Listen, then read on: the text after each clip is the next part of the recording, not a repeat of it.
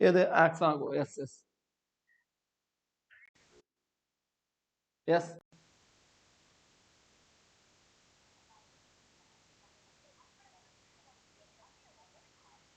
Just വിട്ടോ.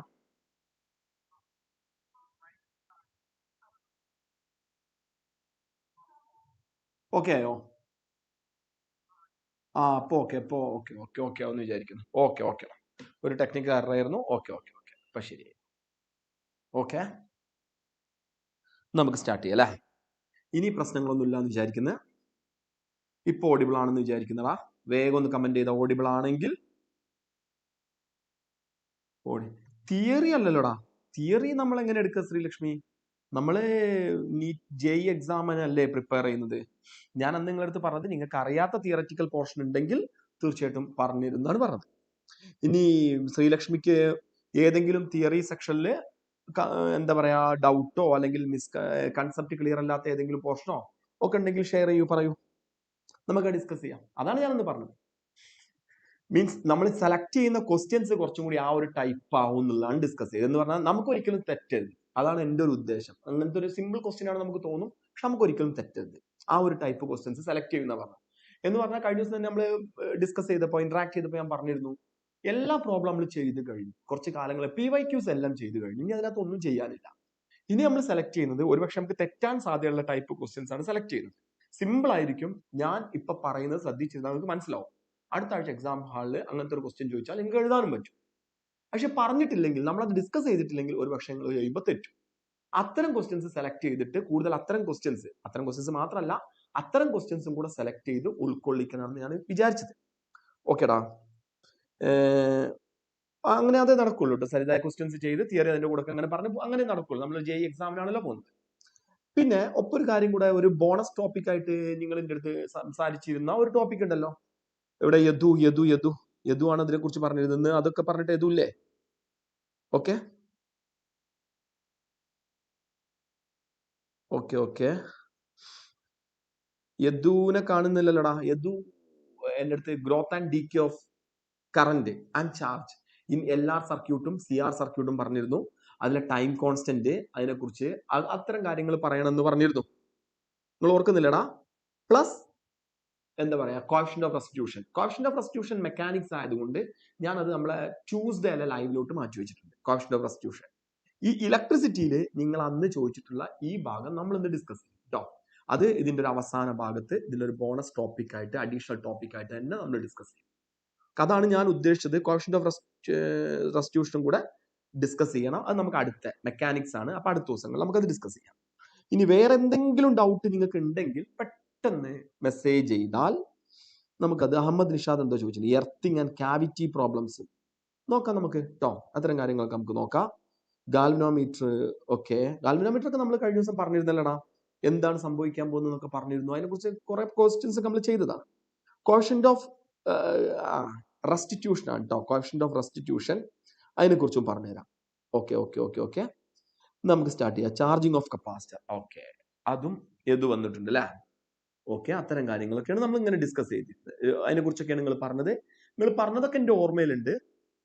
അത് നമ്മൾ എന്തായാലും ഡിസ്കസ് ചെയ്യും കേട്ടോ. അതിൽ സംശയമല്ല. ഓക്കെ ഓക്കെ, കപ്പാസിറ്റൻസിലെ ഡിസ്ചാർജിങ് ഒന്ന് എക്സ്പ്ലെയിൻ ചെയ്തു തരുമോ? ഡിസ്ചാർജിങ് കൊണ്ട് എന്താണ് ഉദ്ദേശിക്കുന്നത് എനിക്ക് മനസ്സിലായില്ലടാ. ഒന്നും കൂടെ എന്താണെന്ന് എനിക്ക് മനസ്സിലായില്ല. ഓക്കെ, നമുക്ക് സ്റ്റാർട്ട് ചെയ്യാം. ലിസൺ, ഓരോ ക്വസ്റ്റ്യൻ പറയുമ്പോഴും നിങ്ങൾക്ക് ആവശ്യമുള്ള പോയിന്റ്സ് ഒക്കെ ഇങ്ങനെ മെസ്സേജ് ചെയ്തോളൂ കേട്ടോ. ഞാൻ എല്ലാം ഉൾക്കൊള്ളിക്കുമെന്ന്. ഓക്കെ, സ്റ്റാർട്ട് ചെയ്യാം. ആദ്യം ഇലക്ട്രിക് ചാർജിന്റെ കേസിൽ ഇലക്ട്രിക് ചാർജിൽ മിസ്കൺസെപ്റ്റ് വരുന്ന പ്രോബ്ലംസ് ആണ് ഡിസ്കസ് ചെയ്യുന്നത്. ചില ആളുകൾക്ക് അത് വളരെ സിമ്പിൾ ആയിട്ട് തോന്നും, ചില ആളുകൾക്ക് ഒരു മിസ്കൺസെപ്റ്റ് ഒക്കെ വരും. അപ്പൊ അത് ഒന്ന് ക്ലാരിറ്റി വരുത്തുക എന്നുള്ളത് മാത്രമാണ് ഞാൻ ഉദ്ദേശിക്കുന്നത് ഇലക്ട്രിക് ചാർജിന്റെ കേസിൽ അല്ലേ. അതിനെക്കുറിച്ചൊന്നും ഞാൻ പറയേണ്ട ആവശ്യമില്ല. ഞാൻ ചോദിക്കുന്ന ഒരു കാര്യം, നിങ്ങൾ ചാർജിന്റെ CGS യൂണിറ്റ്, സാധാരണ CGS നമുക്ക് വിളിക്കാം, അങ്ങനെ വിളിക്കട്ടെ, ഞാൻ തൽക്കാലം അങ്ങനെ വിളിക്കട്ടെ.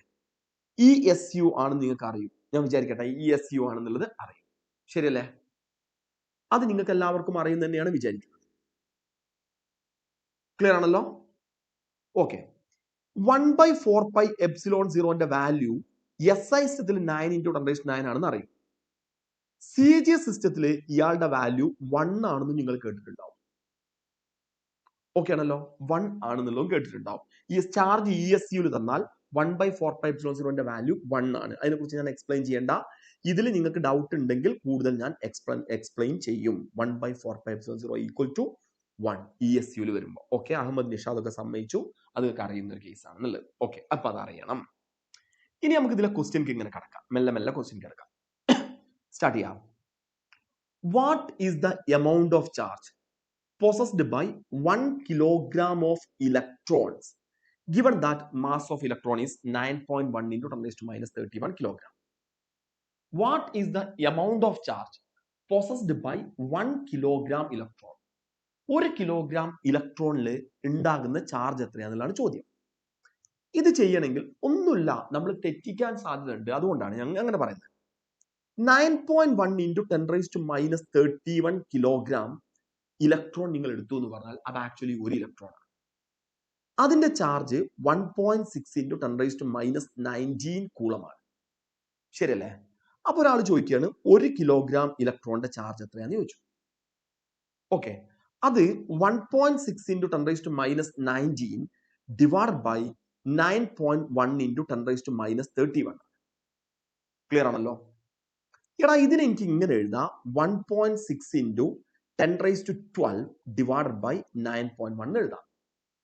അല്ലെങ്കിൽ എനിക്ക് എഴുതാൻ പറ്റുന്ന ഒരു കാര്യമാണ് 16 into 10 raised to 11 divided by 9.1. ഇങ്ങനെ നമുക്ക് കൊടുക്കാം. ക്ലിയർ ആണല്ലോ? 16 into 10 raised to 11 divided by 9.1. Okay okay. ഇനി എടാ, ഇത് ചെയ്താൽ നമുക്ക് കിട്ടുന്നത് 1 point something into 10 raised to 11 coulomb. 1 point something into 10 raised to 11 coulomb. Therefore the answer is B. B option ആയിരിക്കും ഇതിന്റെ ആൻസർ. ക്ലിയർ ആണല്ലോ? ബി ഓപ്ഷൻ ആണ് അതിന്റെ ആൻസർ വരുന്നത്. Okay okay okay okay. Then നമുക്ക് നിങ്ങൾ ആവശ്യമുള്ള പോയിന്റ്സ് ഇങ്ങനെ ഇത് ചെയ്തോണ്ടു, മെസ്സേജ് ചെയ്തോണ്ടു കേട്ടോ. അടുത്ത question. There are two metallic spheres of same radius, but one is solid and the other is hollow. Then solid sphere can be given more charge, hollow sphere can be given more charge. They can be charged equally. None of the above. എന്താണ് answer വരിക? ഇപ്പൊ solid സ്ഫിയറിനാണോ hollow സ്ഫിയറിനാണോ കൂടുതൽ charge നമുക്ക് കൊടുക്കാൻ പറ്റുക എന്നുള്ളതാണ് ചോദ്യം. ഏത് സ്ഫിയറിനാണ് കൂടുതൽ ചാർജ് കൊടുക്കാൻ പറ്റുക? സോളിഡിനാണോ ഹോളോക്കാണോ? വേഗം. ഓക്കെ ഓക്കെ, വേഗം വേഗം വേഗം പറ. നോക്കേ, ഇതിനകത്തൊരു പ്രത്യേകത ഉണ്ട്. ഇതൊരു അവിടെയാണ് നിഷാദ് സദ്ദിക്ക്. നിഷാദ്, ഞാൻ പ്രതീക്ഷിച്ച പോലെ തന്നെ സംഭവിക്കുന്നുണ്ട്. സോളിഡ് അല്ലേ? അഹമ്മദ് നിഷാദിന്റെ ആൻസർ വന്നു. ഓക്കെ, ഇനി വേറെ ആരെങ്കിലും ആൻസർ വരുന്നുണ്ടോ? നോക്കേ, ഇവിടെ ശ്രദ്ധിക്കട്ടോ, ഇത് മെറ്റാലിക് സ്പിയേഴ്സ് ആണ് പറഞ്ഞത്. മെറ്റൽ സ്പിയറിന്റെ കേസിൽ ഒരു ഹോളോ സ്പിയർ ആണെങ്കിലും സോളിഡ് സ്പിയർ ആണെങ്കിലും ഏത് കേസ് ആണെങ്കിലും ചാർജ് ഡിസ്ട്രിബ്യൂട്ട് ചെയ്യുന്നത് അതിന്റെ സർഫസിലാണ്. ഹോളോ ആവട്ടെ സോളിഡ് ആവട്ടെ, ചാർജ് ഡിസ്ട്രിബ്യൂട്ട് ചെയ്യുന്നത് അതിന്റെ സർഫസിലാണ്. അപ്പൊ നിങ്ങൾ മനസ്സിലാക്കേണ്ടത് രണ്ടിനും, മെറ്റാലിക് സോളിഡ് സ്പിയർ ആണെങ്കിലും മെറ്റാലിക് ഹോളോ സ്പിയർ ആണെങ്കിലും രണ്ടിലും ഉണ്ടാവുന്നത് ഈക്വൽ ചാർജ് ആയിരിക്കും. ഓക്കെ, ഈക്വൽ ചാർജ് ആയിരിക്കും. അത് മനസ്സിലാക്കണം കേട്ടോ. രണ്ടിലും ഒരേ ചാർജ് ആണ് ഇതിനകത്ത് ഉണ്ടാവുക. ഓക്കെടാ, നെക്സ്റ്റ് വൺ, അടുത്ത ക്വസ്റ്റ്യൻ. ലിസൺ.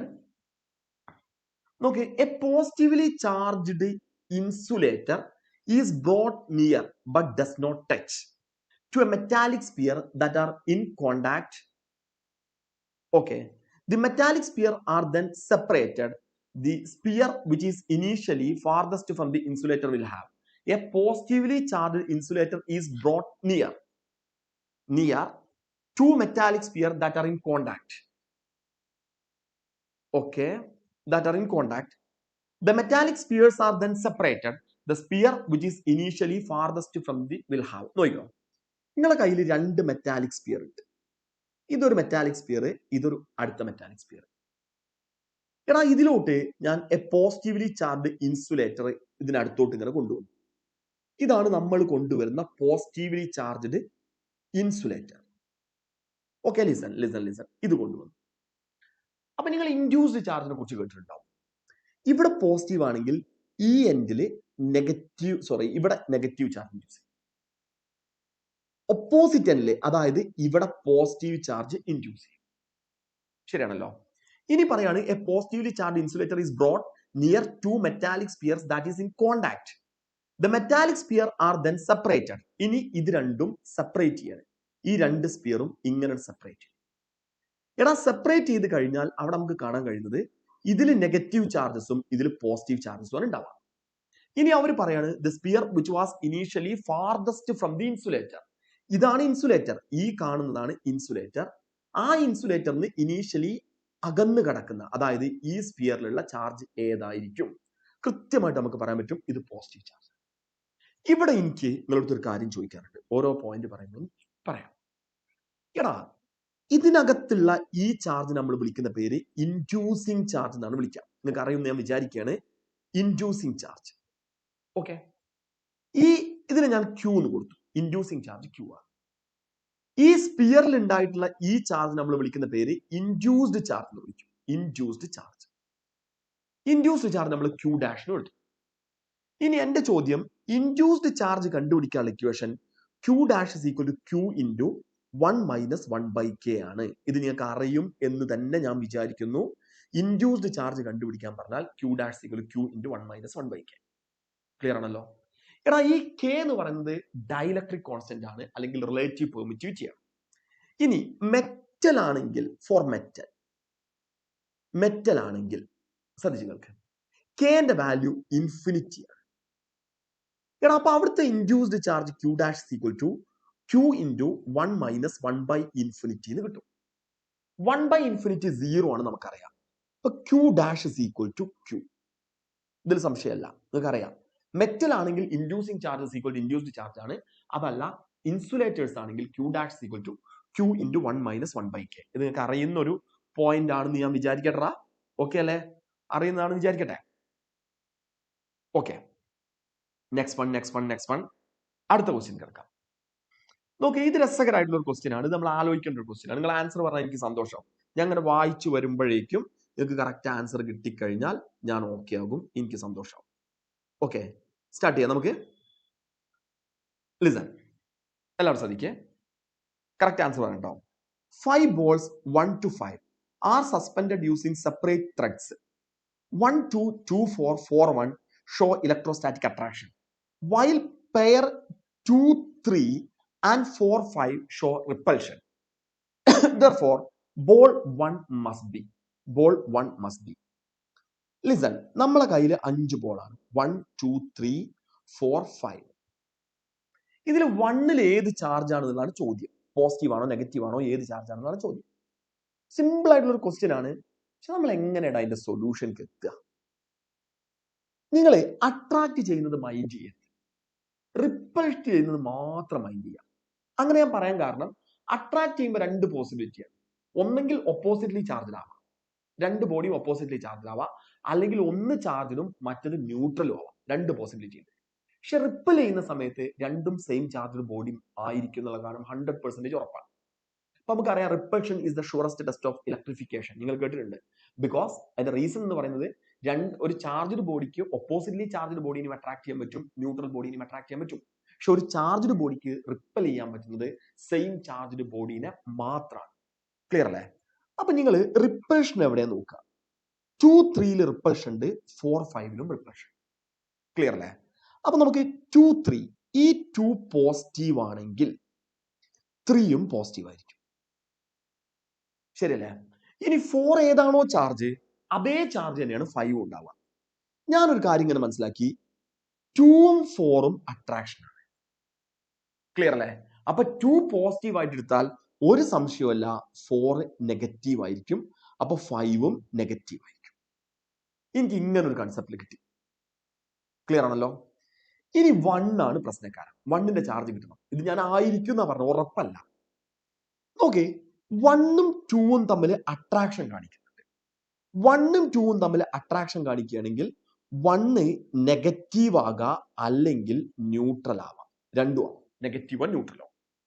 4ഉം 1ഉം തമ്മിൽ അട്രാക്ഷൻ കാണിക്കുന്നുണ്ട്. 4ഉം 1ഉം 4 നെഗറ്റീവ് ആണ്, അത് വണ്ണുമായിട്ട് അട്രാക്ട് ചെയ്യണമെങ്കിൽ വണ്ണ് പോസിറ്റീവ് ആകണം അല്ലെങ്കിൽ ന്യൂട്രൽ ആണ്. ശരിയായോ? അപ്പൊ നമുക്ക് കൃത്യമായിട്ട് ഐഡിയ കിട്ടി. 2 അട്രാക്ട് ചെയ്യണമെങ്കിൽ വണ്ണ് നെഗറ്റീവ് ആവണം, 4 അട്രാക്ട് ചെയ്യണമെങ്കിൽ വണ്ണ് പോസിറ്റീവ് ആവണം. അപ്പൊ വണ്ണിന് നെഗറ്റീവ് ആകണം, പോസിറ്റീവ് ആവണം, നടക്കൂല. അപ്പൊ അതുകൊണ്ട് ഈ നെഗറ്റീവ് എന്നുള്ളത് ഞാൻ വെട്ടി. വണ്ണ് ന്യൂട്രൽ ആണെങ്കിൽ 2 പോസിറ്റീവുമായിട്ട് അട്രാക്ട് ചെയ്യും, 4 നെഗറ്റീവുമായിട്ടും അട്രാക്ട് ചെയ്യും. അതുകൊണ്ട് നമുക്ക് കൃത്യമായിട്ട് പറയാം 1 എന്ന് പറയുന്നത് ന്യൂട്രൽ ബോഡിയാണ്, സി ആണ്. എടാ അതിൽ കൺഫ്യൂഷൻ ഉണ്ടാവരുത്. ഞാനത് എങ്ങനെയാണ് സെലക്ട് ചെയ്ത് നിങ്ങൾ ശരിക്കും നോക്കുക. റിപ്പൽഷൻ കാണിക്കുന്നത് നോക്കി 2, 4 റിപ്പൽഷൻ ആണ്, പോസിറ്റീവും പോസിറ്റീവ് ആണെന്ന് വിചാരിച്ചു. 4ഉം 5ഉം റിപ്പൽഷൻ ആകുമ്പോൾ അത് പോസിറ്റീവ് ആകാം, നെഗറ്റീവ് ആകാം. പക്ഷെ 2ഉം 3ഉമായിട്ടുള്ളൊരു ബന്ധം നോക്കിയിട്ട് എനിക്ക് അത് നെഗറ്റീവ് ആണെന്ന് മനസ്സിലായത്. ഇനി 1 മാത്രം എടുത്തു. 1 ഒരാളുമായിട്ട് അട്രാക്ഷൻ കാണിക്കുന്നുണ്ട്, മറ്റേ ആളുമായിട്ട് അട്രാക്ഷൻ കാണിക്കുന്നുണ്ട്, അതുകൊണ്ട് പോസിറ്റീവുമായിട്ടും അട്രാക്ഷൻ കാണിക്കുന്നുണ്ട്, നെഗറ്റീവുമായിട്ടും അട്രാക്ഷൻ കാണിക്കുന്നുണ്ട്. അതുകൊണ്ട് 1 ന്യൂട്രൽ ആണ്. ഇതാണ് ഇവിടുത്തെ ഒരു കൺസെപ്റ്റ്. ഓക്കേടാ. അപ്പൊ വെരി ഗുഡ്. കുറെ ആളുകൾ കുറെ ആളുകൾ ഇത് ന്യൂട്രൽ ആണെന്ന് പറഞ്ഞിട്ടുണ്ട്. Okay, very good. എടാ അടുത്തൊരു ക്വസ്റ്റ്യൻ. ലിസൺ. ഡയലക്ട്രിക്കിന്റെ കൺസെപ്റ്റ് ഒന്ന് പറഞ്ഞു തരുമെന്ന് ചോദിച്ചിട്ടുണ്ട്. ഞാൻ അയച്ചു വരാം കേട്ടോ. കപ്പാസിറ്റർ വരുമ്പോൾ വരാം. Estimate number of free electrons in 1 gram of water and the negative charge possessed by them. Number of free electrons in 1 gram water and negative charge possessed by them. നമുക്ക് ഗിവൺ അവഗാഡ്രോ നമ്പർ ഒക്കെ തന്നിട്ടുണ്ട്. പക്ഷെ എനിക്ക് നിങ്ങളടുത്ത് പറയാനുള്ളത് ഒരു water molecule, 1 water molecules contains. എടാ നിങ്ങൾ ആലോചിച്ച് ഒരു വാട്ടർ മോളിക്യൂൾസിൽ എത്ര ഫ്രീ ഇലക്ട്രോൺ ഉണ്ടാവും? ഒരു വാട്ടർ മോളിക്യൂളിൽ എത്ര ഇലക്ട്രോൺ ഉണ്ടാവും? ഓക്സിജനിൽ 8 ഉണ്ടാകും, ഹൈഡ്രജനിൽ 1 ഉണ്ട്, അടുത്ത ഹൈഡ്രജനിലും 1 ഉണ്ട്. അപ്പൊ ഞാൻ പറയും ഒരു വാട്ടർ മോളിക്യൂളിൽ 2 + 8 = 10 ഇലക്ട്രോൺസ് ഉണ്ട്. ശരിയല്ലേ? നമ്മുടെ ചോദ്യം 1 ഗ്രാം വാട്ടർ മോളിക്യൂളിന്റെ ചാർജ് എത്രയാണെന്നുള്ളതാണ്. 1 ഗ്രാം വാട്ടർ മോളിക്യൂളിന്റെ ചാർജ് നിങ്ങൾ ആലോചിച്ച് 18 ഗ്രാം വാട്ടർ മോളിക്യൂളിനകത്ത് 6 × 10⁻23 ആറ്റംസ് ആണുള്ളത്. ഇത് സമ്മതിച്ചല്ലോ. അങ്ങനെയാണെങ്കിൽ 1 ഗ്രാം വാട്ടർ മോളിക്യൂൾ ഉണ്ടാകുന്നത്, ലിസൺ ഉഷാറാണല്ലോ, 6 × 10⁻23 ഡിവൈഡഡ് ബൈ 18 ആറ്റംസ് ഉണ്ടായിരിക്കും 1 ഗ്രാം വാട്ടർ മോളിക്യൂള്. ഓക്കേടാ. ഇതിന് നമുക്ക് ഇങ്ങനെ എഴുതിക്കൂടെ? 6ഉം ഇതും കൂടെ പോയാൽ ഇവിടെ 3 കിട്ടും. അപ്പൊ നമുക്കിതിനെ 10/3 × 10⁻23 എന്ന് എഴുതാം. 10/3 × 10⁻22 എന്ന് കൊടുക്കാം. കുഴപ്പമില്ല എന്ന് വിചാരിക്കുന്നത്. എടാ which is equal to 3.3 × 10⁻23 atoms ഉണ്ട് 1 ഗ്രാം. ഓക്കെ. അപ്പൊ അടുത്ത ചോദ്യം, അങ്ങനെയാണെങ്കിൽ 1 ഗ്രാമിൽ എത്ര ഇലക്ട്രോൺസ് ഉണ്ട്? ഒരു മോളിക്യൂളില് 10 ഇലക്ട്രോൺ. അപ്പൊ ഇത്രയും മോളിക്യൂൾസിൽ അല്ലെങ്കിൽ ഇത്രയും ആറ്റംസിൽ we can write 3.3 × 10⁻23 അല്ലല്ലോടാ, 22 അല്ലേ? 3.3 × 10⁻22 × 10 ഇലക്ട്രോൺസ് ആണ് ഉള്ളത്. സമയച്ചല്ലോ. എന്ന് പറഞ്ഞാൽ ലിസൺ 3.3 × 10⁻23 ഇലക്ട്രോൺസ് വരും. 3.3 × 10⁻23 ഇലക്ട്രോൺസ്. ഇങ്ങനെ കിട്ടി. ഇനി അതിന്റെ ചാർജ് ആണ് ചോദ്യം. സിമ്പിൾ. ചാർജ് കണ്ടുപിടിക്കണമെങ്കിൽ ഇക്വേഷൻ Q = Ne. എടാ ഇവിടെ എത്ര ഇലക്ട്രോൺ ഉണ്ടെന്ന് ചോദിക്കുകയാണെങ്കിൽ 3.3 × 10⁻23 ഇൻറ്റു ഇലക്ട്രോണിന്റെ ചാർജ് 1.6 × 10⁻19. ശരിയല്ലേ? 1.6 × 10⁻19 ഇങ്ങനെ വന്നു. കഴിഞ്ഞു. 3 × 1.6 4.8. 3.3 ആയതുകൊണ്ട് 5 ആയിരിക്കും. 5 വന്നു. ഇനി 10⁻23 10⁻4. അപ്പൊ നമുക്ക് കൃത്യമായിട്ട് കിട്ടി 5 × 10⁻4 കൂളം. ബി ഓപ്ഷൻ ആയിരിക്കും ആൻസർ.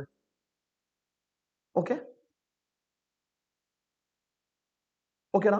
നമ്പർ ഓഫ് ഇലക്ട്രോൺസ് എങ്ങനെ കാണുക എന്ന് ചോദിക്കുകയാണെങ്കിൽ വളരെ സിമ്പിൾ ആയിട്ട് നമുക്ക്, നിങ്ങൾ ഒരു ഹൈഡ്രജൻ ആറ്റത്തിൽ 1 ഇലക്ട്രോൺ ഉണ്ടാവും, അടുത്ത ഹൈഡ്രജൻ ആറ്റത്തിലും 1 ഇലക്ട്രോൺ ഉണ്ടാവും, ഓക്സിജനിൽ 8 ഇലക്ട്രോൺ ഉണ്ടാവും. അപ്പൊ ടോട്ടൽ ഒരു ആറ്റത്തിന്റെ നമ്പർ ഓഫ് ഇലക്ട്രോൺസ് എന്ന് പറഞ്ഞാൽ 10 ആണ്. 10 ഇലക്ട്രോൺസ് ആണുള്ളത്. ഇനി നമ്മൾ ചെയ്യുന്നത് 1 ഗ്രാം വാട്ടറിൽ എത്ര ആറ്റംസ് ഉണ്ട് നോക്കി. ആ ആറ്റംസ് ഇൻറ്റു ഒരു ആറ്റത്തിലുള്ള ഇലക്ട്രോൺ എണ്ണം 10 ആണ്. അപ്പൊ ആറ്റംസ് ഇൻറ്റു 10 ചെയ്താൽ 1 ഗ്രാം വാട്ടറിലെ ടോട്ടൽ ഇലക്ട്രോൺ കിട്ടി, N കിട്ടി. Q = Ne എന്നുള്ള ഇക്വേഷൻ ഉപയോഗിച്ചിട്ട് ടോട്ടൽ ചാർജും നമുക്ക് അതിന് കണ്ടുപിടിക്കാൻ പറ്റും. ഓക്കെ. ഇതായിരിക്കും സംഭവം. അപ്പൊ ബി ഓപ്ഷൻ ആണ് ആൻസർ വരുന്നത് കേട്ടോ. എടാ നമുക്ക് അടുത്ത ക്വസ്റ്റ്യൻ ഒന്ന് കടന്നു നോക്കാം. ലിസൺ, ഓരോ സെക്ഷൻ ആയിട്ട് നമ്മൾ ഡിസ്കസ് ചെയ്യാൻ പോകുന്നത്. ഇപ്പൊ ഇത്രയും കാര്യങ്ങൾ ഞാൻ ചെയ്തത് ചാർജ് എന്നുള്ള സെക്ഷൻ ആണ്. അതിന്ന് കൺഫ്യൂസിംഗ് ആയിട്ടുള്ള ക്വസ്റ്റ്യൻസ് ഇങ്ങനെ സെലക്ട് ചെയ്തു, എങ്ങനെ കണ്ടുപിടിക്കണം എന്ന് ഇങ്ങനെ നോക്കിട്ടോ. എടാ, ഈ ഒരു ക്വസ്റ്റ്യൻ ഞാൻ സെലക്ട് ചെയ്യാൻ കാരണം NCERT വർക്ക്ഔട്ട് ചെയ്ത ഒരു പ്രോബ്ലം ഉണ്ട്.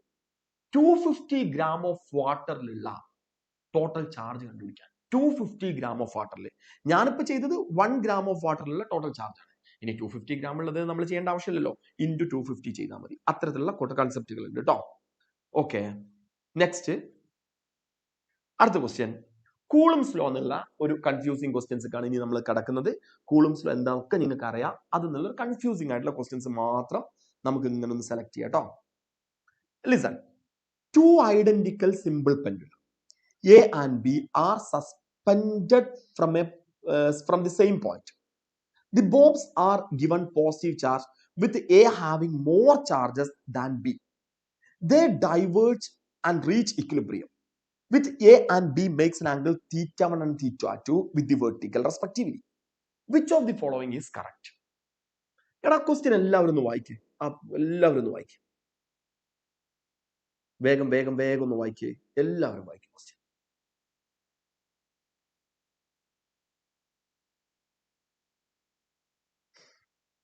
ഓക്കെ, നിങ്ങൾ വായിക്കുന്നുണ്ട് എന്ന് വിചാരിക്കുന്നു. ഓക്കെടാ, ലിസൺ, എല്ലാവരും ശ്രദ്ധിക്കുക. 2 identical simple pendulum A and B. ഇതാണ് A എന്നുള്ള പെൻഡുലം, ഇതാണ് B എന്നുള്ള pendulum. Okay, are suspended from the same point. രണ്ടും ഒരേ പോയിന്റ് സസ്പെൻഡ് ചെയ്തിട്ടുണ്ട്. Bobs are given positive charge വിത്ത് എയിൽ Q1 ചാർജ് ആണെന്ന് വിചാരിച്ചോ, ബിയിൽ Q2 ചാർജ് ആണെന്ന് വിചാരിച്ചോ.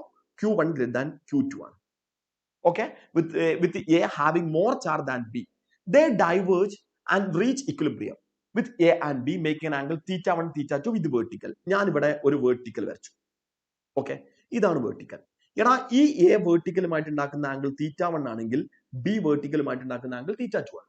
എന്നിട്ട് അവർ ചോദിക്കുകയാണ്, എയിലുള്ള ചാർജ് ബിയിലുള്ള ചാർജിനേക്കാൾ കൂടുതലാണ്, അങ്ങനെയാണെങ്കിൽ θ1 greater than θ2 ആണോ, θ2 greater than θ1 ആണോ, അതായത് θ1 equal to θ2 ആണോ?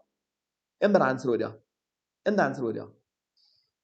ഒരു സിമ്പിൾ ക്വസ്റ്റ്യൻ ആണിത്, പക്ഷെ ചില ആളുകൾ ആലോചിച്ച് ബുദ്ധിമുട്ടിച്ച് തെറ്റിക്കും.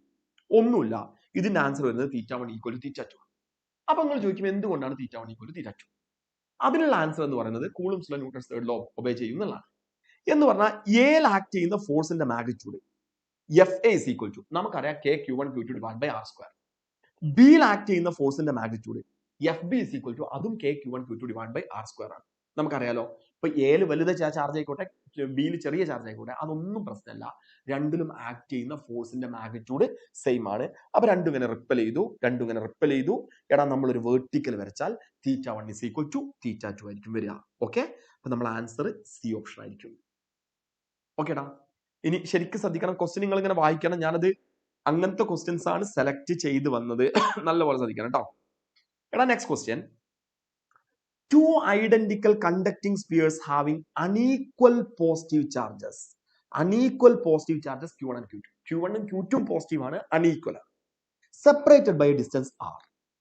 If they are made to touch each other and then separated again to the same distance, electrostatic force between the spheres in this case will be. എടാ, നിങ്ങളെ കയ്യിൽ രണ്ട് അൺഈക്വൽ പോസിറ്റീവ് ചാർജ് ഉണ്ട്, Q1 Q2. അതിനിടയിലുള്ള distance of separation ഇപ്പോ R ആണ്. അങ്ങനെയാണെങ്കിൽ ഈ സമയത്ത് അവരെ force F1 is equal to K Q1 Q2 divided by R² നമുക്ക് എഴുതാം. ഇനിയുള്ള പ്രശ്നം, ഇത് രണ്ടും കോണ്ടാക്റ്റിൽ കൊണ്ടുവന്നു. എന്താ സംഭവിക്കുക? ഇത് രണ്ടും കോണ്ടാക്റ്റിൽ കൊണ്ടുവന്നാൽ രണ്ടിനും ഒരേ പൊട്ടൻഷ്യൽ കിട്ടുന്നത് വരെ ചാർജ് ഫ്ലോ ചെയ്യും. എടാ, ഇതിനകത്ത് 2 identical conducting spheres എന്ന് പറഞ്ഞിട്ടുണ്ട്. ഞാൻ അടുത്ത് പറഞ്ഞിരുന്നു, നിരന്തരം പറയുന്ന ഒരു കാര്യമാണ്, ഐഡന്റിക്കൽ സ്പിയർ ആണെങ്കിൽ സെയിം പൊട്ടൻഷ്യൽ കിട്ടുക എന്ന് പറഞ്ഞാൽ സെയിം ചാർജ് ആണ്. ഈ സെയിം ചാർജ് എന്ന് പറയുന്നത് ഒരു സംശയമല്ല, Q1 plus Q2 divided by 2 ആണ്. അങ്ങനെ വരുമ്പോ ഇനി അങ്ങനെ രണ്ട് സ്പിയറും കോണ്ടാക്റ്റിൽ കൊണ്ടുവന്ന് വെച്ചു. ഒന്നിന് Q1 plus Q2 ചാർജ് കിട്ടി, അടുത്തതിനും Q1 plus Q2 ചാർജ് കിട്ടി. അത് രണ്ടും നമ്മൾ സെപ്പറേറ്റ് ചെയ്തു. അങ്ങനെ സെപ്പറേറ്റ് ചെയ്ത് കഴിഞ്ഞാൽ പുതിയ force F2 is equal to K. First സ്പിയറിലെ charge Q1 plus Q2 divided by 2. അടുത്ത സ്പിയറിലെ charge Q1 plus Q2 divided by 2. എടാ, ഡിവൈഡഡ് ബൈ R². അപ്പൊ നമുക്ക് രണ്ടാമത്തെ കേസിൽ F2 is equal to, listen, K Q1 plus Q2 whole square divided by 4R square. ഇതാണ് F2.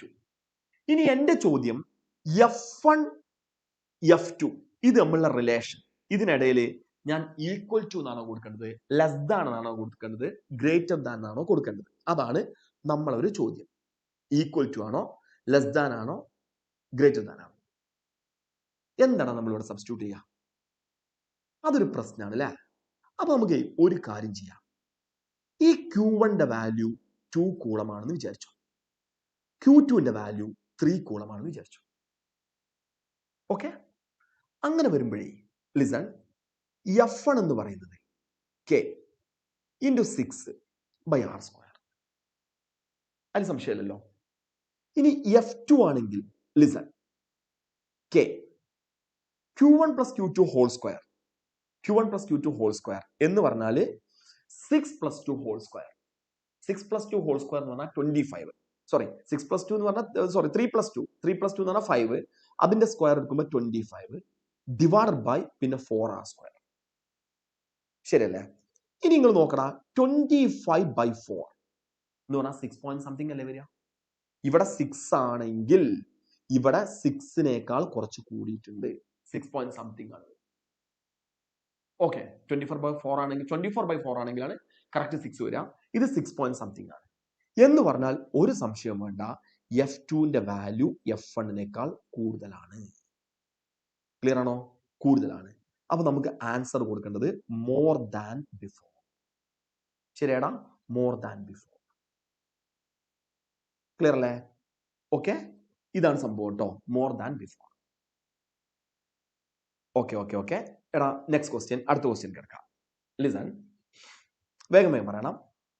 2 small balls having equal positive charge Q coulomb on each are suspended by 2 insulated string of equal length L meter from a hook fixed to a stand.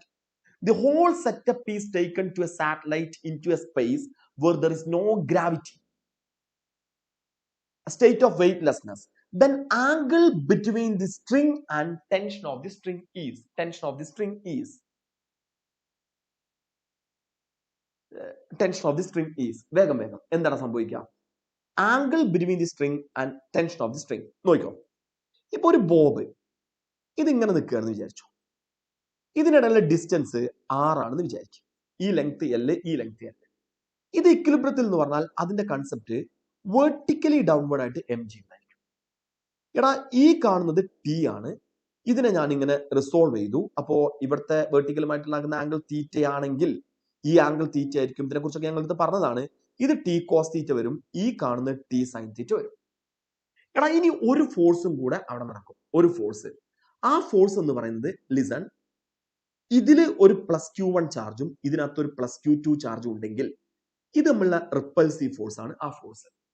Actually ആ force എന്ന് പറയുന്നത് K Q1 Q2 divided by R². Clear ആണല്ലോ? ഇങ്ങനെ വന്നു. ഇനി ഈ സെറ്റപ്പിനെ പിടിച്ചിട്ടാണ് നമ്മൾ സ്പേസിലോട്ട് കൊണ്ടുപോകുന്നത്. സ്പേസ് കൊണ്ടുപോയാൽ എന്താ സംഭവിക്കുക? ഈ mg ഗ്രാവിറ്റേഷണൽ ഫോഴ്സ് അവിടെ ഉണ്ടാവില്ല.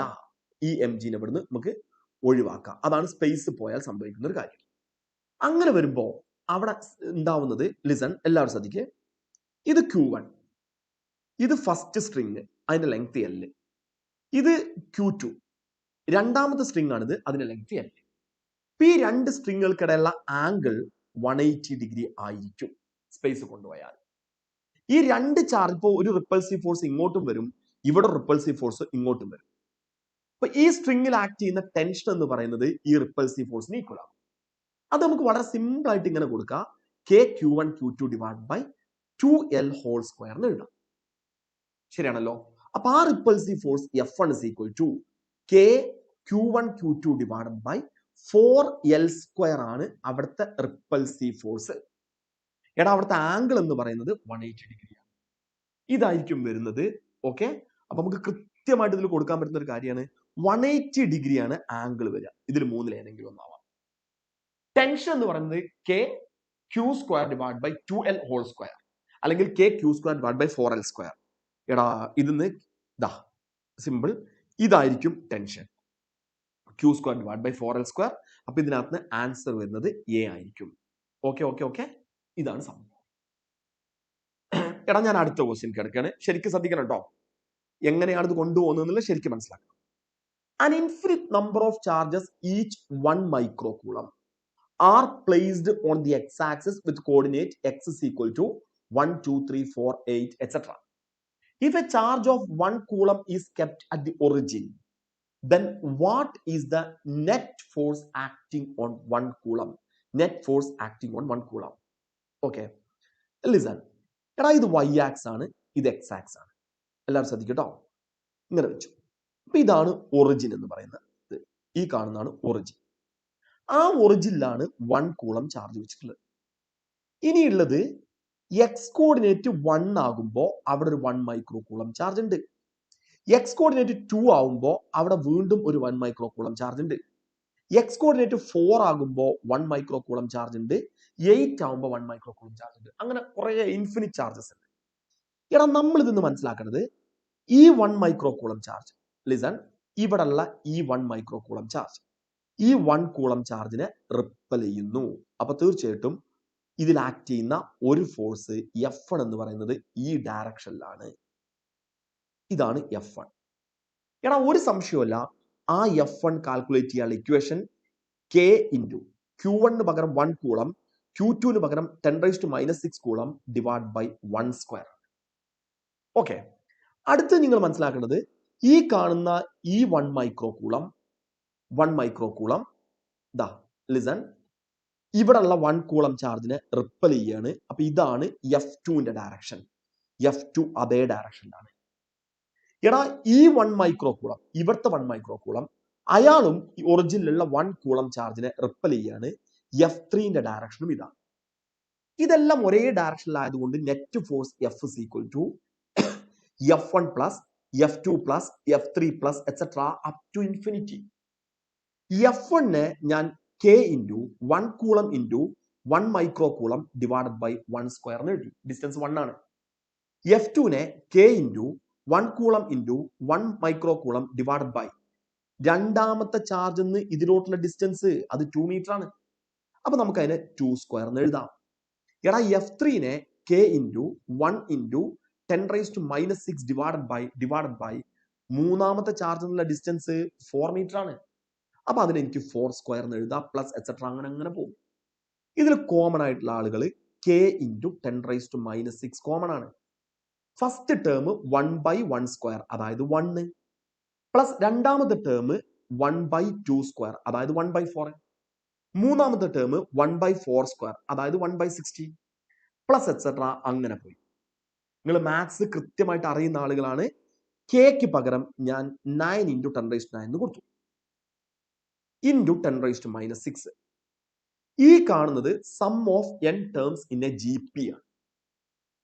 ഒരു GPയിലുള്ള n ടേംസിന്റെ സമ്മ് കണ്ടുപിടിക്കാനുള്ള ഇക്വേഷൻ എടാ A/1 - R ആണ്. നിങ്ങൾക്ക് അറിയാം, A എന്ന് പറഞ്ഞാൽ അവിടുത്തെ ഫസ്റ്റ് ടേം അത് 1 ഡിവൈഡഡ് ബൈ 1 മൈനസ് R എന്ന് പറഞ്ഞാൽ അവിടുത്തെ കോമൺ റേഷ്യോ 1/4. ഇതിന്ന് 9 ഇൻറ്റു 10⁻³ എന്ന് കിട്ടും. എടാ ഇപ്പുറത്താണെങ്കിൽ നമുക്ക് 4/3 എന്ന് വരും. Therefore the answer is 12 into 10⁻³ newton. 12 into 10⁻³ newton. ഏത് ഓപ്ഷനാണ് വരിക? 12 ഇൻറ്റു 10⁻³ ന്യൂട്ടൺ എന്ന് പറഞ്ഞാൽ 12,000 ന്യൂട്ടൺ. ഓക്കെ, ഇത് ഞങ്ങളടുത്ത് പറഞ്ഞു. ഇനി ഒരു കാര്യം കൂടെ ഇതിനകത്ത് നിങ്ങൾ ശ്രദ്ധിക്കണം. ചില സമയത്ത് നിങ്ങൾക്ക് അറിയും എങ്കിലും അവസാന ലാപ്പ് ആയതുകൊണ്ട് ഒന്ന് ശ്രദ്ധ കൊടുക്കാനും വേണ്ടി പറയാം. ചില സമയത്ത് അറിയാത്ത ആളുകൾ ഉണ്ടെങ്കിൽ അവർക്ക് വേണ്ടി മാത്രം. ലിസൺ, ഇതേ ക്വസ്റ്റ്യൻ ഇങ്ങനെ ചോദിക്കും.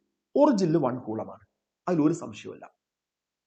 എടാ ഇവിടെ 1 മൈക്രോ കൂളമാണ്, 1ല് 2ല് -1 മൈക്രോ കൂളമാണ്, 4ല് 1 മൈക്രോ കൂളമാണ്, 8 എടുത്താൽ അവിടെ -1 മൈക്രോ കൂളമാണ്. -1 micro coulomb, alternative plus and minus. അങ്ങനെ വരുമ്പോൾ സംഭവിക്കുന്ന ഒരു കാര്യം, ഈ 1 മൈക്രോ കൂളം ഇവിടെ ഉള്ള 1 കൂളമിനെ റിപ്പൽ ചെയ്യും. അപ്പൊ നമുക്ക് പറയാം F1 ഈ ഡയറക്ഷനിലാണ്. ക്ലിയർ ആണല്ലോ? -1 മൈക്രോ കൂളം, ഈ -1 മൈക്രോ കൂളം ഈ 1 കൂളമിനെ അട്രാക്ട് ചെയ്യും. F2 ഈ ഡയറക്ഷനിലാണ്. എടാ ഇനി 4ൽ കിടക്കുന്ന ഈ 1 മൈക്രോ കൂളം 1 കൂളമിനെ റിപ്പൽ ചെയ്യും F3 ഈ ഡയറക്ഷനിലാണ്. ഓക്കെ, F4 ഈ ഡയറക്ഷനിലാണ്. അപ്പൊ ആൾട്ടർനേറ്റ് പ്ലസും മൈനസും ഇങ്ങനെ വരും.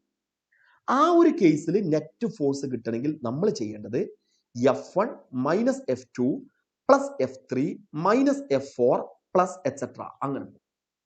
എടാ അവിടെയും പ്രശ്നങ്ങളൊന്നും ഇല്ല. കെക്ക് പകരം എന്താ ഇക്വേഷൻ എഴുതിയ സ്ഥലത്ത് തന്നെ കെക്ക് പകരം ഞാൻ കെ ഔട്ട് സൈഡ് കൊടുത്തു, 1 എല്ലാത്തിലും ഉണ്ട് ഔട്ട് സൈഡ് കൊടുത്തു, പിന്നെ 1 മൈക്രോ കൂൾ ആണ് 10⁻⁻6 ഔട്ട് സൈഡ് കൊടുത്തു. പിന്നെ വരുന്നത് ഫസ്റ്റ് ടേം 1, അടുത്ത ടേം -1/4, അടുത്ത ടേം +1/16, അടുത്ത ടേം -1/64 എക്സെട്ര. ഇങ്ങനെ ഞാൻ പറയുന്നത് മനസ്സിലാക്കുന്നു വിചാരിക്കുന്നത്.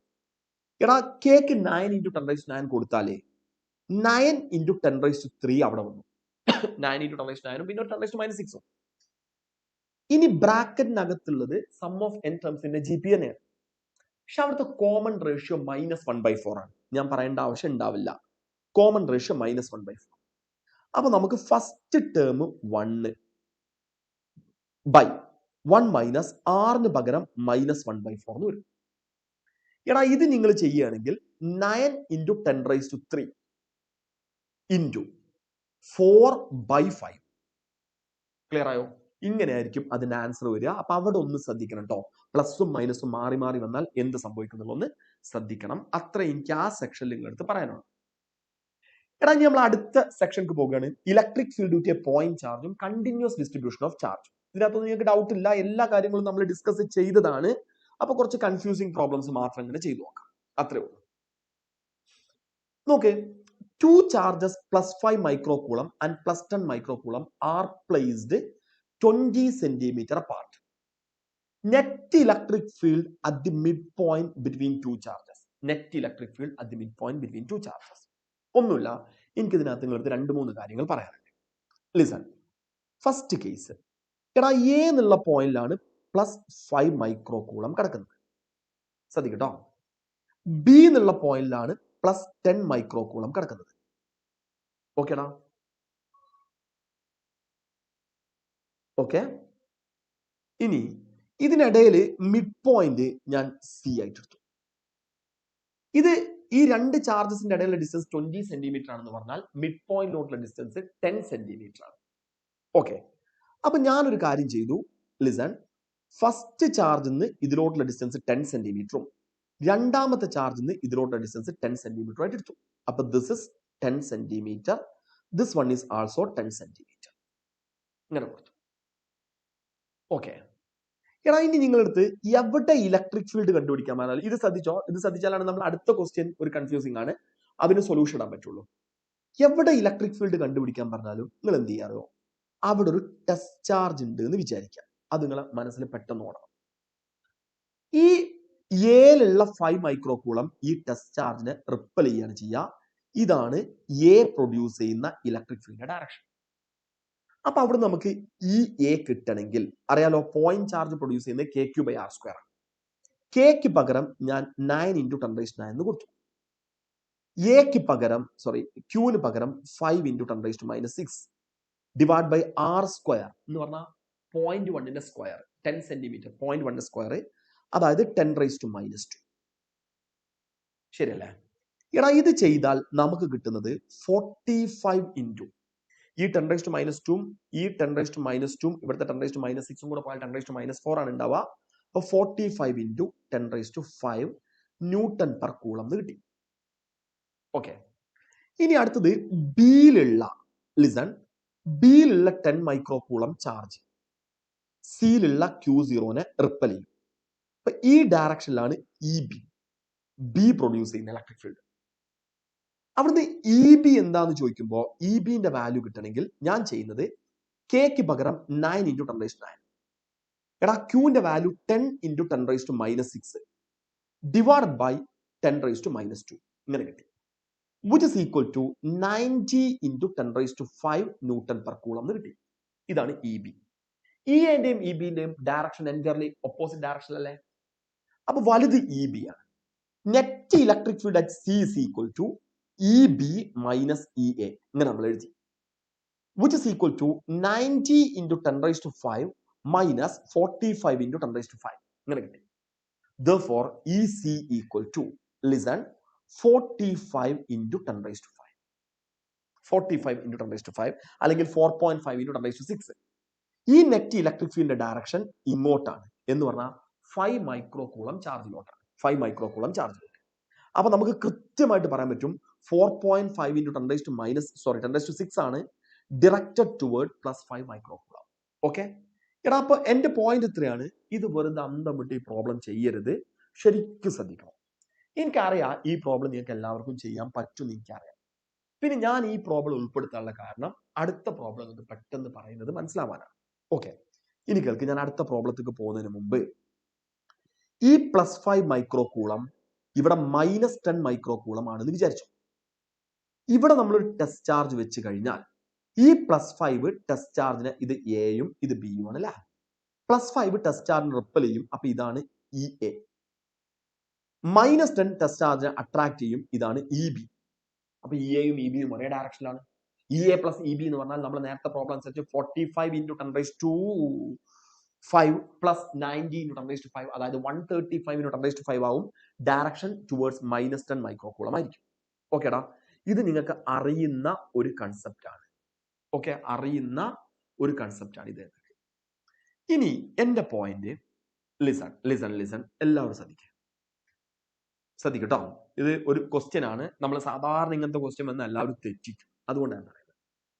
2 point charges Q and -3Q are placed at some distance apart.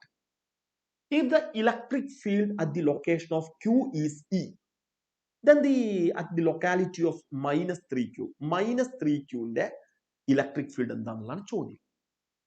Okay, എടാ ഇതിൽ ആൻസർ എന്തായിരിക്കും? നമുക്ക് ഇങ്ങനെ പറയാൻ പറ്റും, എന്താണ് Q ഉള്ള സ്ഥലത്ത് പ്രൊഡ്യൂസ് ചെയ്യുന്ന ഇലക്ട്രിക് ഫീൽഡ് E ആണെങ്കിൽ -3Q ഉള്ള സ്ഥലത്ത് പ്രൊഡ്യൂസ് ചെയ്യുന്ന ഇലക്ട്രിക് ഫീൽഡ് എന്തായിരിക്കും എന്നുള്ളതാണ് ചോദ്യം. എന്താ നമുക്ക് ചെയ്യാ? എന്ത് ചെയ്യും? ഒരു സിമ്പിൾ ക്വസ്റ്റ്യൻ ആണ്. പക്ഷെ ഞാൻ പ്രതീക്ഷിക്കുന്നത് 90% ആളുകളും ഇതിനെക്കുറിച്ച് ഐഡിയ ഇല്ലെങ്കിൽ തെറ്റിക്കും. പറയുന്നത് കേൾക്കട്ടോ, ശ്രദ്ധിക്കുക, എല്ലാവരും കേൾക്കുക. ഇതാണ് ആദ്യത്തെ ബോഡി എന്ന് വിചാരിച്ചു. ലിസൺ, കുറച്ച് വലുതാക്കി വരയ്ക്കാം. ഇതാണ് ഫസ്റ്റ് ബോഡി, ഇതിൽ Q ചാർജ് ഉണ്ട്. ഇതാണ് സെക്കൻഡ് ബോഡി, ഇതിൽ -3Q ചാർജ് ഉണ്ട്. Okay okay okay okay Dilara Ahammed ഷബീബിൻ ക്യാൻസർ C എന്നൊക്കെ തന്നിട്ടുണ്ട്. നോക്കാം എല്ലാവരും ശ്രദ്ധിക്കേ. എടാ ഈ ഡിസ്റ്റൻസ് R ആണെന്ന് വിചാരിച്ചു. ഇനി പറയാണ്, ഇത് നോക്കി, ഇത് വായിക്കുമ്പോൾ electric field at the location of Q നിൽക്കുന്ന സ്ഥലത്തെ ഇലക്ട്രിക് ഫീൽഡ് അത് ആര് പ്രൊഡ്യൂസ് ചെയ്യുന്ന ഇലക്ട്രിക് ഫീൽഡ് ആയിരിക്കും? 3Q പ്രൊഡ്യൂസ് ചെയ്യുന്ന ഇലക്ട്രിക് ഫീൽഡ് ആണ്. ക്ലിയർ ആണല്ലോ? അത് R ആണെന്ന് പറഞ്ഞു. എന്ന് പറഞ്ഞാൽ Q നിൽക്കുന്ന സ്ഥലത്തെ ഇലക്ട്രിക് ഫീൽഡ് 3Q പ്രൊഡ്യൂസ് ചെയ്യുന്ന ഇലക്ട്രിക് ഫീൽഡ് അത് E ആണെന്ന് പറഞ്ഞു. ക്ലിയർ അല്ലേ? അങ്ങനെയാണെങ്കിൽ E is equal to 3Q produce ചെയ്യുന്ന ഇലക്ട്രിക് ഫീൽഡ് ആയതുകൊണ്ട് K 3Q divided by R². ശരിക്കും മനസ്സിലാക്കണം, ഇത് E ആണ്. ഇനി ചോദ്യം, -3Q നിൽക്കുന്ന സ്ഥലത്തെ ഇലക്ട്രിക് ഫീൽഡ്, വിച്ച് മീൻസ് -3Qന്റെ ലൊക്കാലിറ്റി എന്ന് പറഞ്ഞാൽ ഇവിടെയാണ്. അവിടുത്തെ ഇലക്ട്രിക് ഫീൽഡ് അത് ആര് പ്രൊഡ്യൂസ് ചെയ്യുന്ന ഇലക്ട്രിക് ഫീൽഡ് ആയിരിക്കും? Q പ്രൊഡ്യൂസ് ചെയ്യുന്ന ഇലക്ട്രിക് ഫീൽഡ് ആയിരിക്കും. ഓക്കെ, അപ്പോൾ ആ Q പ്രൊഡ്യൂസ് ചെയ്യുന്ന ഇലക്ട്രിക് ഫീൽഡ് ഞാൻ അതിനെ E' എന്ന് വിളിച്ചു, which is equal to KQ divided by R² ആണ്. ക്ലിയർ അല്ലേ? അപ്പൊ ഇത് നിങ്ങൾക്ക് ഒരു കാര്യം മനസ്സിലായി, E' is equal to E/3 ആണെന്ന് മനസ്സിലായി. ഇതുവരെ നിങ്ങൾക്ക് കൺഫ്യൂഷൻ ഉണ്ടാവില്ല എന്ന് വിചാരിക്കും. E' is equal to E/3. ഇതിൽ കൺഫ്യൂഷൻ ഉണ്ടോ എന്നുള്ളത് തെറ്റിയിട്ടുണ്ടെന്ന് എനിക്ക് മനസ്സിലായിക്കണേ. കൺഫ്യൂഷൻ ഇല്ല എന്ന് വിചാരിക്കും. അവിടെയാണ് ഇനിയാണ് പ്രശ്നം. ഇവിടെ E/3 ഉണ്ട്, -E/3 ഉണ്ട്. -3Q പ്രൊഡ്യൂസ് ചെയ്യുന്നതാണ് E, Q പ്രൊഡ്യൂസ് ചെയ്യുന്നതാണ് E'. മാഗ്നിറ്റ്യൂഡ് E/3 ആണ്. അപ്പൊ ഡയറക്ഷൻ എന്തായിരിക്കടാ? അപ്പൊ നിങ്ങൾ പറയാണ് -E/3. അതാണ് നിങ്ങളുടെ ആൻസർ അല്ലേ? -E/3 ഓപ്പോസിറ്റ് ഡയറക്ഷൻ ആണെന്നുള്ളതാണ് നിങ്ങൾ പറയുന്നത്. ഞാൻ അതൊന്ന് ചെക്ക് ചെയ്യാൻ പോവാണ്. എല്ലാവരും ശ്രദ്ധിക്കണം കേട്ടോ, ഭയങ്കര കൺഫ്യൂസിംഗ് ആണ്. സിമ്പിൾ കൺസെപ്റ്റ് ആണ്, ബട്ട് കൺഫ്യൂസിങ്. ഞാനേ ഈ 3Q ഉണ്ടല്ലോടാ, -3Q അയാള് ക്യൂ നിൽക്കുന്ന സ്ഥലത്ത് പ്രൊഡ്യൂസ് ചെയ്യുന്ന ഇലക്ട്രിക് ഫീൽഡിന്റെ ഡയറക്ഷൻ കിട്ടാനേ അവിടെ ഞാനൊരു ടെസ്റ്റ് ചാർജ് വെച്ചു. ആണല്ലോ. ആ ടെസ്റ്റ് ചാർജിനെ ഈ -3q അട്രാക്ട് ചെയ്യാണ് ചെയ്യാം. എന്ന് പറഞ്ഞാൽ -3q പ്രൊഡ്യൂസ് ചെയ്യുന്ന ഇലക്ട്രിക് ഫീൽഡിന്റെ ഡയറക്ഷൻ ഇതാണ്, വിച്ച് മീൻസ് പോസിറ്റീവ് എക്സ് ആക്സിസിലാണ്. അതായത് ഇതിനെ വെക്ടർ ഫോമിൽ എഴുതുകയാണെങ്കിൽ ഇതിന്റെ ഡയറക്ഷൻ ഐ ക്യാപ്പ് ആണ്. സമ്മതിച്ചോ? ഇനി അടുത്തത് ഈ ക്യൂ ചാർജ് ഉണ്ടല്ലോടാ, ഈ ക്യൂ ചാർജ് ചില ആളുകൾക്ക് ഇത് ഭ്രാന്താവുന്നുണ്ടാവും, എന്നാലും കേൾക്ക്, രസകരമായ ക്വസ്റ്റ്യൻ. ഈ ക്യൂ ചാർജ് ഉണ്ടല്ലോ, അയാള് -3q നിൽക്കുന്ന സ്ഥലത്ത് പ്രൊഡ്യൂസ് ചെയ്യുന്ന ഇലക്ട്രിക് ഫീൽഡ് ഡയറക്ഷൻ കിട്ടാൻ അവിടെ ഒരു ടെസ്റ്റ് ചാർജ് വെച്ചു. ഈ ക്യാപിറ്റൽ ക്യൂ ഈ ടെസ്റ്റ് ചാർജിനെ റിപ്പൽ ചെയ്യാണ് ചെയ്യുക. ഇപ്പൊ ഡയറക്ഷൻ ഇതാണ് എന്ന് പറഞ്ഞാൽ അതും പോസിറ്റീവ് എക്സ് ആക്സിലാണ്. ഇപ്പൊ ഈ ഡാഷും ഐ ക്യാപ്പ് ആണ്.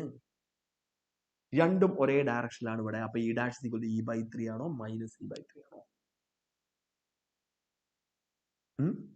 E/3 ആണ്. ശരിയായോ? തെറ്റില്ലേ? തെറ്റില്ലടാ. ഞാനത് ഉറപ്പിച്ച് അങ്ങനെ തെറ്റിക്കുന്നുള്ളത്. അതുകൊണ്ട് ഞാൻ പറഞ്ഞ 90% ആളുകൾ ഇത് തെറ്റിക്കും. സിമ്പിൾ കൺസെപ്റ്റ് ആയിരിക്കും. കൺസെപ്റ്റലി ഒരു പ്രശ്നം ഉണ്ടാവില്ല. നിങ്ങൾ ഭയങ്കര കോൺഫിഡൻസിലായിരിക്കും നിങ്ങൾ നിൽക്കുക. പക്ഷെ കഴിയുമ്പോൾ പണി കിട്ടിയിട്ടുണ്ടാവും. ശരിയായോ? ഇതിൽ ഞാൻ ഒരു മിനിറ്റ് വെയിറ്റ് ചെയ്യും. എന്തെങ്കിലും ഡൗട്ട് ഉണ്ടെങ്കിൽ നിങ്ങൾക്ക് ചോദിക്കാം. നിങ്ങൾക്ക് ചോദിക്കാനും വേണ്ടിയിട്ട് ഞാൻ വെയിറ്റ് ചെയ്യും. ഓക്കെ? അതുകൊണ്ട് ഞാൻ കഴിഞ്ഞ ദിവസം നിങ്ങളടുത്ത് പറഞ്ഞ ഒരു തിയററ്റിക്കൽ ലെവലിൽ പോകുമെന്ന് പറയാനുള്ള കാരണം ഇതാണ്. ഈ ടൈപ്പ് ക്വസ്റ്റ്യൻസ് സെലക്ട് ചെയ്യുന്നതുകൊണ്ടാണ്.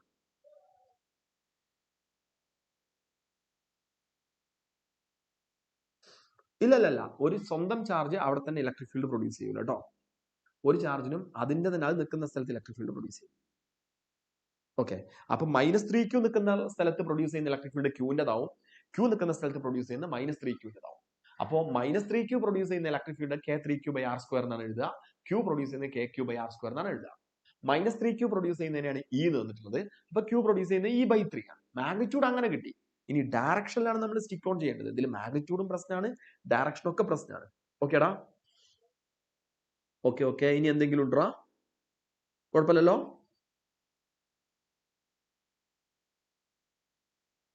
ഓക്കെ. ഞാൻ അടുത്ത ക്വസ്റ്റ്യൻക്ക് പോവാണ്. ലിസൺ ശ്രദ്ധിച്ചു കേൾക്ക്. ഓക്കെ, ശ്രദ്ധയോടെ കേൾക്കണുണ്ടോ? ഇങ്ങനത്തെ ടൈപ്പ് കുറച്ച് ക്വസ്റ്റ്യൻസ് സെലക്ട് ചെയ്യണം എന്നാണ് ഞാൻ വിചാരിച്ചിട്ടുള്ളത്. ലിസൺ, കുറച്ച് നിങ്ങൾ തെറ്റിക്കുമെന്ന് എനിക്ക് തോന്നുന്ന ക്വസ്റ്റ്യൻസ്, നിങ്ങൾ എനിക്ക് കൂടുതൽ മനസ്സിലായിട്ടൊന്നുമില്ല, അപ്പൊ നിങ്ങൾ തെറ്റിക്കുമെന്ന് എനിക്ക് തോന്നുന്ന ക്വസ്റ്റ്യൻസ് ആണ് നമ്മൾ ഇങ്ങനെ സെലക്ട് ചെയ്യുന്നത്. Okay, next one. 3 identical point charges as shown are placed at the vertices of an isosceles triangle. Which of the numbered vector coincide in the direction with the electric field at the midpoint M of the hypotenuse? 3 identical point charges are placed at the vertices of an isosceles triangle. അപ്പൊ ഇവിടെ ഒരു Q charge ഉണ്ടെങ്കിൽ ഇവിടെയും Q charge ഉണ്ട്, ഇവിടെയും Q charge ഉണ്ട്. 3 കോർണറിലും isosceles ട്രയാങ്കിളിന്റെ 3 കോർണറിലും ആരെ വെച്ചു? ഐഡന്റിക്കൽ ചാർജ് വെച്ചു. Which of the numbered vector coincide in a direction with the electric field at the midpoint M? ഈ M എന്നുള്ള പോയിന്റിലെ ഇലക്ട്രിക് ഫീൽഡിന്റെ ഡയറക്ഷൻ തരുന്നത് ഏത് വെക്ടർ ആയിരിക്കും? 1, 2, 3 അങ്ങനെ. ഇവിടെ ഇലക്ട്രിക് ഫീൽഡിനെ കുറിച്ച് പറയുകയാണെങ്കിൽ അതിന്റെ ഡയറക്ഷൻ കണ്ടുപിടിക്കേണ്ട സാഹചര്യം വന്നാൽ നിങ്ങൾ അവിടെ കൊണ്ടുപോയിട്ട് ഒരു ടെസ്റ്റ് ചാർജ് വെക്കാം. അപ്പൊ എമ്മിൽ ഒരു ടെസ്റ്റ് ചാർജ് വെച്ചു. ഇനി നിങ്ങൾ കാര്യങ്ങൾ കൃത്യതയോടെ മനസ്സിലാക്കണം. ഞാനിതിനെ നിങ്ങൾക്ക് മനസ്സിലാക്കാൻ വേണ്ടി ഇത് എയും ഇത് ബിയും ഇത് സിയും ആയിട്ട് കൊടുത്തു. എടാ, ഏലക്യൂ ഈ ടെസ്റ്റ് ചാർജിനെ റിപ്പൽ ചെയ്യും. ഇതാണ് എ പ്രൊഡ്യൂസ് ചെയ്യുന്ന ഇലക്ട്രിക് ഫീൽഡിന്റെ ഡയറക്ഷൻ. ബിയിലെ ക്യൂവും ഈ ടെസ്റ്റ് ചാർജിനെ റിപ്പൽ ചെയ്യും. അപ്പൊ ഇതാണ് ബി പ്രൊഡ്യൂസ് ചെയ്യുന്ന ഇലക്ട്രിക് ഫീൽഡിന്റെ ഡയറക്ഷൻ. ഒരു കാര്യം എനിക്ക് ഉറപ്പാണ്, എ പ്രൊഡ്യൂസ് ചെയ്യുന്ന ഇലക്ട്രിക് ഫീൽഡിന്റെ മാഗ്നിറ്റ്യൂഡും ബി പ്രൊഡ്യൂസ് ചെയ്യുന്ന ഇലക്ട്രിക് ഫീൽഡിന്റെ മാഗ്നിറ്റ്യൂഡും സെയിം ആണ്. അതിനെക്കുറിച്ച് ഞാൻ കൂടുതൽ ഡീറ്റെയിൽ ആയിട്ട് പറയേണ്ട ആവശ്യമില്ല. എന്ന് പറഞ്ഞാൽ ഈ എമ്മിലോട്ട് എ എന്നുള്ള ഡിസ്റ്റൻസും ബി എന്നുള്ള ഡിസ്റ്റൻസും ഈക്വൽ ആണ്. അതുകൊണ്ട് അത് രണ്ടും ക്യാൻസൽ ചെയ്ത് പോയി. ഇനിയുള്ള പ്രശ്നം എന്ന് പറയുന്നത് ഈ സിയിലുള്ള ക്യൂ ഇവിടുത്തെ ടെസ്റ്റ് ചാർജിനെ അതും റിപ്പൽ ചെയ്യല്ലേ ചെയ്യാം. ഓക്കേടാ, ഈ ക്യൂവും ടെസ്റ്റ് ചാർജിനെ റിപ്പൽ ചെയ്യും, അതിൽ നമുക്ക് സംശയമല്ല. അങ്ങനെ വരുമ്പോ ഇപ്പൊ ഈ ഒരു ഡയറക്ഷനിൽ മാത്രമാണ് ഇലക്ട്രിക് ഫീൽഡ് ഉള്ളത്. That is 2. ക്ലിയർ അല്ലേ? 2 ഓപ്ഷൻ ആയിരിക്കും. അവിടുത്തെ ആൻസർ വരുന്നത് 2 ആയിരിക്കും കേട്ടോ. എടാ അടുത്ത ക്വസ്റ്റ്യൻ കുറച്ച് ചലഞ്ചിങ് ആണ്, ചെയ്യാൻ പറ്റുമോ നോക്കാം. ഓക്കെ, ശ്രദ്ധിച്ചുകൾക്ക്. In the following figure in the following four situations, charged particles are at equal distance from the origin. Okay, arrange them the magnitude of the net electric field at the origin greatest to first. നല്ല പോലെ ശ്രദ്ധിക്കണം. അപ്പൊ നമുക്ക് വേണ്ടത് ആദ്യം ഏറ്റവും കൂടുതൽ electric field ഒറിജിനിൽ പ്രൊഡ്യൂസ് ചെയ്യുന്ന കോമ്പിനേഷൻ ആദ്യം സെലക്ട് ചെയ്യണം. ഇപ്പൊ നമ്മളെ ജോലി എന്താ അറിയോ? ലിസൺ, എല്ലാവരും ശ്രദ്ധിക്കേ. ഞാൻ ഫസ്റ്റ് ഈ ഒറിജിനിൽ ഒരു ടെസ്റ്റ് ചാർജ് കൊണ്ടുപോയി വെച്ചു. ക്ലിയർ അല്ലേ? ഈ 2Q ചാർജ് നിങ്ങൾ ശ്രദ്ധയോടെ കേൾക്കണം. ഈ 2Q ചാർജ് ഈ ടെസ്റ്റ് ചാർജിനെ റിപ്പൽ ചെയ്യും. -3Q ചാർജ് ഈ ടെസ്റ്റ് ചാർജിനെ അട്രാക്ട് ചെയ്യും. അപ്പൊ ഞാൻ പറയും നിങ്ങളടുത്ത് പെട്ടെന്ന് പ്രോബ്ലം ചെയ്യാനുള്ള ഐഡിയ ആണ്. ഞാൻ പറയും ഈ ഡയറക്ഷനിൽ എല്ലാം ഈക്വൽ ഡിസ്റ്റൻസിലാണ്. Q ചാർജ് പ്രൊഡ്യൂസ് ചെയ്യുന്ന ഇലക്ട്രിക് ഫീൽഡ് E ആണെങ്കിൽ 2Q ചാർജ് പ്രൊഡ്യൂസ് ചെയ്യുന്നത് 2E ആയിരിക്കും. -3Q ചാർജ് പ്രൊഡ്യൂസ് ചെയ്യുന്നത് 3E ആയിരിക്കും. അപ്പൊ ഈ ഡയറക്ഷനിൽ 5E ആണ് ഇവിടുത്തെ ഇലക്ട്രിക് ഫീൽഡ്. കൺഫ്യൂഷൻ നിങ്ങൾക്ക് ചോദിക്കാം. ആ ഡയറക്ഷനിൽ 5E ആണ്. എന്തുകൊണ്ട് 5E വന്നൂടാ? ഈ 2Q ചാർജ് ടെസ്റ്റ് ചാർജിനെ റിപ്പൽ ചെയ്യുന്നു, ആ electric field 2E. -3Q charge test ചാർജിനെ അട്രാക്ട് ചെയ്യുന്നു, ആ ഇലക്ട്രിക് ഫീൽഡ് 3E. ഇപ്പൊ ടോട്ടൽ 5E. എടാ ഇനിയുള്ള പ്രശ്നം എന്ന് പറയുന്നത് ഇവിടുത്തെ ഈ 5Q ചാർജ് ഉണ്ടല്ലോ, ഈ 5Q ചാർജ്, ലിസൺ, ഈ 5Q ചാർജ് അത് ഈ ടെസ്റ്റ് ചാർജിനെ റിപ്പൽ ചെയ്യാണ് ചെയ്യുക. അപ്പൊ ഈ ഡയറക്ഷനിൽ മറ്റൊരു ഇലക്ട്രിക് ഫീൽഡ് ഉണ്ട്, അത് 5E ആണ്. അപ്പൊ ഇവിടുത്തെ നെറ്റ് ഇലക്ട്രിക് ഫീൽഡ് എന്ന് പറയുന്നത് 5√2E വരും. ക്ലിയർ അല്ലേ? 5√2 എന്ന് പറഞ്ഞാൽ ഏകദേശം 7E. ഇതാണ് കിട്ടുന്നത്, 7E.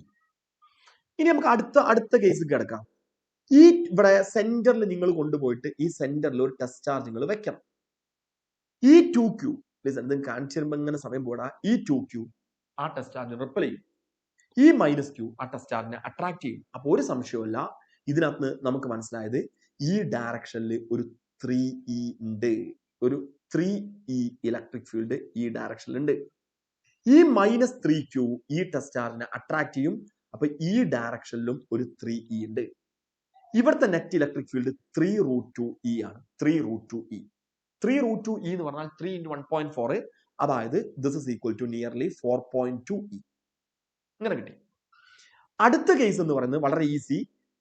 ലിസൺ. ഈ 4Q ടെസ്റ്റ് ചാർജിനെ റിപ്പൽ ചെയ്യും. അപ്പൊ 4E. ഈ -2Q ടെസ്റ്റ് ചാർജിനെ അട്രാക്ട് ചെയ്യും. ഈ ഡയറക്ഷനിൽ ഉണ്ടാകുന്നത് 6E. ഈ ഡയറക്ഷനിൽ 6E. ഓക്കെ. എടാ അടുത്ത കേസിൽ എന്ന് പറയുന്നത് ലിസൺ, ഈ 3Q ടെസ്റ്റ് ചാർജിനെ, സെന്ററിൽ വെച്ച ടെസ്റ്റ് ചാർജിനെ ഈ 3Q റിപ്പൽ ചെയ്യും.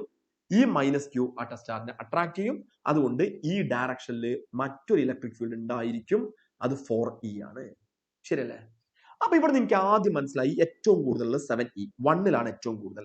1ൽ ഏറ്റവും കൂടുതൽ എന്ന് പറയുമ്പോൾ ഇതാവാ അല്ലെ? രണ്ടാം സ്ഥാനം കിടക്കുന്നത് 3ലാണ്. 3ൽ ഏറ്റവും കൂടുതൽ എന്ന് പറയുമ്പോൾ ദാ സി. ശരിയോ? Very good. സി ആണ് കറക്റ്റ് ആൻസർ കേട്ടോ. ഓക്കെ. ആ ടൈപ്പ് ക്വസ്റ്റ്യൻസ് ഒക്കെ വരുമ്പോൾ പെട്ടെന്ന് ഇങ്ങനെ കണ്ടുപിടിക്കാൻ കഴിയണം. നമ്മൾ ഒരു 2 മിനിറ്റിനുള്ളിലെങ്കിലും ആൻസറിൽ എത്തണം കേട്ടോ. എടാ next question, next one, listen.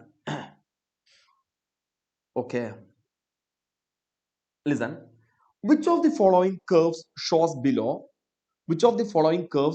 below cannot possibly represent electrostatic field lines? ഇതിനകത്ത് ഏതാണ് കറക്റ്റ് ഇലക്ട്രോസ്റ്റാറ്റിക് ഫീൽഡ് ലൈൻസ് അല്ല? ഞാൻ ഈ ക്വസ്റ്റ്യൻ സെലക്ട് ചെയ്തത് NCERTന്റെ ബാക്കിലുള്ള ക്വസ്റ്റ്യൻ ആണിത്. ഇത് സാധാരണ എൻട്രൻസ് എക്സാമുകൾക്ക് ചോദിക്കാറുണ്ട്. നമ്മൾ ശ്രദ്ധിക്കാതെ പോയാൽ ഓക്കെ പണി കിട്ടും കേട്ടോ. അപ്പൊ നമുക്ക് ശ്രദ്ധിക്കാം. ഇതില് ഇതൊരിക്കലും ആൻസർ അല്ല. കാരണം ഈ ഓപ്ഷനിൽ നിങ്ങൾ നോക്ക്, ഫീൽഡ് ലൈൻസ് ഇന്റർസെക്ട് ചെയ്തിട്ടുണ്ട്. നമുക്കറിയാം ഫീൽഡ് ലൈൻസ് ഒരിക്കലും ഇന്റർസെക്ട് ചെയ്യൂല. അതുകൊണ്ട് ഇത് ഇലക്ട്രിക് ഫീൽഡ് ലൈൻസിന്റെ റെപ്രസെന്റേഷൻ അല്ല. ഇനി ഇത് ആൻസർ ആകുമോ? ഈ സാധനം ആൻസർ ആവോ? Very good. ഇതും ആൻസർ അല്ല. കാരണം ഫീൽഡ് ലൈൻസ് ടെർമിനേറ്റ് ചെയ്യുന്നത് കണ്ടക്ടറിന്റെ സർഫസിന് നോർമലായിട്ട്. ഈ ആംഗിൾ നോർമൽ ആണോ? പെർപെൻഡിക്കുലർ ആണോ? ഇവിടെയുള്ള ആംഗിളുകളൊക്കെ നിങ്ങൾ നോക്കുക, അതൊക്കെ പെർപെൻഡിക്കുലർ ആണോ? അല്ല. അപ്പൊ അതുകൊണ്ട് ഇതും ആൻസർ അല്ല. എടാ ഇനി ഇത് ആൻസർ ആകുമോ? Field lines plus Q charge എന്നാണ് ഒറിജിനേറ്റ് ചെയ്യുക, മൈനസ് ക്യൂ അല്ല, രണ്ടും പ്ലസ് ക്യൂ ആണ്. ഇത് ആൻസർ ആവുമെന്ന് എനിക്ക് തോന്നുന്നു. കാരണം ഞാൻ പറയേണ്ടി വരില്ല, അത് ആൻസർ ആവുമെന്ന് തന്നെയാണ് തോന്നുന്നത്. ഓക്കേടാ, ഈ കാണുന്നത് ആൻസർ ആവുമെന്ന് ചോദിച്ചു. പ്ലസ് ക്യൂന്ന് എവേ ആണ്, പ്ലസ് ക്യൂന്ന് എവേ ആണ് അല്ലെ, മൈനസ് ക്യൂലോട്ടാണ് പോകുന്നത്, എല്ലാം കറക്റ്റ് ആണ്. അപ്പൊ ഇത് ആൻസർ ആവാ എന്ന് തോന്നുന്നു. എടാ ഇനി ഇതിലെവിടെയാ പ്രശ്നം? ഇതിലെവിടെയാ പ്രശ്നം?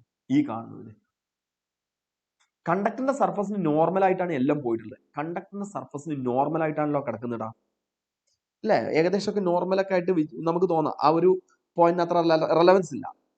പക്ഷെ ഇതിനകത്തൊരു പ്രശ്നമുണ്ട്, അത് ഐഡന്റിഫൈ ചെയ്യാൻ പറ്റും.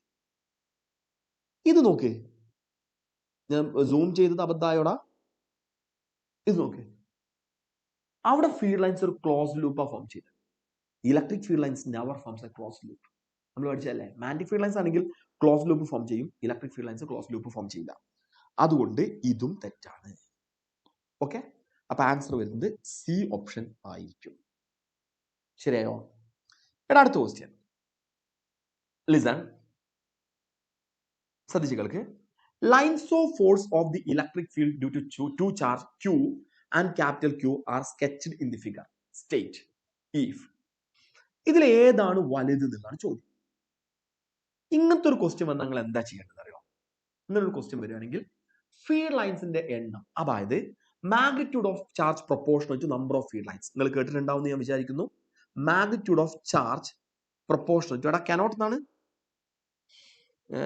Which of the following curves shows below cannot possibly represents. അങ്ങനെയാണെങ്കിൽ ഇതും ആൻസർ ആണ്, ഇതും ആൻസർ ആണ്, ഇത് ആൻസർ ആണ്, ഇത് മാത്രമാണ് ആൻസർ അല്ലാതെ. മോർ ദാൻ 3 ഓപ്ഷൻ ഉണ്ടാവും കേട്ടോ, more than 1 option. Next one, magnitude of charge proportional to number of field lines. അത് നിങ്ങൾ മനസ്സിലാക്കുക, magnitude of charge proportional to number of field lines.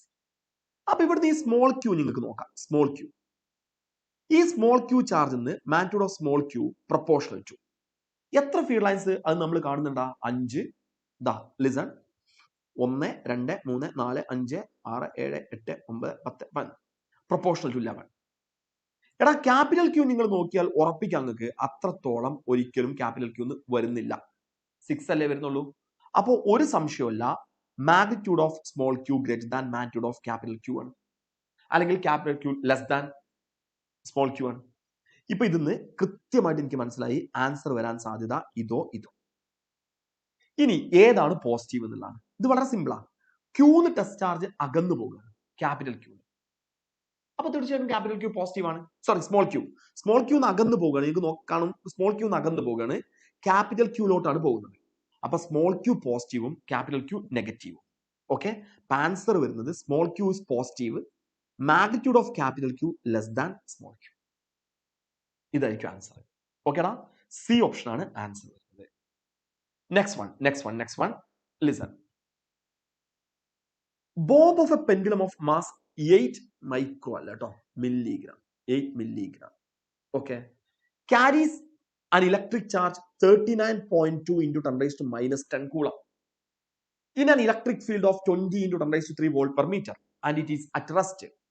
Angle made by the pendulum with the vertical. നോക്കിയോ, bob of a pendulum of mass 8 milligram carries electric charge 39.2 into 10 raised to minus 10 coulomb in an electric field. നോക്കിയോ, ഒരു Bob, ഇപ്പൊ ഇത് ഒരു electric field produce ചെയ്യുന്ന surface ആണെന്ന് വിചാരിച്ചോ, positively charge surface. ഇവിടെ ഞാനൊരു ത്രെഡിൽ ഒരു പോസിറ്റീവ്ലി ചാർജ്ഡ് ബോബ് ഇങ്ങനെ വെച്ചാൽ ഈ ബോബ് ഇതിന്ന് റിപ്പൽ ചെയ്ത് നിൽക്കുക ചെയ്യാം, അതിലൊരു സംശയമല്ല. ഈ റിപ്പൽഷന്റെ കാരണം ഈ ചാർജ് ഇലക്ട്രിക് ഫീൽഡ് വെച്ചത് കൊണ്ടുള്ള ഫോഴ്സ് ആണ്, Q. ഇനി വെർട്ടിക്കലി ഡൗൺവേർഡ് ആയിട്ട് ഇവിടെ ആക്ട് ചെയ്യുന്ന ഒരു ഫോഴ്സ് mg ആണ്. ഈ ആംഗിൾ തീറ്റയാണെന്ന് വിചാരിക്കാം. എടാ ഇവിടെ നമ്മൾ മനസ്സിലാക്കേണ്ട ഏറ്റവും ഇമ്പോർട്ടന്റ് ആയിട്ടുള്ള കാര്യം, സ്ട്രിങ്ങിലൂടെ ആക്ട് ചെയ്യുന്ന ഫോഴ്സ് എന്ന് പറയുന്നത് ഇവിടുത്തെ ടെൻഷനാണ്. ഓക്കെ, ഈ ടെൻഷനെ ഞാൻ രണ്ടായിട്ട് റിസോൾവ് ചെയ്തു എന്ന് വിചാരിക്കാം. ഈ ഡയറക്ഷനിൽ ഒരു ഫോഴ്സ് ഉണ്ടാകും, ഈ ഡയറക്ഷനിൽ ഒരു ഫോഴ്സ് ഉണ്ടാകും. എടാ ഇവിടുത്തെ ഒരു പ്രത്യേകത, ഈ ആംഗിൾ തീറ്റയാണെങ്കിൽ ഇതും തീറ്റയാണ്. ഇനി ഈ കോമ്പണന്റ് ടി കോസ് തീറ്റയാണ്, ഈ കോമ്പണന്റ് ടി സൈൻ തീറ്റയാണ്. നിങ്ങൾക്ക് ആ തീറ്റയാണ് കണ്ടുപിടിക്കാൻ പറഞ്ഞത്. അപ്പൊ വളരെ സിമ്പിൾ ആയിട്ട് നമുക്ക് ചെയ്യാം. T sine theta equal to Q E എന്ന് കൊടുക്കാം, T cos theta equal to M G എന്ന് എഴുതാം, tan theta equal to QE divided by mg ഇങ്ങനെ കൊടുത്തു. Okay, now tan theta equal to ക്യൂവിന്റെ വാല്യൂ, ഇതിനകത്തുള്ള ചാർജ് എത്രയാണുള്ളത്?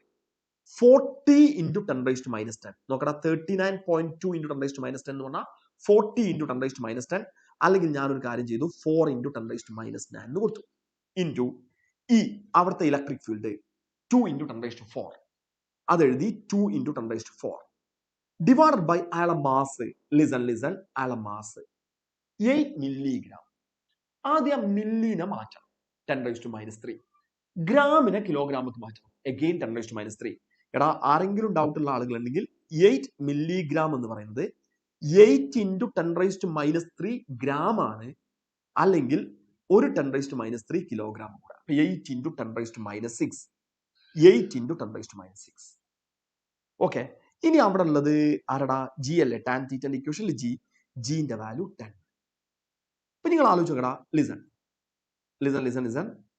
8ഉം 8ഉം പോയി, മുകളിൽ 10⁻5, താഴെയും 10⁻5. അപ്പൊ നമുക്ക് ടാൻ തീറ്റ ഈക്വൽ ടു 1 വന്നു, തീറ്റ ഈക്വൽ ടു 45 ഡിഗ്രി. ഇതാണ് തീറ്റ വാല്യൂ കിട്ടുന്നത്, 45 ഡിഗ്രി ആയിരിക്കും ഇതിന്റെ ആൻസർ വരുന്നത് കേട്ടോ. ഓക്കെ, എടാ next, a charged particle of mass m and charge q is released from rest. But initial velocity of the charge is equal to 0 in an electric field of constant magnitude E. Kinetic energy of the particle after time t. എടാ, kinetic energy of the particle after time T എന്ന് പറഞ്ഞാൽ ഒരു സംശയമല്ല, അത് mv² ആണ്, half mv². ഇതിൽ half into M into V എന്ന് പറഞ്ഞാൽ velocity after time T കിട്ടണം. വെലോസിറ്റി ആഫ്റ്റർ ടൈം ടി കിട്ടണമെങ്കിൽ വി ഈക്വൽ ടു നമുക്ക് u പ്ലസ് എ ടി എന്ന് എഴുതാം. സ്റ്റാർട്ട്സ് ഫ്രം റെസ്റ്റ് എന്ന് പറയുന്നത് കൊണ്ട് ഇനീഷ്യൽ വെലോസിറ്റി 0 ആണ്. എക്ക് പകരം നമുക്ക് സബ്സ്റ്റിറ്റ്യൂട്ട് ചെയ്യാൻ പറ്റുന്നത് QE ഡിവൈഡ് ബൈ എം ആണ് ഇൻറ്റു ടി. അപ്പൊ velocity is equal to QET divided by M എന്ന് വരും. അതിന്റെ സ്ക്വയർ എടുക്കുകയാണെങ്കിൽ Q² E² T² divided by m². എടാ, ഈ എമ്മും ഇതിലൊരു സ്ക്വയറും കട്ട് ചെയ്ത് കളഞ്ഞു. അപ്പൊ നമുക്ക് കൃത്യമായിട്ട് കിട്ടി kinetic energy is equal to Q² E² T² divided by 2m. Q² E² T² divided by 2m. B option is the correct answer. ഓക്കെടാ, ബി ആയിരിക്കും കറക്റ്റ് ആൻസർ. ഞാൻ ഈ ചാപ്റ്റർ, ഈ ഫസ്റ്റ് ചാപ്റ്റർ ഏകദേശം അവസാനിപ്പിക്കാൻ പോവാണ്. Electric flux and Gauss's law കിടക്കുക കേട്ടോ. ലിസൺ, നോക്ക്, ഇത് ശരിക്കും ശ്രദ്ധിക്കേണ്ട ഒരു പ്രോബ്ലം ആണ്, എല്ലാവരും ശ്രദ്ധിക്കേ. Electric charge is uniformly distributed along a straight wire of radius 1 millimeter. ആ വയറിന്റെ റേഡിയസ് ആണ് 1 millimeter. Charge per centimetre length of the wire is Q. Listen, എല്ലാവരും ഇത് ഹൈലൈറ്റ് ചെയ്യേ. Charge per centimetre length of the wire is Q coulomb. Another cylindrical surface of radius 50 centimeter and length 1 meter symmetrically encloses the wire as shown in figure. Total electric flux passing through the cylindrical surface. അപ്പൊ ഇതിങ്ങനെ confused ആക്കിയിട്ടുണ്ട്. 1 millimeter എന്ന് പറയുന്നത് ആ വയറിന്റെ radius, 50 centimetre എന്ന് പറയുന്നത് ആ സിലിണ്ടറിന്റെ റേഡിയസ്, അതാണ് അവിടുത്തെ ഗോഷിയൻ സർഫസ്, അതിന്റെ റേഡിയസ്. അതിന്റെ ലെങ്ത് 1 മീറ്റർ ആണ്. അപ്പൊ ഈ സിലിണ്ടറിന്റെ ലെങ്ത് 1 മീറ്റർ ആണ്, സിലിണ്ടറിന്റെ റേഡിയസ് ആണ് ഇവർ ഈ പറയുന്ന 50 സെന്റിമീറ്റർ, വയറിന്റെ റേഡിയസ് ആണ് 1 millimeter. ഇനി എന്താ വേണ്ടതടാ? Total electric flux passing through the cylindrical surface. Cylindrical സർഫസിലൂടെ പാസ് ചെയ്യുന്ന ഫ്ലക്സ് എന്ന് പറയുന്നത് ആ സിലിണ്ടറിക്കൽ സർഫസിലെ charge divided by epsilon 0. Okay, ഇവിടെ ക്യാപിറ്റൽ Q കൊടുക്കല്ലേ, ചാർജ് ഡിവൈഡഡ് ബൈ എപ്സിലോൺ 0 ഇങ്ങനെ എഴുതി. പക്ഷെ ഒരു പ്രശ്നമുണ്ട്, ഈ Q എന്ന് പറയുന്നത് 1 സെന്റിമീറ്റർ ലെങ്തിലുള്ള ചാർജ്. ഈ സിലിണ്ടറിന്റെ ലെങ്ത് എത്രയാണ്? 1 മീറ്റർ ആണ്, അല്ലെങ്കിൽ 100 സെന്റിമീറ്റർ ആണ്. അപ്പൊ സിലിണ്ടറിക്കൽ സർഫസിനകത്തുള്ള ലെങ്ത് എന്ന് പറയുന്നത് ഇതാ, ഞാൻ ഈ മാർക്ക് ചെയ്യുന്ന ഇത്രയും ലെങ്ത്, അത് 1 മീറ്റർ ആണ്, അല്ലെങ്കിൽ 100 സെന്റിമീറ്റർ ആണ്. 1 സെന്റിമീറ്ററിലെ ചാർജ് Q കൂളമാണെങ്കിൽ ഈ സിലിണ്ടറിക്കൽ ഗോഷിയൻ സർഫസിനകത്തുള്ള ടോട്ടൽ ചാർജ് എന്ന് പറയുന്നത് 100 Q ആണ് ഡിവൈഡഡ് ബൈ എപ്സിലോൺ 0. ഓക്കെ, അപ്പൊ നമ്മൾ ആൻസർ കൊടുക്കേണ്ടത് Q by epsilon 0 എന്നല്ല, net charge enclosed by the Gaussian surface divide by epsilon 0, that is 100 Q divided by epsilon 0. ഇതായിരിക്കും അവിടുത്തെ ആൻസർ വരുന്നത് കേട്ടോ. ഓക്കെടാ. ഇനി next one, a charge Q is enclosed by an imaginary Gaussian surface. ഒരു Gaussian സർഫസിനകത്ത് ഒരു charge, radius of the surface is increasing at the rate dr by dt equal to k. Then എന്നിട്ട് അവർ പറയാണ് flux linked with surface is increasing at the rate d5 by dt is equal to k. Flux linked with surface decreasing at the rate എന്നൊക്കെ പറഞ്ഞു വരുന്നുണ്ട്. എടാ നിങ്ങൾ മനസ്സിലാക്കേണ്ടത് flux depend ചെയ്യുന്നത് net charge enclosed by the Gaussian സർഫസിനെയും അതുപോലെ മീഡിയത്തിനെയാണ്. ഇതാണ് ഇവിടുത്തെ ഒരു പ്രത്യേകത. ഈ കാണുന്നതാണ് ഗോഷ്യൻ സർഫസ് എന്ന് വിചാരിച്ചു, അതിനകത്തുള്ള നെറ്റ് ചാർജ് ആണ് Q. ഈ ഗോഷ്യൻ സർഫസിന്റെ റേഡിയസ് നമ്മൾ കൂട്ടി കൂട്ടി ഇങ്ങനെ കൊടുത്തു എന്ന് വിചാരിക്കാം. ഒരിക്കലും net charge enclosed by the Gaussian surface മാറുന്നില്ല. എന്ന് പറഞ്ഞാൽ ഫ്ലക്സിൽ ചേഞ്ച് വരില്ല, ഡി തന്നെയായിരിക്കും. ഫ്ലക്സ് Q by epsilon 0 ആണ്.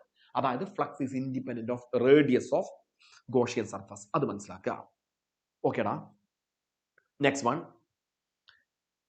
Inward and outward electric flux for a closed surface in the unit of Newton per meter square per coulomb are respectively 8 into 10 raised to 3. അപ്പൊ ഞാൻ പറയുന്ന കേൾക്ക്, ഇൻവേർഡ് ഫ്ലക്സ് ആണ് 8 into 10 raised to 3, outward flux ആണ് 4 into 10 raised to 3. Then net charge, total charge inside the surface is, അപ്പൊ നിങ്ങൾ ആലോചിച്ച് നോക്കേ, നെറ്റ് ഫ്ലക്സ് എന്ന് പറയുന്നത് net charge total charge divide by epsilon 0 ആണ്. ഇതിൽ ചാർജ് കിട്ടണമെങ്കിൽ നെറ്റ് ഫ്ലക്സ് ഇൻറ്റു എപ്സിലോൺ 0, ഇതാണ് ചാർജ്. ഇനി ഞാൻ നിങ്ങളുടെ എപ്പോഴും ഒരു കാര്യം പറഞ്ഞിരുന്നു, അതൊന്നും കൂടെ ഓർമ്മിപ്പിക്കുക എന്നുള്ളതാണ് ഈ ക്വസ്റ്റ്യനിൽ എൻ്റെ ഒരു ഉദ്ദേശം. ഇതാണ് ഗോഷ്യൻ സർഫസ്. ഈ ഗോഷ്യൻ സർഫസിൽ ഒരു പ്ലസ് Q ചാർജും ഒരു മൈനസ് Q ചാർജും ഉണ്ട്. നെറ്റ് ഫ്ലക്സ് 0 ആണ്.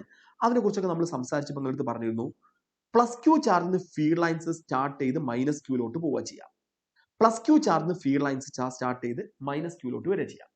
ഓക്കെ, അപ്പോ ലിസൺ, ശ്രദ്ധിക്കേ, ഔട്ട്വേർഡ് ഫ്ലക്സിനെ, അതായത് പുറത്തോട്ട് വരുന്ന ഫ്ലക്സിനെ നമ്മൾ പ്ലസ് ആയിട്ട് എടുക്കും, ഇൻവേർഡ് ഫ്ലക്സിനെ നമ്മൾ നെഗറ്റീവ് ആയിട്ട് എടുക്കും. അങ്ങനെയാണ് നമ്മൾ കൊടുക്കാറ്.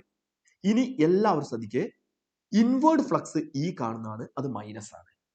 ഔട്ട്വേർഡ് ഫ്ലക്സ് ഈ കാണുന്നതാണ്, അത് പ്ലസ് ആണ്. ശരിയല്ലേ? അപ്പൊ അവിടുത്തെ നെറ്റ് ഫ്ലക്സ് എന്ന് പറയുന്നത് -8 into 10 raised to 3 plus 4 into 10 raised to 3, അതായത് -4 into 10 raised to 3 ആണ്. ലിസൺ, ഈ പ്രോബ്ലം ചെയ്യുമ്പോൾ ഇതിനെ നെറ്റ് ഫ്ലക്സിനെ -8 into 10 raised to 3 plus 4 into 10 raised to 3, ഇതാണ് അവിടുത്തെ ടോട്ടൽ ഫ്ലക്സ് എന്ന് പറയുന്നത്, ഇൻറ്റു എപ്സിലോൺ 0. എടാ അപ്പൊ നമുക്ക് ഇതിനകത്ത് കൃത്യമായിട്ട് ആൻസർ കിട്ടി, -4 into 10 raised to 3 എപ്സിലോൺ 0. ഇതായിരിക്കും answer, D option, -4 into 10 raised to 3 epsilon 0. ഓക്കേടാ, വെരി ഗുഡ്. അത് നല്ലൊരു ചോദ്യം. എടാ ഗോഷ്യൻ സർഫസിനകത്ത് ഉള്ള ചാർജ്, സോറി പുറത്തുള്ള ചാർജ് ഇലക്ട്രിക് ഫീൽഡ് ഉണ്ടാക്കുമോ? അഹമ്മദ് ഷബീബ് ചോദിച്ചൊരു ക്വസ്റ്റ്യനാ. ഉണ്ടാക്കും, ഇലക്ട്രിക് ഫീൽഡ് ഉണ്ടാക്കും. പക്ഷെ ഒരു പ്രശ്നം എന്താ അറിയോ? നോക്കി, ഞാൻ പറയുന്നത് നിങ്ങൾക്ക് മനസ്സിലാവുന്ന ഭാഷയിൽ പറയാം, അധികം കോംപ്ലിക്കേഷൻ ഇല്ലാത്ത രീതിയിൽ പറയാം. അത് വല്ലാത്തൊരു പോയിന്റ് ആണ്. ഇതൊരു ഗോഷ്യൻ സർഫസ് ആണ് വിചാരിക്കാം. അതിനകത്തുള്ള ചാർജ് Q1, Q2, Q3 മൂന്നെണ്ണം, Q4ഉം Q5ഉം പുറത്ത്. അപ്പൊ ഫ്ലക്സ് കാൽക്കുലേറ്റ് ചെയ്യുന്ന സമയത്ത് നമ്മൾ ഇയാളെ എടുക്കാൻ പാടുള്ളൂ, ഗോഷ്യൻ സർഫസിനകത്തെ ചാർജ് എടുക്കാൻ പാടുള്ളൂ. ഓക്കെ, പുറത്തെ ചാർജ് എടുക്കൂല, Q5ഉം Q4ഉം എടുക്കൂല. എന്നാൽ ഫീൽഡ് കാൽക്കുലേറ്റ് ചെയ്യുന്ന സമയത്ത് ഫീൽഡിന്റെ കോൺട്രിബ്യൂഷൻ Q4ഉം Q5ഉം ഒക്കെ ഉണ്ടാവും. അപ്പൊ നിങ്ങൾ ചോദിക്കും, എന്താ ഈ Q4ഉം Q5 എടുത്തൂടെ? ഞാനത് നിങ്ങൾക്ക് മനസ്സിലാവുന്ന, കോംപ്ലിക്കേഷൻ ഇല്ലാതെ മനസ്സിലാവുന്ന ഭാഷയിൽ പറയാം. എടാ ഈ Q4 ഉണ്ടാക്കുന്ന ഫീൽഡ് ലൈൻസ് ഇങ്ങനെയാണെന്ന് വിചാരിച്ചു, അതുപോലെ Q5 ഉണ്ടാക്കുന്ന ഫീൽഡ് ലൈൻസ് ഇങ്ങനെയാണെന്ന് വിചാരിച്ചു. അപ്പോ ഈ ഗോഷ്യൻ സർഫസിലോട്ട് എൻറ്റർ ചെയ്ത ഈ ഫീൽഡ് ലൈൻ ഗോഷ്യൻ സർഫസിന് ലീവ് ചെയ്തും പോയില്ലേ? അതുകൊണ്ട് അവിടുത്തെ നെറ്റ് എഫക്റ്റ് 0 ആയിരിക്കും ഫ്ലക്സ് കാൽക്കുലേറ്റ് ചെയ്യുമ്പോൾ. അതുകൊണ്ട് ഗോഷ്യൻ സർഫസിനകത്തുള്ള എടുക്കുള്ളൂ, Q4ഉം Q5ഉം ഉണ്ടാക്കുന്ന നെറ്റ് ഫ്ലക്സ് 0 ആണ്. പക്ഷെ ഫീൽഡിന്റെ കോൺട്രിബ്യൂഷൻ ഈ രണ്ട് ചാർജിനും നമ്മൾ കൺസിഡർ ചെയ്യണം കേട്ടോ. എപ്പോഴും ചോദിക്കുന്ന ഒരു ക്വസ്റ്റ്യൻ ആണ്. ഇങ്ങനെ ഫ്ലക്സ് കാൽക്കുലേറ്റ് ചെയ്യുന്ന സമയത്ത് നമ്മൾ ഗോഷ്യൻ സർഫസിന്റെ പുറത്തുള്ള ആളുകൾ ഒഴിവാക്കാം, ഫീൽഡ് കാൽക്കുലേറ്റ് ചെയ്യുമ്പോൾ അയാൾക്കും കൂടെ കോൺട്രിബ്യൂഷൻ ഉണ്ടാവും. ഓക്കെ, എടാ അടുത്ത question, electric flux for a Gaussian surface A. Gaussian surface A എന്നുള്ള ഗോഷ്യൻ സർഫസ് കണ്ടല്ലോ, ഇതാണ് എ എന്നുള്ള Gaussian surface. Okay, encloses the charged particle in free space Q1, Q2 and Q3. അങ്ങനെയാണെങ്കിൽ ഫ്ലക്സ് അല്ലേ വേണ്ടത്? സിമ്പിൾ. എടാ ഇവിടെ ഫ്ലക്സ് കണ്ടുപിടിക്കണമെങ്കിൽ നമുക്ക് വേണ്ടത് phi is equal to net charge divide by epsilon 0. ഇതുപോലെ ഇവിടുത്തെ നെറ്റ് ചാർജ് എത്രയാണെന്ന് ആലോചിച്ച് നോക്കി. Q1 -14 nano കൂളമാണ്, Q2 78.85 nano കൂളമാണ്, Q3 -56 ആണ്. -56ഉം -14ഉം അതായത് Q1ഉം Q2ഉം കൂടെ Q3യും കൂടെ ആഡ് ചെയ്താൽ എനിക്ക് -70 നാനോ കൂളം എന്നാണ് കിട്ടുക. പിന്നെ Q2 ഉള്ളത് 78.85 നാനോ കൂളം. അപ്പൊ നിങ്ങൾ ഇവിടെ Q1, Q2, Q3 ഇത് മൂന്നും കൂടെ കൂട്ടിയാൽ 8.85 നാനോ കൂളം എന്ന് കിട്ടും. എന്ന് പറഞ്ഞാൽ ഇവിടുത്തെ net charge 8.85 into 10⁻⁹ divided by epsilon 0 ന്റെ value 8.85 into 10⁻12. Therefore the answer is 10⁻3. ഇതാണ് ഇവിടുത്തെ നെറ്റ് ഫ്ലക്സ്. അപ്പോൾ ആ ആൻസർ പോസിബിലിറ്റി ഇതാവാം. നമ്മൾ വെറുതെ വിടാൻ ഒരു ഉദ്ദേശിച്ചിട്ടില്ല, യൂണിറ്റും കൂടെ വേണം. ഫ്ലക്സ് ആണ്. ഫ്ലക്സ് കിട്ടണമെങ്കിൽ E into ഏരിയ. എടാ ഇലക്ട്രിക് ഫീൽഡിന്റെ യൂണിറ്റ് ന്യൂട്ടൺ പെർ കൂളമാണ്, ഏരിയൻ്റെത് മീറ്റർ സ്ക്വയർ. അപ്പൊ newton metre square coulomb raise to -1. Newton metre square coulomb raise to -1. A option. ശരിയായോ? ഇതായിരിക്കും answer, A option. Okay, very simple. എടാ അടുത്ത ക്വസ്റ്റ്യൻ ഒരു ചലഞ്ചിങ് ആണ്. ശ്രദ്ധിക്കാം, എല്ലാവരും ശ്രദ്ധിക്കുക. നോക്കേ, 3 infinitely long charged sheet are placed as shown in the figure. Electric field at point P. ഇതാണ് P, ഇവിടുത്തെ ഇലക്ട്രിക് ഫീൽഡ്. ഓക്കെ. ഞാൻ കുറച്ച് സമയം എടുത്ത് ചെയ്യാമെന്ന് വിചാരിക്കണം. സമയം എടുക്കുക എന്ന് പറഞ്ഞാൽ ഒരു 1-1.5 മിനിറ്റ് എടുത്ത് ചെയ്യാമെന്ന് വിചാരിക്കാം. ആദ്യത്തെ ചോദ്യം, ഒരു പ്ലെയിൻ ഷീറ്റ് ഓഫ് ചാർജ്. ഇതൊരു പ്ലെയിൻ ഷീറ്റ് ആണെന്ന് വിചാരിച്ചു. ഈ പ്ലെയിൻ ഷീറ്റ് ഓഫ് ചാർജ്, ഇതിനകത്ത് ചാർജ് ഉണ്ട്, പോസിറ്റീവ് ചാർജ് ആവട്ടെ. ഇയാൾ ഇവിടെ പ്രൊഡ്യൂസ് ചെയ്യുന്ന ഫീൽഡ് σ/ε0 ആണ്. ഈ പ്രോബ്ലം ചെയ്യാൻ നിങ്ങൾക്ക് അറിയേണ്ട ആദ്യത്തെ പോയിന്റ്. ഇതിന്റെ കേൾക്കുന്ന നിങ്ങൾക്കൊക്കെ അറിയും തന്നെയാണ് ഞാൻ വിചാരിക്കുന്നത്. ഓക്കേടാ, ഓക്കെ അല്ലേ? ഇനി സ്റ്റാർട്ട് ചെയ്യാം. ശ്രദ്ധിക്കല്ലേ. എടാ ഇവിടെ Z ആക്സ് മാർക്ക് ചെയ്ത് നിങ്ങൾ കണ്ടിട്ടുണ്ടാവും എന്ന് വിചാരിക്കും. Z ആക്സ് കണ്ടിട്ടുണ്ട്, ഓക്കെ കണ്ടിട്ടുണ്ട്. Pയിലെ ഇലക്ട്രിക് ഫീൽഡ് ആണ്. ആദ്യം മനസ്സിലാക്കേണ്ടത്, ഈ plane sheet of charge produce ചെയ്യുന്ന ഇലക്ട്രിക് ഫീൽഡ് ഡിസ്റ്റൻസിന് ഇൻഡിപെൻഡന്റ് ആണ്. ഡിസ്റ്റൻസുമായിട്ട് യാതൊരു ബന്ധവും അയാൾക്കില്ല. അത് നിങ്ങൾ മനസ്സിലാക്കുക. ഇനി ഇങ്ങനെ ഒന്നിലധികം പ്ലെയിൻ ഷീറ്റ് തന്നാലേ നമ്മളെ ജോലി എന്താ അറിയോ? ഈ Pയിൽ ഒരു ടെസ്റ്റ് ചാർജ് ഉണ്ട് എന്ന് വിചാരിക്കാം. ഓക്കെ, ഇനി ഞാനൊരു പണിയെടുത്തു. ഈ പ്ലെയിൻ ഷീറ്റിനെ 1 എന്ന് വിളിച്ചു, ഈ പ്ലെയിൻ ഷീറ്റിനെ 2 എന്ന് വിളിച്ചു, ഇതിനെ 3 എന്ന് വിളിച്ചു. ഇവിടെ ഈ first plane sheet of charge ഈ ടെസ്റ്റ് ചാർജിനെ റിപ്പൽ ചെയ്യാണ് ചെയ്യാം. കാരണം അതിന്റെ ചാർജ് ഡെൻസിറ്റി പോസിറ്റീവ് ആണ്, സിഗ്മയാണ്. അപ്പൊ ആദ്യത്തെ പ്ലെയിൻ ഷീറ്റ് പ്രൊഡ്യൂസ് ചെയ്യുന്ന ഇലക്ട്രിക് ഫീൽഡിന്റെ ഡയറക്ഷൻ ഇതാണ്. ദാറ്റ് ഈസ്, ഞാൻ അതിനെ E1 എന്ന് വിളിച്ചു, which is equal to σ/ε0. E1 which is equal to sigma divided by epsilon 0.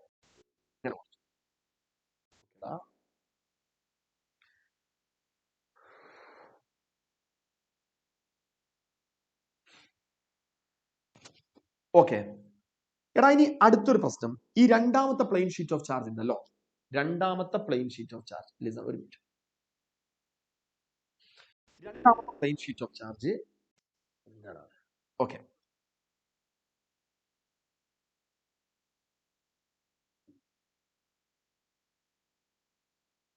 Okay, അതിലുള്ള ചാർജ് -2 സിഗ്മ ആണല്ലോ. ആ -2 സിഗ്മ ഈ ടെസ്റ്റ് ചാർജിനെ അട്രാക്ട് ചെയ്യാണ് ചെയ്യുന്നത്. ടെസ്റ്റ് ചാർജിനെ അട്രാക്ട് ചെയ്യും. ഒരു ചെറിയ അട്രാക്ട് ചെയ്യും. അപ്പൊ നമുക്ക് കൃത്യമായിട്ട് പറയാൻ പറ്റുന്ന ഒരു കാര്യം, രണ്ടാമത്തെ ആള് പ്രൊഡ്യൂസ് ചെയ്യുന്ന ഇലക്ട്രിക് ഫീൽഡ് ഡയറക്ഷൻ അതും ഈ ഡയറക്ഷനിലാണ്. ഞാൻ അതിനെ E2 എന്ന് വിളിച്ചു. Okay, E2. E1ന്റെ വാല്യൂ നമ്മൾ എഴുതിയിട്ടില്ല. E1 എന്ന് പറയുന്നത് σ/, നമുക്കറിയാലോ ഒരു plane sheet of charge produce ചെയ്യുന്ന σ/2 ε0 ആണ്. ഹലോ, എന്താ hello,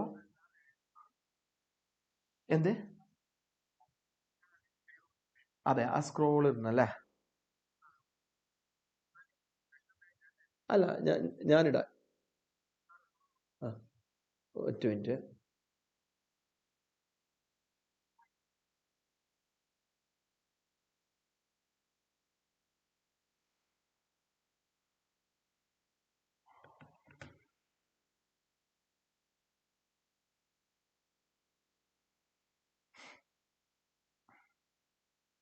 Next one, listen.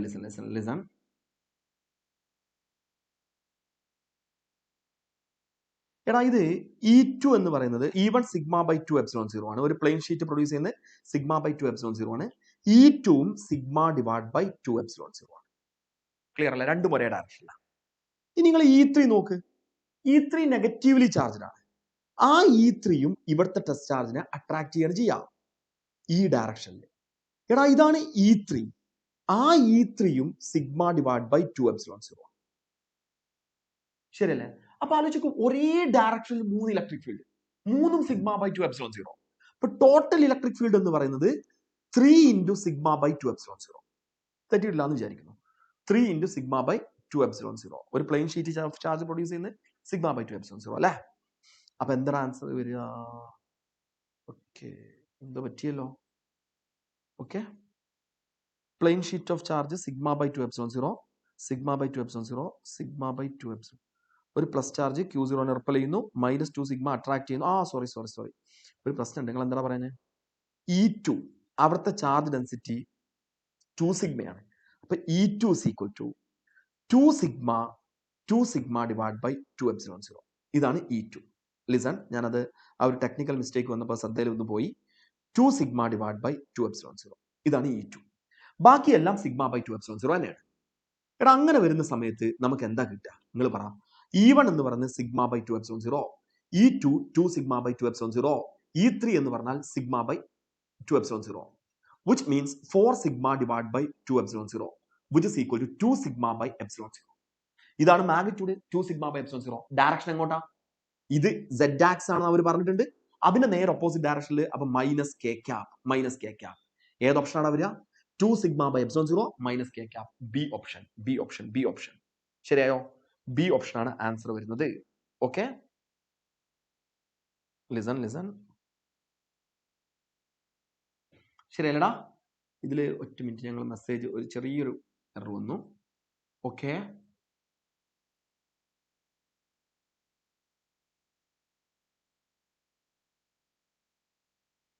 Very good. Ahmed എന്നെ ഓർമ്മിച്ചിട്ടുണ്ട്, ഞാൻ ആദ്യം നോക്കാൻ മറന്ന കേട്ടോ. ഓക്കെ, ഇതായിരിക്കും ആൻസർ. എടാ നമുക്ക് അടുത്ത ക്വസ്റ്റ്യൻ കേൾക്കാം. അടുത്ത ക്വസ്റ്റ്യൻ എന്ന് പറഞ്ഞാല് ഇതിനകത്ത് ഒരു ടോപ്പിക് കൂടെ നമുക്ക് ഇങ്ങനെ പോയിന്റ് ബൈ പോയിന്റ് ആയിട്ട് ഡിസ്കസ് ചെയ്യാനുള്ളൂ. ഇലക്ട്രിക് ഡൈപോളിനെ കുറിച്ച് എനിക്ക് ഇങ്ങോട്ട് ഒന്നും പറയാനില്ല. ഞാൻ ആ ടോപ്പിക്കിലൂടെ ഒരു കൺഫ്യൂസിംഗ് ക്വസ്റ്റ്യൻസിലൂടെ അങ്ങനെ പോവാണ്. സിമ്പിൾ ക്വസ്റ്റ്യൻ അല്ല, കൺഫ്യൂസിംഗ് ക്വസ്റ്റ്യൻ മാത്രം. ഓക്കെ, ശ്രദ്ധിക്കേ. A given charge is situated at certain distance from an electric dipole. In the end-on position, experience a force F. If the distance of the charge is doubled,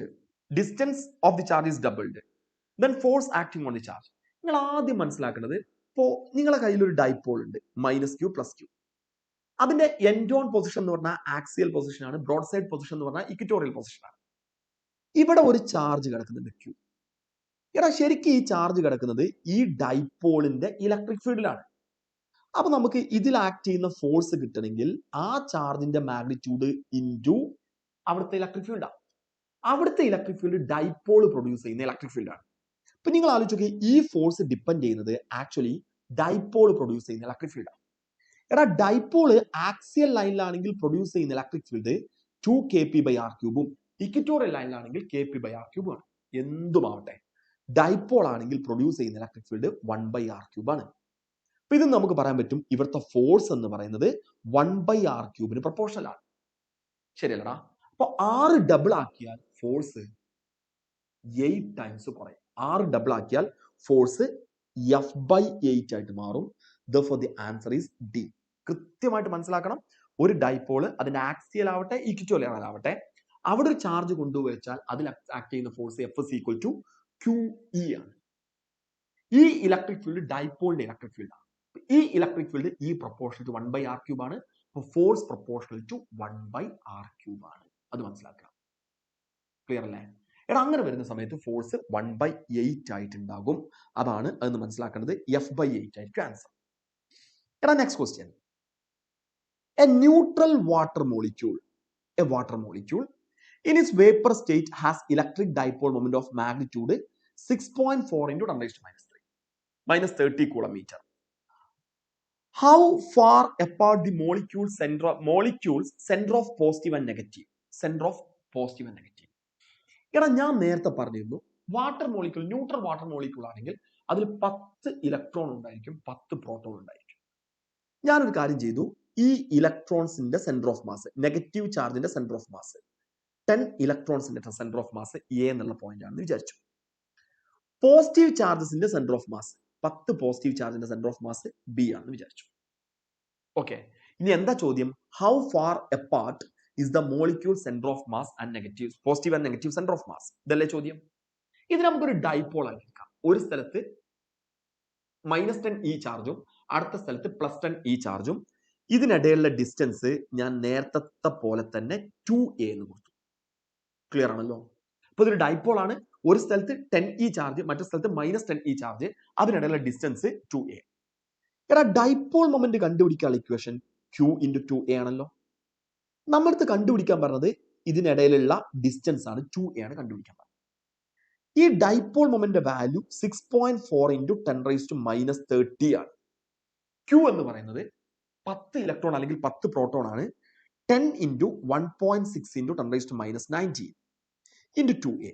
2a ആണ് നമുക്ക് വേണ്ടത്. കഴിഞ്ഞു. 2a distance between positive and negative centre of mass equal to 6.4 × 10⁻30 divided by 1.6 × 10⁻19. This is equal to 4 × 10⁻12 meter. എടാ 4 × 10⁻12 meter എന്ന് പറഞ്ഞാൽ actually we can write 4 picometer. 4 picometer ആയിരിക്കും ഇതിന്റെ answer. അപ്പൊ അത് ശരിക്കും മനസ്സിലാക്കണം.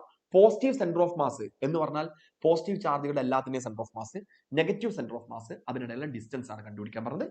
വിച്ച് മീൻസ് ഈ ഡൈപോളിന്റെ ലെങ്ത് ആണ് അവർ കണ്ടുപിടിക്കാൻ പറഞ്ഞത്. ഓക്കെടാ, next question. Listen. An electric dipole is placed along x-axis at the origin O. A point P at a distance 20 cm from the origin such that OP makes an angle π/3 with the x-axis.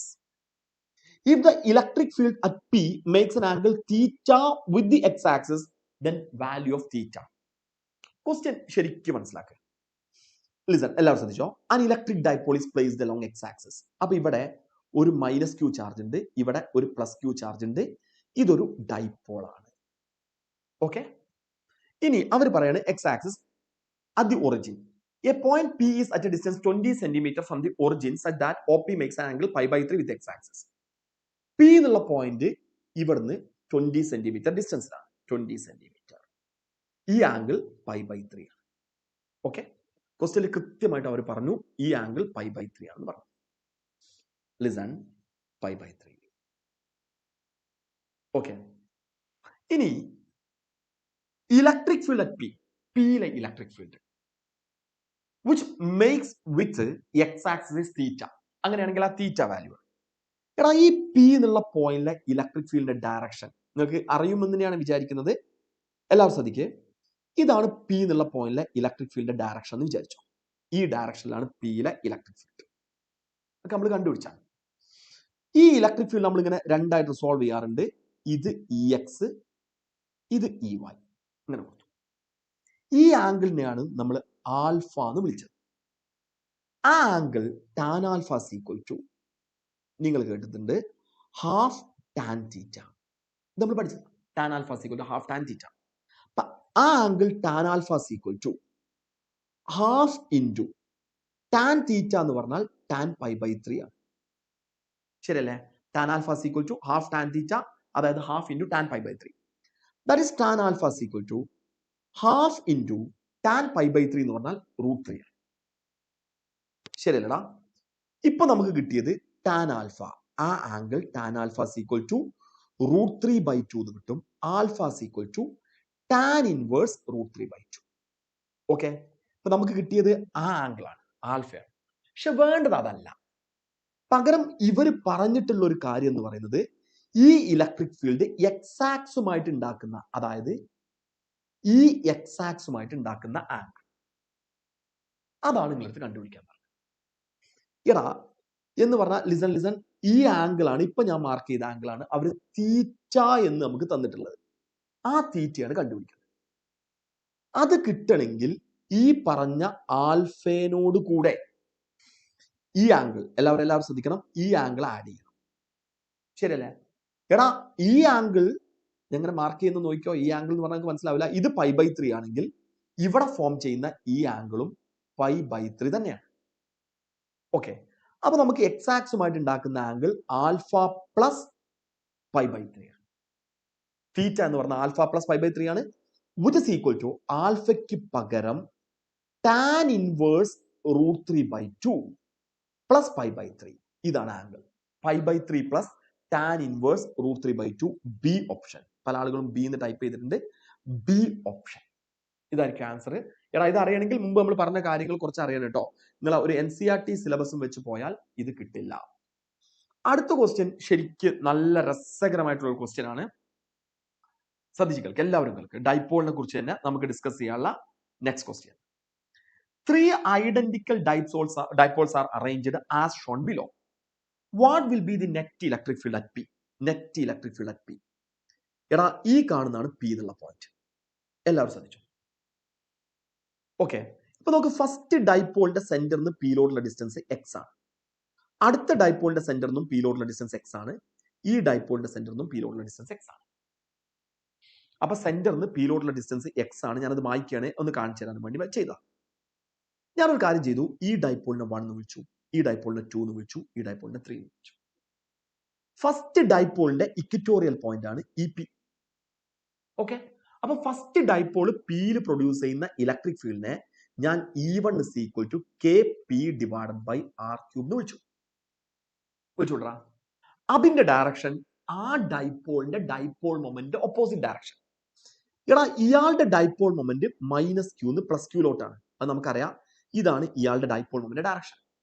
അപ്പൊ പിയില് അയാൾ produce ചെയ്യുന്ന electric field direction അതിന്റെ നേരെ opposite direction.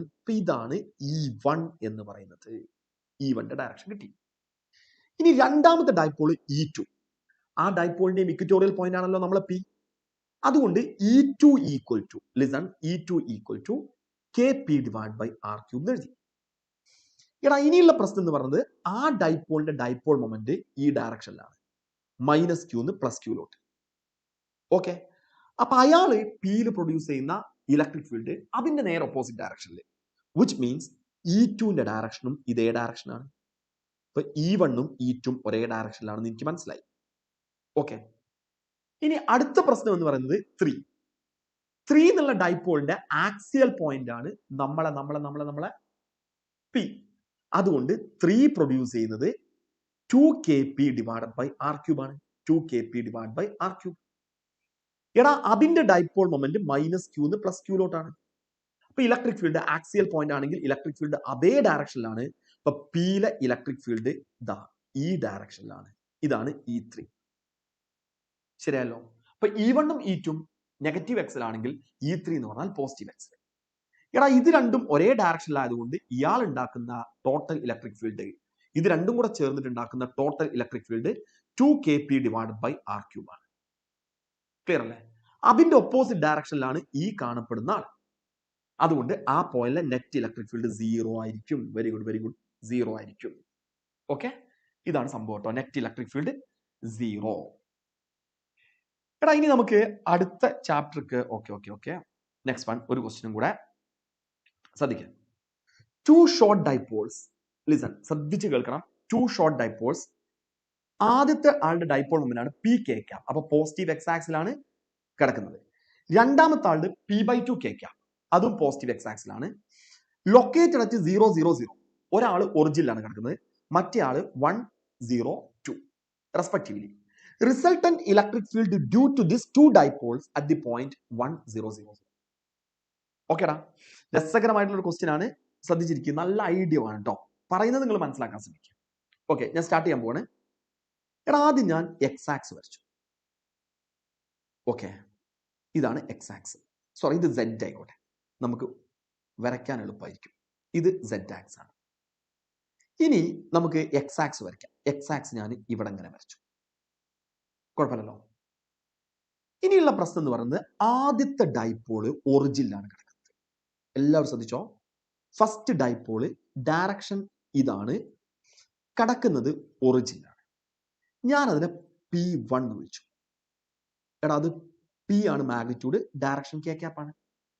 രണ്ടാമത്തെ ആള് കിടക്കുന്നത് എക്സിൽ 1 സെഡിൽ 2. അപ്പൊ സെഡിൽ 2 എക്സിൽ 1 ഇങ്ങനെയാണ് കിടക്കുന്നത്. ഞാൻ അതിനെ P2 എന്ന് വിളിച്ചു, which is equal to P/2 direction കേക്കാണ്.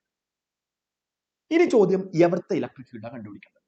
എക്സിൽ 1 വൈയിലും സെഡിലും 0 എന്ന് പറഞ്ഞാൽ ഈ എ എന്നുള്ള പോയിന്റിലെ എന്നുള്ള പോയിന്റിലെ ഇലക്ട്രിക് ഫീൽഡ് കണ്ടുപിടിക്കണം.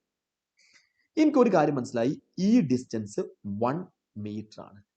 മാത്രമല്ല ഫസ്റ്റ് ഡൈപോളിന്റെ ഇക്വറ്റോറിയൽ പോയിന്റ് ആണത്. ക്ലിയർ അല്ലേ? ഓക്കെ, ഇക്വറ്റോറിയൽ പോയിന്റ് ആണിത്. ഇനി ശ്രദ്ധിക്കേ, അപ്പൊ അങ്ങനെയാണെങ്കിൽ ഫസ്റ്റ് താള് പ്രൊഡ്യൂസ് ചെയ്യുന്ന electric field E1 equal to, എല്ലാവരും ശ്രദ്ധിക്കണം, E1 is equal to KP divided by 1 cube. Okay, ഞാൻ അതിന്റെ ഡയറക്ഷൻ ഡൈപോൾ മൊമെന്റിന്റെ ഒപ്പോസിറ്റ് ഡയറക്ഷൻ. അപ്പൊ നമുക്കതിന് മൈനസ് കെ ക്യാപ് കൊടുക്കാം. ഫസ്റ്റ് പോയിന്റ് കിട്ടണം കേട്ടോ, മൈനസ് കെ ക്യാപ്. എടാ ഇത് 2 അല്ലേ, സെഡിൽ 2 അല്ലേ ഈ പോയിന്റ്. അപ്പോ രണ്ടാമത്തെ ഡൈപോളിന് ഇതിലോട്ടുള്ള ഡിസ്റ്റൻസ് 2 മീറ്റർ ആണ്. ആ രണ്ടാമത്തെ ഡൈപോളിന്റെ ആക്സിയൽ പോയിന്റ് ആണത്. അതുകൊണ്ട് രണ്ടാമത്തെ ഡൈപോൾ പ്രൊഡ്യൂസ് ചെയ്യുന്ന electric field E2 is equal to 2kp divided by 2 cube. 2kp divided by, sorry, p അല്ല, p/2 ആണ് അല്ലേ, 2kp/2 into 2 cube. എടാ അതിന്റെ ഡയറക്ഷൻ ആക്സിയൽ പോയിന്റ് ആയതുകൊണ്ട് അതേ ഡയറക്ഷനിൽ. അപ്പൊ നമുക്കതിനെ കെ ക്യാപ് കൊടുക്കാം. ഇതിന് ഞാൻ ഒന്നും കൂടെ വൃത്തിക്ക് എഴുതിയാൽ E2 എന്ന് പറയുന്നത് E2ഉം E2 ഒക്കെ ക്യാൻസൽ ചെയ്ത് പോയാൽ KP divided by 8 ആണ് ഡയറക്ഷൻ കെ ക്യാപ്. എല്ലാവരും ശ്രദ്ധിച്ചു നോക്കേ, E1 നെഗറ്റീവ് എക്സിലാണെങ്കിൽ E2 എന്ന്, ഒന്ന് KP/1ഉം മറ്റൊന്ന് KP/8ഉം, ഒന്ന് പോസിറ്റീവ് എക്സിലും മറ്റൊന്ന് നെഗറ്റീവ് എക്സ്. എടാ വലുത് നെഗറ്റീവ് എക്സിൽ കിടക്കുന്ന ആളല്ലേ. അപ്പൊ നമുക്ക് ഇവിടുത്തെ നെറ്റ് ഇലക്ട്രിക് ഫീൽഡ് കിട്ടണമെങ്കിൽ E1 നിന്ന് E2 മൈനസ് ചെയ്താൽ മതി. E1 എന്ന് പറയുന്നത് KP/1 മൈനസ് KP/8 ഇങ്ങനെ കിട്ടി.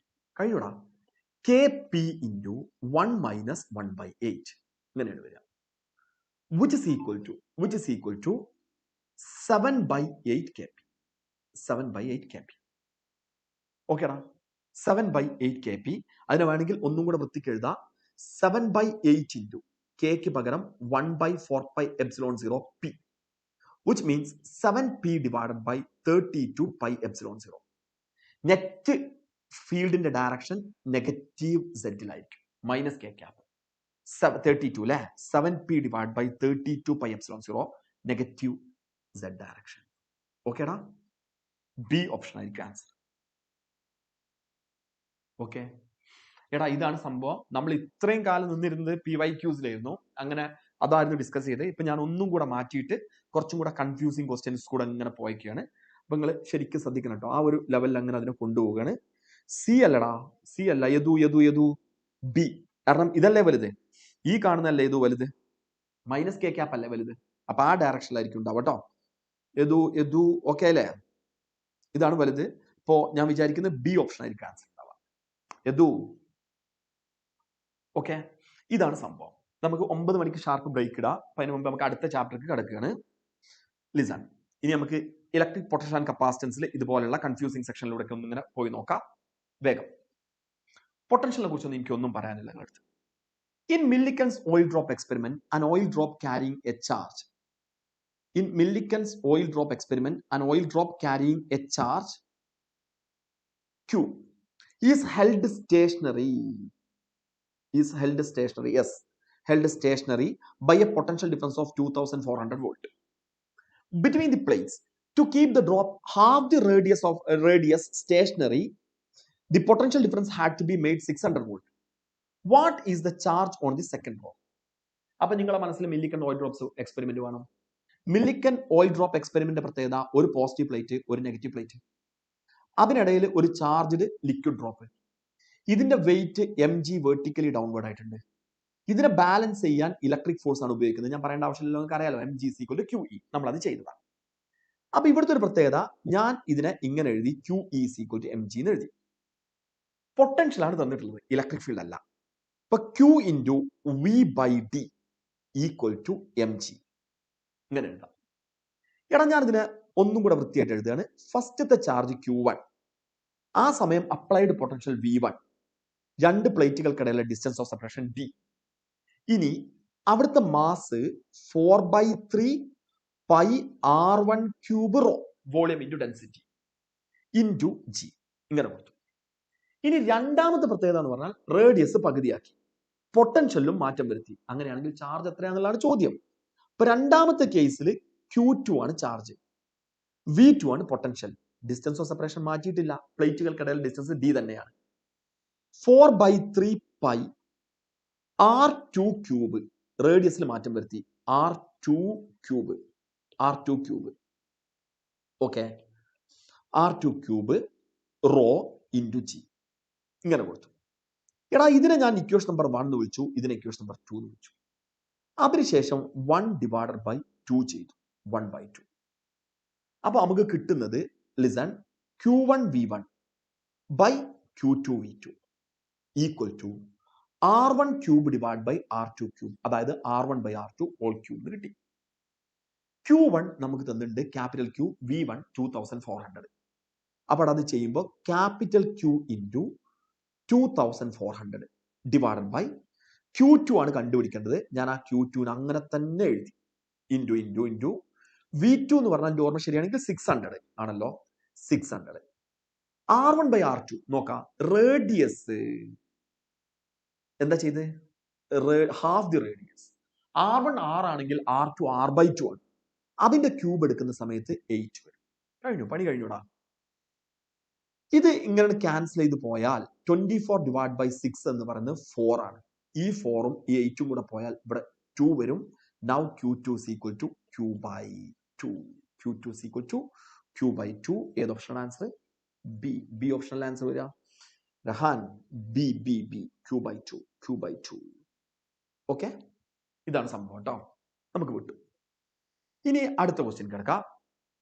2 spheres of radii A and B respectively are charged and joined by wire. രണ്ട് സ്പിയറിനെ ചാർജ് ചെയ്തതിനു ശേഷം ഒരു വയർ ഉപയോഗിച്ച് ജോയിൻ ചെയ്തു. അങ്ങനെയാണെങ്കിൽ തീർച്ചയായിട്ടും രണ്ടിന്റെയും പൊട്ടൻഷ്യൽ സെയിം ആയിരിക്കും. V1 ഈക്വൽ ടു V2 ആയി, ശരിയല്ലേ? എന്നിട്ട് അവർ ചോദിക്കുകയാണ് electric field on the surface. Simple. Electric field കിട്ടണമെങ്കിൽ V1 എന്ന് പറഞ്ഞാൽ E1 R1 ആണ്, V2 എന്ന് പറഞ്ഞാൽ E2 R2. അങ്ങനെ എഴുതിയാൽ മതി. എടാ ഇവിടുന്ന് E1 by E2 is equal to, we can write R2 divided by R1. R2 രണ്ടാമത്തെ സ്പിയറിന്റെ റേഡിയസ്, അത് B ആണ്. R1 ആദ്യത്തെ സ്പിയറിന്റെ റേഡിയസ്, അത് A ആണ്.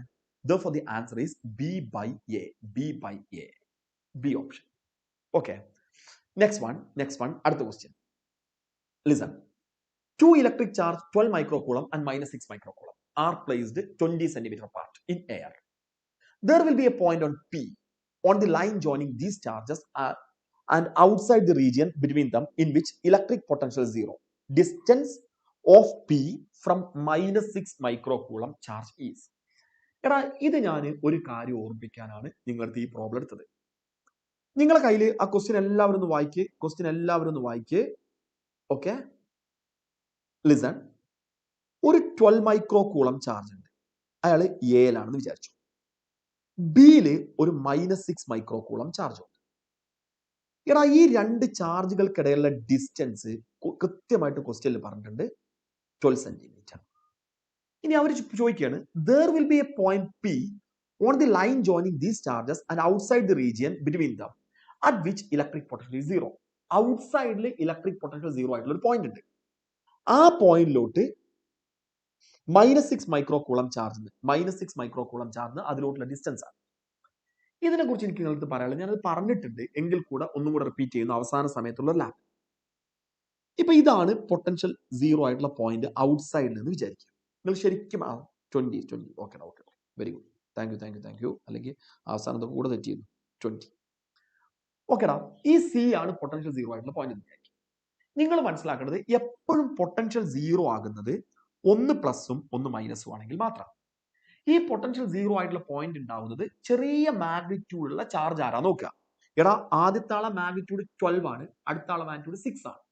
6 ആണ് ചെറിയ മാഗ്നിറ്റ്യൂഡുള്ള ചാർജ്. അതിന്റെ പുറത്തും പൊട്ടൻഷ്യൽ 0 ആയിട്ടുള്ള പോയിന്റ് ഉണ്ടാവും, അകത്തും പൊട്ടൻഷ്യൽ 0 ആയിട്ടുള്ള പോയിന്റ് ഉണ്ടാവും. രണ്ട് സ്ഥലം ഉണ്ടാവും. ഇപ്പൊ ഇവിടെ നിങ്ങളടുത്ത് സിയിലെ പുറത്തെ പോയിന്റാ ചോദ്യം.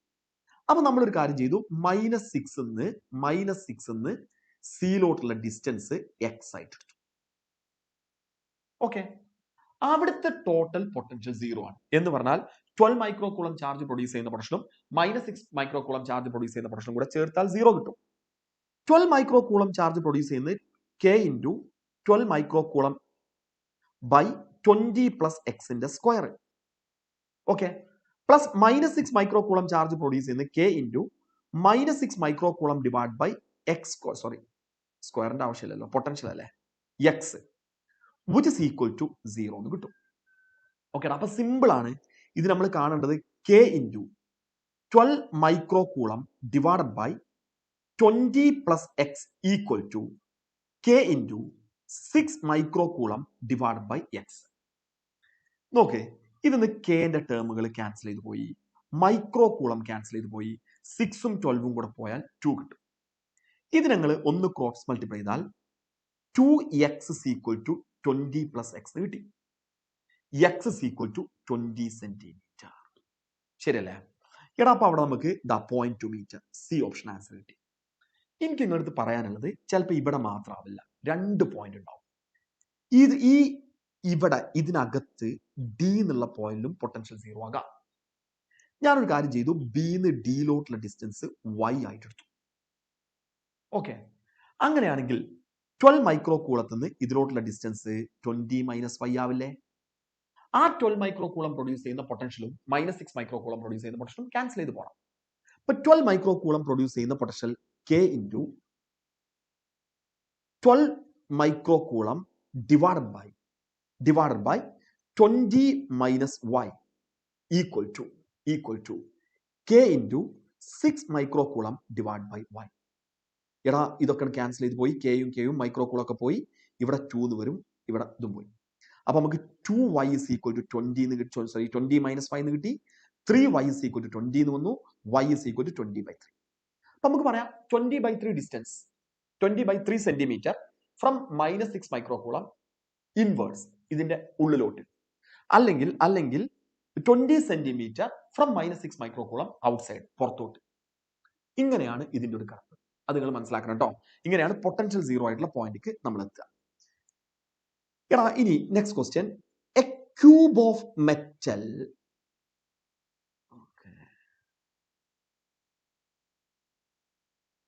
ചാർജിന്റെ സൈൻ ഇക്വേഷനിൽ ഇടണം പൊട്ടൻഷ്യൽ ആണെങ്കിൽ, കാരണം അതിന്റെ റീസൺ എന്ന് പറയുന്നത് പൊട്ടൻഷ്യൽ ഒരു സ്കാലാർ ക്വാണ്ടിറ്റി. ഫീൽഡ് ആണെങ്കിൽ സൈൻ ഇടരുത്, ഡയറക്ഷൻ നോക്കുക. അത് നിങ്ങൾ വെക്ടർ എങ്ങനെയാണോ പ്രോബ്ലം ചെയ്യുന്നത് അതുപോലെ ചെയ്യാം. പൊട്ടൻഷ്യൽ സ്കാലാർ ആയതുകൊണ്ട് സൈൻ ഇടണം.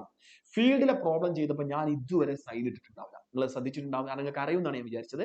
ഞാൻ ഇതുവരെ സൈൻ ഇട്ടിട്ടുണ്ടാവില്ല, ഡയറക്ഷൻ വരയ്ക്കുക ചെയ്യുക, അത് വെക്ടർ ആണ്. പൊട്ടൻഷ്യലിന്റെ കേസിൽ എല്ലാത്തിലും സൈൻ ഇടുക ചെയ്യുക, കാരണം അതൊരു സ്കാലാർ ക്വാണ്ടിറ്റിയാണ്. അത് നിങ്ങൾ മനസ്സിലാക്കുക കേട്ടോ. എടാ, ഇനി a cube of metal is given a positive charge Q for the above system, which of the following statement is C? Metal cube ആണ്, അതിലോട്ട് ക്യൂ ചാർജ് കൊടുത്താൽ കണ്ടക്ടർ ആണ്, സർഫസിൽ ഈക്വൽ ആയിട്ട് ഡിസ്ട്രിബ്യൂട്ട് ചെയ്യാം. ഈ സർഫസിൽ ഡിസ്ട്രിബ്യൂട്ട് ചെയ്യാം, ഈക്വൽ ആയിട്ട് ഞാൻ പറയുന്നില്ല, സർഫസിൽ ഡിസ്ട്രിബ്യൂട്ട് ചെയ്യാം. Electric potential at the surface of the cube is zero. അല്ല, സർഫസിലെ പൊട്ടൻഷ്യൽ സീറോ അല്ല, സർഫസിലെ പൊട്ടൻഷ്യൽ ഒരു കോൺസ്റ്റന്റ് ആയിരിക്കും, കാരണം കണ്ടക്ടറിന്റെ സർഫസ് ഇക്വിപ്പോട്ട സർഫസ് ആണ്. Electric potential within the cube is zero. തെറ്റാണ്. ക്യൂബ് ഒരു കണ്ടക്ടർ ആയതുകൊണ്ട് സർഫസിലെ പൊട്ടൻഷ്യൽ എത്രയാണോ അതേ പൊട്ടൻഷ്യലാണ്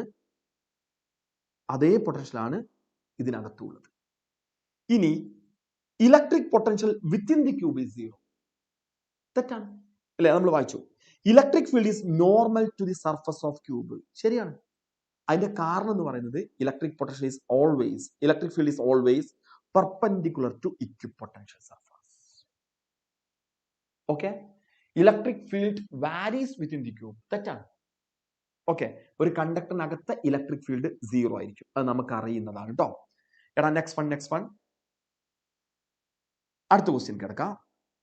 A thin spherical conducting shell of radius r has a charge q.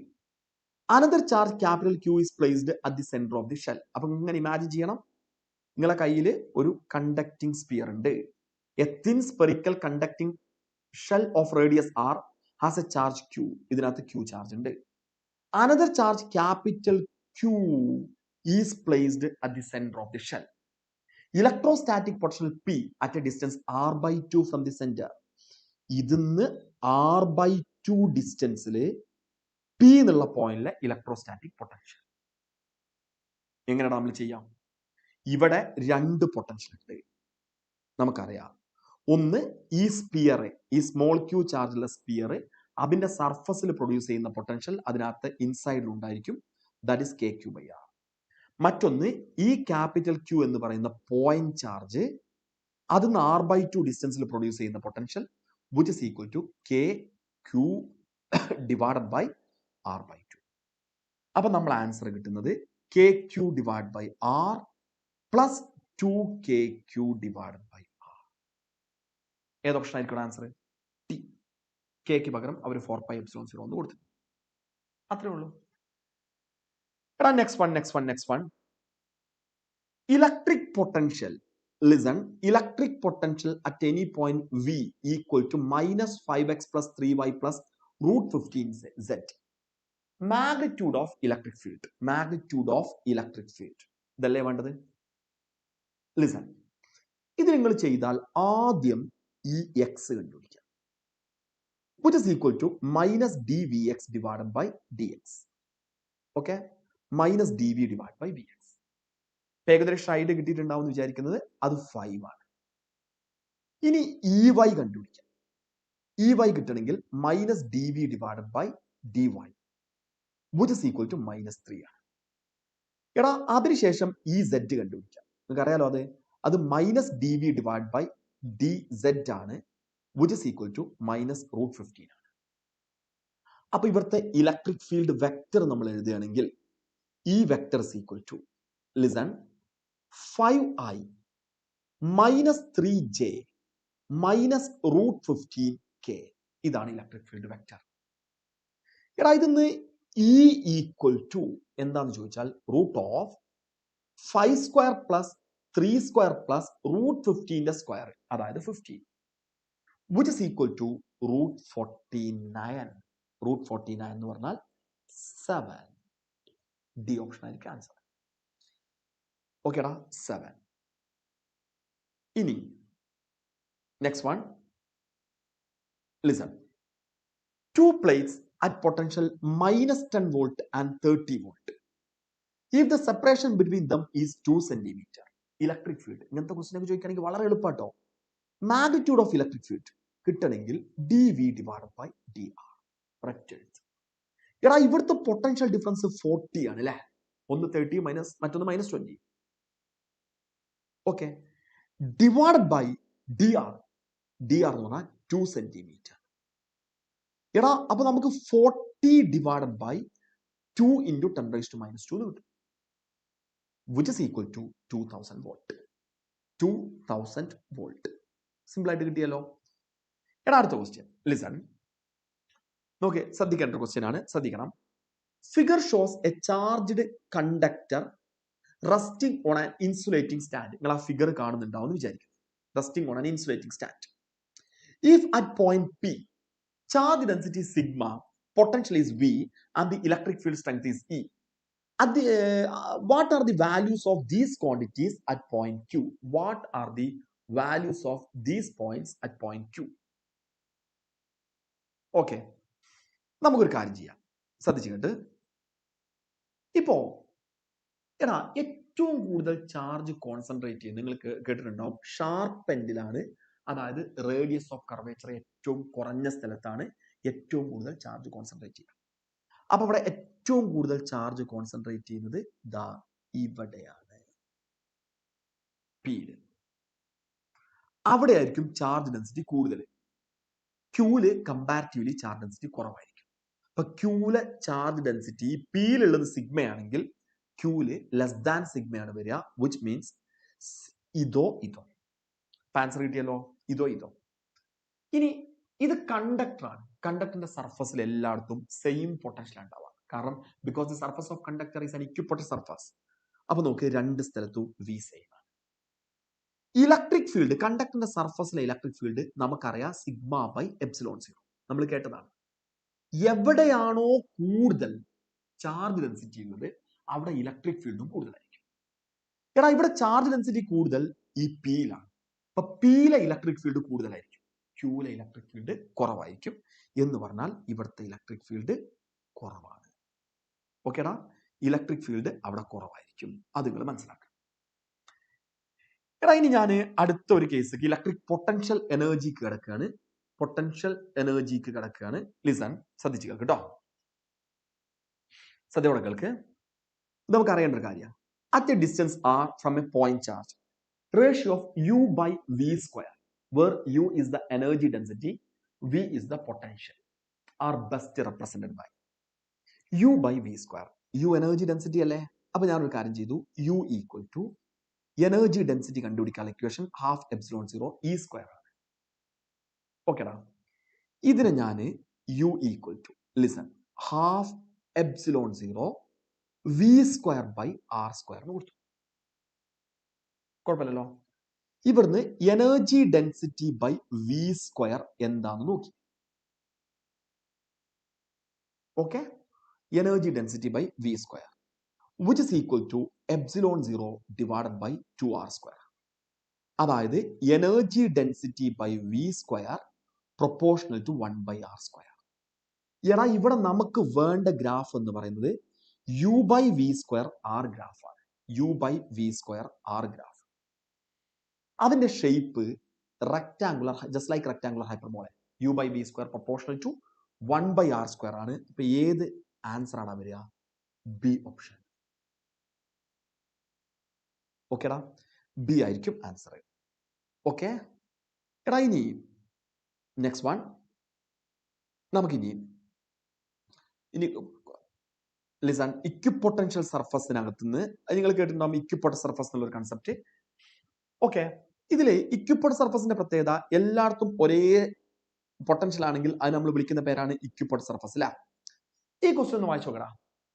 നമുക്ക് ഇങ്ങനെ ഭയങ്കര സംഭവമായിട്ട് തോന്നുന്നത്, equipotential at A great distance from A collection of charges whose total sum is not zero or approximately. നോക്കി, ഇവിടെ ഒരുപാട് ചാർജുകൾ ഉണ്ടെന്ന് വിചാരിക്കാം. ശരിക്കും ശ്രദ്ധിക്കുക, ഒരുപാട് ചാർജ്. ഇതിന്റെ ടോട്ടൽ സമ്മ് സീറോ അല്ല എന്ന് പറഞ്ഞാൽ നെറ്റ് ചാർജ് സീറോ അല്ല. അങ്ങനെയാണെങ്കിൽ ഇതിന്ന് വളരെ അകലുള്ള ഒരു പോയിന്റിലെ ഇക്വിപൊട്ടൻഷ്യൽ സർഫസിന്റെ ഷേപ്പ് എന്താണെന്നുള്ളതാണ് ചോദ്യം. ഒരു സ്ഥലത്ത് ഒരുപാട് ചാർജ് ഉണ്ട്, നിങ്ങൾ വളരെ അകന്ന് ആ പോയിന്റിനെ ആ ചാർജ് ഡിസ്ട്രിബ്യൂഷൻ ഒബ്സർവ് ചെയ്യുകയാണെങ്കിൽ ഡിസ്റ്റൻസുമായിട്ട് കമ്പയർ ചെയ്യുമ്പോൾ ഇവിടുത്തെ സൈസ് വളരെ നെഗ്ലിജിബിൾ ആയിരിക്കും. എന്ന് പറഞ്ഞാൽ this behaves like a point charge ആണല്ലോടാ. ഇനി നിങ്ങൾ ആലോചിക്കുക, ഒരു പോയിന്റ് ചാർജ് പ്രൊഡ്യൂസ് ചെയ്യുന്ന ഇക്വിപൊട്ടൻഷ്യൽ സർഫസിന്റെ ഷേപ്പ് എന്താ? സ്പിയർ ആണ്. അതുകൊണ്ട് ഇതിന്റെ ആൻസർ സ്പെറിക്കൽ എന്നാണ് വരിക. ഈ ക്വസ്റ്റ്യൻ ഓർത്ത് വെച്ചുകൊണ്ട്, ഒരു ഡിസ്ട്രിബ്യൂഷൻ ഓഫ് ചാർജ് ആണ്, അതൊന്ന് വളരെ അകലെ നിന്ന് നമ്മൾ ഇതിനെ ഒബ്സർവ് ചെയ്യുകയാണെങ്കിൽ this behaves like a point charge, therefore shape of equipotential surface is zero. എടാ ഒരു ക്വസ്റ്റ്യനും കൂടെ ചെയ്തിട്ട് നമ്മൾ ബ്രേക്ക് ഇടുക കേട്ടോ. ലിസൺ, ഒരു രസകരമായ ക്വസ്റ്റ്യൻ ആണ്, NCERT ടൈപ്പ് ക്വസ്റ്റ്യൻ ആണ്. ഇതിനകത്ത് ആദ്യം ഒരു തിരുത്തുണ്ട്, ഇത് 20 അല്ല 30 വോൾട്ട്. അവിടെ നിൽക്കട്ടെ. Equipotential surface are shown in figure, then electric field strength. Electric field strength ആണ് വേണ്ടത്. എടാ നിങ്ങൾ മനസ്സിലാക്കേണ്ടത്, ഇലക്ട്രിക് ഫീൽഡ് എപ്പോഴും ഇക്വിപൊട്ടൻഷ്യൽ സർഫസിന് പെർപെൻഡിക്കുലർ ആയിട്ട് ഉണ്ടാവുക. മാത്രമല്ല ഇലക്ട്രിക് ഫീൽഡ് ഡയറക്ഷനിലാണ് പൊട്ടൻഷ്യൽ കുറയുക. അതൊക്കെ നമുക്ക് അറിയുന്നതാണ്. ഇലക്ട്രിക് ഫീൽഡ് ഡയറക്ഷനിൽ പൊട്ടൻഷ്യൽ കുറയും. Also electric field is perpendicular to equipotential surface. അപ്പൊ ഞാൻ ഇതാണ് ഇവിടുത്തെ ഇലക്ട്രിക് ഫീൽഡ് ആയിട്ട് മാർക്ക് ചെയ്തത്. അപ്പൊ നിങ്ങൾ ആലോചിച്ചോക്കെ, ഇലക്ട്രിക് ഫീൽഡ് ഡയറക്ഷനിൽ പൊട്ടൻഷ്യൽ കുറഞ്ഞു വരികയല്ലേ ചെയ്യാം. ഇവിടുത്തെ പൊട്ടൻഷ്യൽ 30 ആണെങ്കിൽ ഇവിടുത്തെ പൊട്ടൻഷ്യൽ 20 ആണ്, ഇവിടുത്തെ പൊട്ടൻഷ്യൽ 10 ആണ്. അപ്പൊ അത് കുറയുന്നുണ്ട്. ഇനി ഈ ആംഗിൾ 30 ഡിഗ്രിയാണ്. അപ്പൊ നമുക്ക് ഈ ആംഗിൾ എത്രയായിട്ട് എടുക്കണം? 60 ഡിഗ്രി ആയിട്ട് എടുക്കാം. ഓക്കെ, അപ്പൊ അത് ശരിക്ക് നിങ്ങൾ മനസ്സിലാക്കുക, ശരിക്കും എല്ലാവരും ശ്രദ്ധിക്കുക. ലിസൺ, ഇത് 30 വോൾട്ട് ആണ്. ഞാൻ ഇവിടുത്തെ ഇലക്ട്രിക് ഫീൽഡ് ആദ്യം മാർക്ക് ചെയ്തു. ഇതിന് പെർപെൻഡിക്കുലർ ആയിട്ട് ഇലക്ട്രിക് ഫീൽഡ് കൊടുത്തു. ഇനി ഇതാണ് ഇവിടുത്തെ ഇലക്ട്രിക് ഫീൽഡ്. അതിനുശേഷം ഞാൻ ഈ ആംഗിൾ മാർക്ക് ചെയ്തു, അത് 60 ആണ്.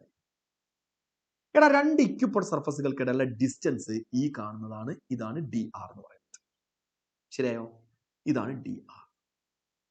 ഇനി നമുക്കറിയാം magnitude of D V is equal to E D R cos theta. ഇങ്ങനെ എഴുതും. ഡി വി അവിടുത്തെ പൊട്ടൻഷ്യൽ ഡിഫറൻസ് 30 - 20 അതാണ് 10. ഇലക്ട്രിക് ഫീൽഡ് ആണ് കണ്ടുപിടിക്കേണ്ടത്. ഡി ആർ എന്ന് പറഞ്ഞാൽ ഞാൻ ഇവിടെ മാർക്ക് ചെയ്ത ആളുടെ ലെങ്ത്, അത് 10 സെന്റിമീറ്റർ ആണ് അല്ലെ. 30 20 അങ്ങനെയല്ലേ വന്നത്.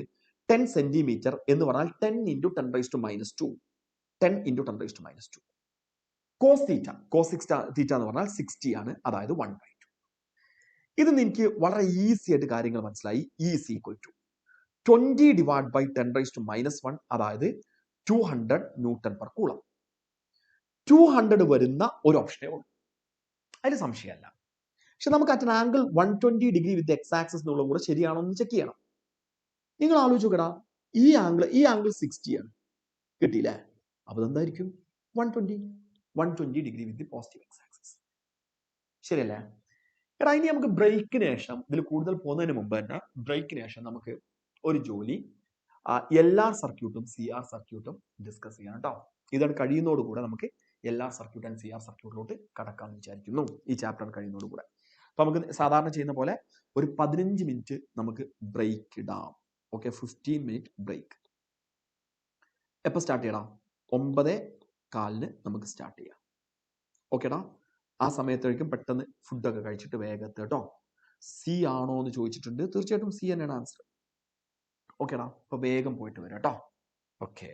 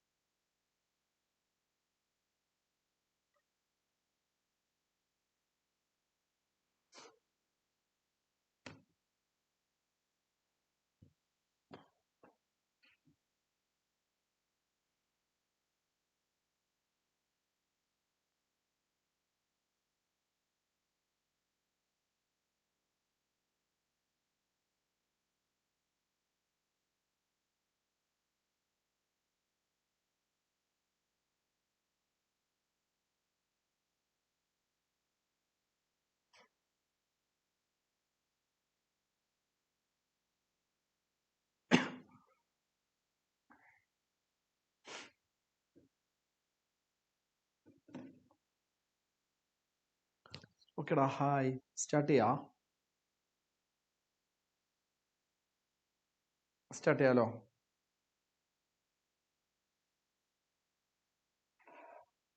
ഓക്കെ, ഓഡിബിൾ അല്ലേടാ? പ്രശ്നങ്ങളൊന്നുമില്ലല്ലോ? ഓഡിബിൾ അല്ലേ?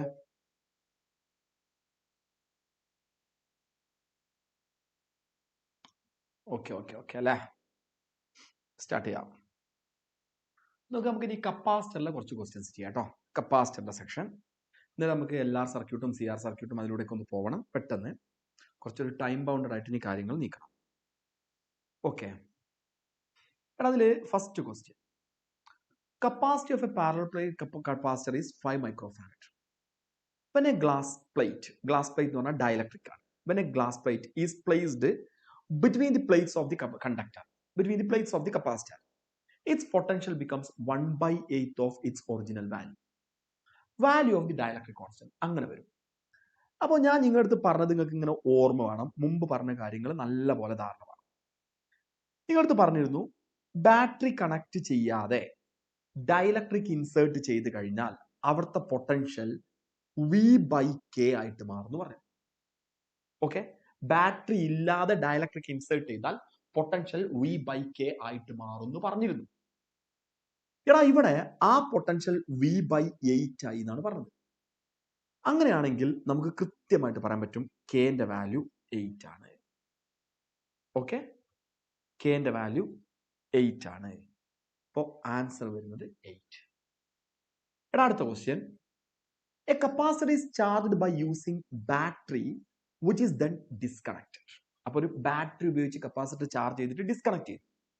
A dielectric slab is then slipped between the plates which results. ഇതിനെക്കുറിച്ചൊക്കെ ഞാൻ പറഞ്ഞിരുന്നു. ഇനി ഇതിലോട്ടൊരു ഡയലക്ട്രിക് ഇൻസേർട്ട് ചെയ്യുക.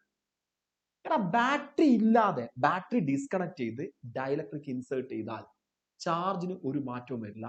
കപ്പാസിറ്റൻസ് കൂടും. അത് ഞാൻ പറഞ്ഞിരുന്നു. കപ്പാസിറ്റൻസ് സി എന്ത് തന്നെയായാലും ഇൻക്രീസ് ചെയ്യും, അവിടെ ചാർജ് സെയിം ആയിരിക്കും. നമ്മൾ ഡിസ്കസ് ചെയ്ത അപ്പൊ റിഡക്ഷൻ ഓഫ് ചാർജ് എന്നുള്ള ഈ ഫസ്റ്റ് ഓപ്ഷൻ ഇനി ഞാൻ വായിക്കുകയല്ല, അത് തെറ്റാണ്.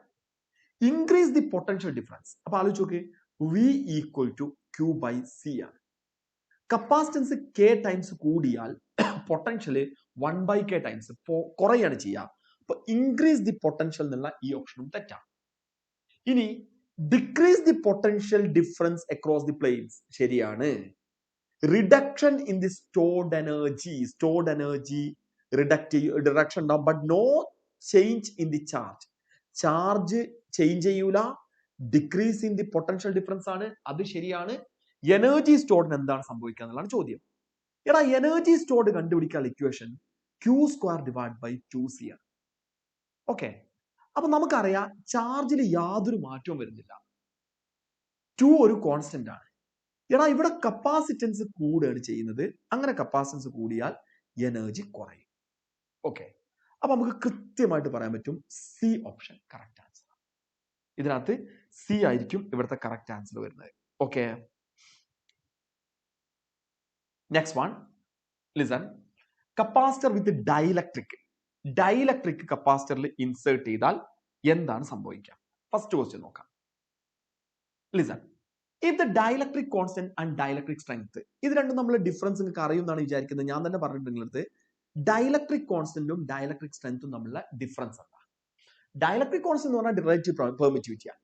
ഡൈലക്ട്രിക് സ്ട്രെങ്ത് എന്ന് പറഞ്ഞാൽ minimum electric field required to convert an insulator into a conductor. നോക്കി, ഈ ഡയലക്ട്രിക് സ്ട്രെങ്ത് എന്ന് പറഞ്ഞാൽ ഇലക്ട്രിക് ഫീൽഡിന് മുകളിൽ ഇലക്ട്രിക് ഫീൽഡ് കൊടുക്കുകയാണെങ്കിൽ പിന്നെ അവിടെ ഇൻസുലേറ്റിംഗ് പ്രോപ്പർട്ടി ഉണ്ടാവില്ല, അതൊരു കണ്ടക്ടർ ആയിട്ട് മാറും. അയാളൊരു ഡയലക്ട്രിക് ആയിട്ട് നിൽക്കില്ല, അതൊരു കണ്ടക്ടർ ആയിട്ട് മാറും. അപ്പോ if the dielectric constant and dielectric strengths be denoted by K and X. K dielectric constant ആണ്, X ഡയലക്ട്രിക് സ്ട്രെങ്ത് ആണ്. then material suitable for dielectrics in a capacitor. എടാ ഒരു കപ്പാസിറ്ററിൽ നമ്മൾ ഡയലക്ട്രിക്സ് ആയിട്ട് ഉപയോഗിക്കുന്ന ആളുടെ ഡയലക്ട്രിക് കോൺസ്റ്റന്റ് വളരെ കൂടുതലായിരിക്കണം. ഡയലക്ട്രിക് സ്ട്രെങ്ത് കുറവാണെങ്കിൽ അതിനർത്ഥം പ്ലേറ്റുകൾക്കിടയിലുള്ള ഇലക്ട്രിക് ഫീൽഡ് വളരെ ചെറുതാണെങ്കിൽ തന്നെ ഈ ഡയലക്ട്രിക്കിന്റെ ഈ ഇൻസുലേറ്ററിംഗ് പ്രോപ്പർട്ടി ഒക്കെ നഷ്ടപ്പെട്ട് അയാൾ കണ്ടക്ടറായിട്ട് മാറും. അങ്ങനെ കണ്ടക്ടറായിട്ട് മാറിയാൽ അത് ഡിസ്ചാർജിങ് ആണ്. അപ്പൊ എപ്പോഴും നമുക്ക് പറയാം ഹൈ ഡയലക്ട്രിക് കോൺസ്റ്റന്റും ഹൈ ഡയലക്ട്രിക് സ്ട്രെങ്ത്തും പെട്ടെന്നൊന്നും അതിന് ഇൻസുലേറ്റിംഗ് പ്രോപ്പർട്ടി നഷ്ടപ്പെടാൻ പാടില്ല. ഹൈ ഡയലക്ട്രിക് സ്ട്രെങ്ത് ഉള്ള ആരായിരിക്കണം? എ ഓപ്ഷൻ ആയിരിക്കും ഇതിനകത്ത് ആൻസർ വരുന്നത് കേട്ടോ. എ. ഓക്കെ എടാ ഇനി next one listen plates of a parallel plate capacitor is charged up to 100 volt. A 2 millimeter thick plate is inserted between the plates. Okay, അപ്പോൾ ഒരു dielectrics നമ്മൾ ഇൻസേർട്ട് ചെയ്തു 2 millimeter തിക്നെസ്സിലാണ്. To maintain the same potential difference, ഇതേ potential difference maintain ചെയ്യണം, അതായത് ഇതേ capacitance maintain ചെയ്യണം. The distance between the plate is increased by 1.6 millimeter. Okay, dielectric constant of എടാ ശ്രദ്ധിച്ചു കേൾക്ക്, Q equal to C V ആണ്. ഡയലക്ട്രിക് ഇൻസേർട്ട് ചെയ്തു എന്ന് വിചാരിച്ച് ചാർജിൽ ഒരു മാറ്റവും വരുന്നില്ല, കാരണം സെല്ലില്ല. വിയിലും മാറ്റം വരാൻ പാടില്ല. ഓക്കെ, അങ്ങനെയാണെങ്കിൽ ഡയലക്ട്രിക് ഇൻസേർട്ട് ചെയ്തതിന് ശേഷം സിയും മാറാൻ പാടില്ല. ഓക്കെ, അപ്പൊ നിങ്ങൾ ആലോചിച്ച്, ഡയലക്ട്രിക് ഇൻസേർട്ട് ചെയ്താൽ കപ്പാസിറ്റൻസ് കൂടും. ആ കപ്പാസിറ്റൻസ് കൂടുമ്പോൾ അത് കൂടാതിരിക്കണമെങ്കിൽ ഡിസ്റ്റൻസ് ഓഫ് സെപ്പറേഷൻ കൂട്ടിയാൽ മതി. രണ്ട് പ്ലേറ്റുകൾക്കിടയിലുള്ള ഡിസ്റ്റൻസ് ഓഫ് സെപ്പറേഷൻ ഇൻക്രീസ് ചെയ്താൽ കപ്പാസിറ്റൻസ് കുറഞ്ഞ് പഴയ അവസ്ഥയ്ക്ക് എത്തും. ശരിക്കും കേൾക്കട്ടോ. എടാ ഡയലക്ട്രിക്സ് കേൾക്ക്, ഇതാരൊക്കെയാന്ന് ഡയലക്ട്രിക്കിനെ കുറിച്ചൊക്കെ എൻ്റെ അടുത്ത് പറഞ്ഞിരുന്നു, ശ്രദ്ധിക്കുക. ഇപ്പോ ഫ്രീ സ്പേസ് ആണ്, ഡയലക്ട്രിക് ഒന്നും ഇല്ലെങ്കിൽ കപ്പാസിറ്റൻസ് ε0A/d ആണ്, നമുക്കറിയാലോ. എടാ ഡയലക്ട്രിക് ഇൻസേർട്ട് ചെയ്ത് കഴിഞ്ഞാൽ കപ്പാസിറ്റൻസ് കൂടും. ആ കപ്പാസിറ്റൻസ് ε0A/d - t + t/k ആയിട്ട് മാറും. ഇത് നിങ്ങൾക്ക് അറിയുന്നതാണ്. എടാ ഇതിൽ ടി എന്ന് പറയുന്നത് ഈ ഡയലക്ട്രിക്കിന്റെ തിക്നെസ് ആണ്. അപ്പൊ ശരിക്ക് ഈ C value C greater than C0 ആണ്. ഡയലക്ട്രിക് ഇൻസേർട്ട് ചെയ്താൽ കപ്പാസിറ്റൻസ് കൂടുകയാണ് ചെയ്യാം. ഇനി നമ്മൾ മനസ്സിലാക്കേണ്ട ഒരു കാര്യം, ഡയലക്ട്രിക് ഇൻസേർട്ട് ചെയ്തു, പൊട്ടൻഷ്യൽ മാറാൻ പാടില്ല, ചാർജ് എന്തായാലും മാറില്ല, കാരണം സെല്ലൊന്നുമില്ല. അപ്പൊ കപ്പാസിറ്റൻസ് സെയിം ആയിട്ട് കിട്ടണം. ഡയലക്ട്രിക് ഇൻസേർട്ട് ചെയ്തതിനു ശേഷം കപ്പാസിറ്റൻസ് സെയിം ആയിട്ട് കിട്ടണമെങ്കിൽ ഡിസ്റ്റൻസ് ഓഫ് സെപ്പറേഷൻ ആദ്യം ഡി ആണെങ്കിൽ ഡിനേക്കാൾ കൂട്ടണം, അതായത് d + x ആക്കി, എക്സ് കൂട്ടി. അപ്പൊ ഡയലക്ട്രിക് ഇൻസേർട്ട് ചെയ്തതിന് ശേഷം സെയിം കപ്പാസിറ്റൻസ് കിട്ടാനും വേണ്ടി ഞാൻ ഡിസ്റ്റൻസ് ഓഫ് സെപ്പറേഷൻ കൂട്ടി, അതായത് ε0A/d പകരം d + x - t + t/k ആക്കി മാറ്റി. ഓക്കെ, ഈ കപ്പാസിറ്റൻസ് എന്ന് പറയുന്നത് ε0A/d ഈക്വൽ ആണ്. അപ്പൊ ഇങ്ങനെ ആലോചിച്ച് നോക്കിയാൽ മതി നിങ്ങൾ. ഡയലക്ട്രിക് ഉള്ളതിന് മുമ്പ്, ഡയലക്ട്രിക് ഇൻസേർട്ട് ചെയ്യുന്നതിന് മുമ്പ് കപ്പാസിറ്റൻസ് 2, ഡയലക്ട്രിക് ഇൻസേർട്ട് ചെയ്തപ്പോൾ കപ്പാസിറ്റൻസ് 3 ആയി. വേണ്ട, നമുക്ക് 2 തന്നെ മതി. അപ്പൊ നമ്മൾ ഡിസ്റ്റൻസ് ഓഫ് സെപ്പറേഷൻ കൂട്ടി. ഓക്കെ, അപ്പൊ ഡയലക്ട്രിക് ഇൻസേർട്ട് ചെയ്യുന്നതിന് മുമ്പ് ε0A/d, ഇൻസേർട്ട് ചെയ്തപ്പോൾ ε0A/d - t + t/k, വേണ്ട, ε0A/d തന്നെ മതി. അതിന് നമ്മൾ ഡിസ്റ്റൻസ് ഓഫ് സെപ്പറേഷൻ കൂട്ടി d + x ആക്കി. ഇനി നോക്കടാ, ഇവിടെ ലിസൺ, ε0A ഇതും പോയി. ഇതെന്ന് എനിക്ക് മനസ്സിലായ ഒരു കാര്യം ഞാൻ അപ്പുറത്തെ പേജിൽ എഴുതാം, d + x - t + t/k, d + x - t + t/k equal to d എന്ന് വന്നു. ഈ ഡിയും ക്യാൻസൽ ചെയ്യും. നമുക്ക് വേണ്ടത് dielectric constant of the plate, dielectric constant ആണ് വേണ്ടത് അല്ലേ. ആലോചിച്ച് t/k ഈക്വൽ ടു എന്താ കിട്ടുക, t - x ഇങ്ങനെ കിട്ടും. ഇതിന് k equal to t / t - x. എടാ ടി എന്ന് പറഞ്ഞാൽ ഡയലക്ട്രിക്കിന്റെ തിക്നെസ് ആണ്, അത് 2 millimeter ആണ്. എക്സ് എന്ന് പറഞ്ഞാൽ എത്രത്തോളം ഡിസ്റ്റൻസ് കൂട്ടി എന്നുള്ളതാണ്, അത് 1.6 ആണ്. അപ്പൊ ഞാനൊരു കാര്യം ചെയ്തു, 2 / 2 - 1.6 ഒക്കെ millimeter അല്ലെ, അതായത് 2 / 0.4. Okay, that is 20/4 which is equal to 5 ആയിരിക്കും ആൻസർ വരിക. 20/4 that is 5 എന്ന് പറഞ്ഞ ഓപ്ഷൻ ഇതിനകത്ത് ഉണ്ടാവും ഞാൻ വിചാരിക്കുന്നു, എ ഓപ്ഷൻ 5 ആയിരിക്കും ഇതിന്റെ ആൻസർ വരുന്നത് കേട്ടോ. ഓക്കെ, അപ്പൊ അത് നിങ്ങൾ ശരിക്കും മനസ്സിലാക്കുക. എടാ നമുക്ക് അടുത്ത കേസ് കിടക്കാം, ഗ്രൂപ്പിംഗ് ഓഫ് കപ്പാസിറ്റേഴ്സിൽ. Listen, a condenser of capacitance 10 microfarad has been charge to 100 volt. അപ്പോ ഇത് ഫസ്റ്റ് കപ്പാസിറ്ററിന്റെ കപ്പാസിറ്റൻസ്, ഇത് അതിന്റെ potential V1. It is now connected to another uncharged capacitor. അപ്പൊ രണ്ടാമത്തെ കപ്പാസിറ്ററിന്റെ കപ്പാസിറ്റൻസ് C2 ആണ് വിചാരിക്കുക, അത് അൺചാർജ്ഡ് ആയതുകൊണ്ട് അതിന്റെ പൊട്ടൻഷ്യൽ V2 = 0 ആണ്. In parallel common potential becomes 40 volt. 40 volt ആണ് common potential. Capacitance of another condenser is, എടാ കഴിഞ്ഞ ദിവസം ഈ കോമൺ പൊട്ടൻഷ്യലിന്റെ പ്രശ്നം നിങ്ങൾക്ക് ഉണ്ടായിരുന്നു, അതുകൊണ്ടാണ് ഇത് ഞാൻ സെലക്ട് ചെയ്തത്. കോമൺ പൊട്ടൻഷ്യൽ കണ്ടുപിടിക്കാനുള്ള equation C1V1 + C2V2 / C1 + C2. ഇത് നിങ്ങൾക്ക് അറിയണം. ഇവിടെ കോമൺ പൊട്ടൻഷ്യൽ 40 ആണ്, which is equal to C1 10 microfarad, V1 100 volt. C2 അതാണ് കണ്ടുപിടിക്കേണ്ടത്. അത് അൺചാർജ്ഡ് ആയതുകൊണ്ട് V2ന്റെ വാല്യൂ 0 എന്ന് കൊടുക്കാം. Divide by C1 plus C2 which means 10 plus C2. ഇങ്ങനെ വന്നു. ഇതും നമുക്ക് കട്ട് ചെയ്ത് കളയാം. അപ്പോൾ നോക്കടാ, 4 into 10 plus C2, 4 into 10 plus C2 equal to 100 തോന്നും. ശരിയല്ലേ? എടാ ഇത് നമുക്ക് മനസ്സിലായത് 10 plus C2 is equal to 25, 100/4. C2 is equal to 15 microfarad. Very simple. C2 is equal to 15 microfarad. Okay? ഇതായിരിക്കും answer. Next one. Listen.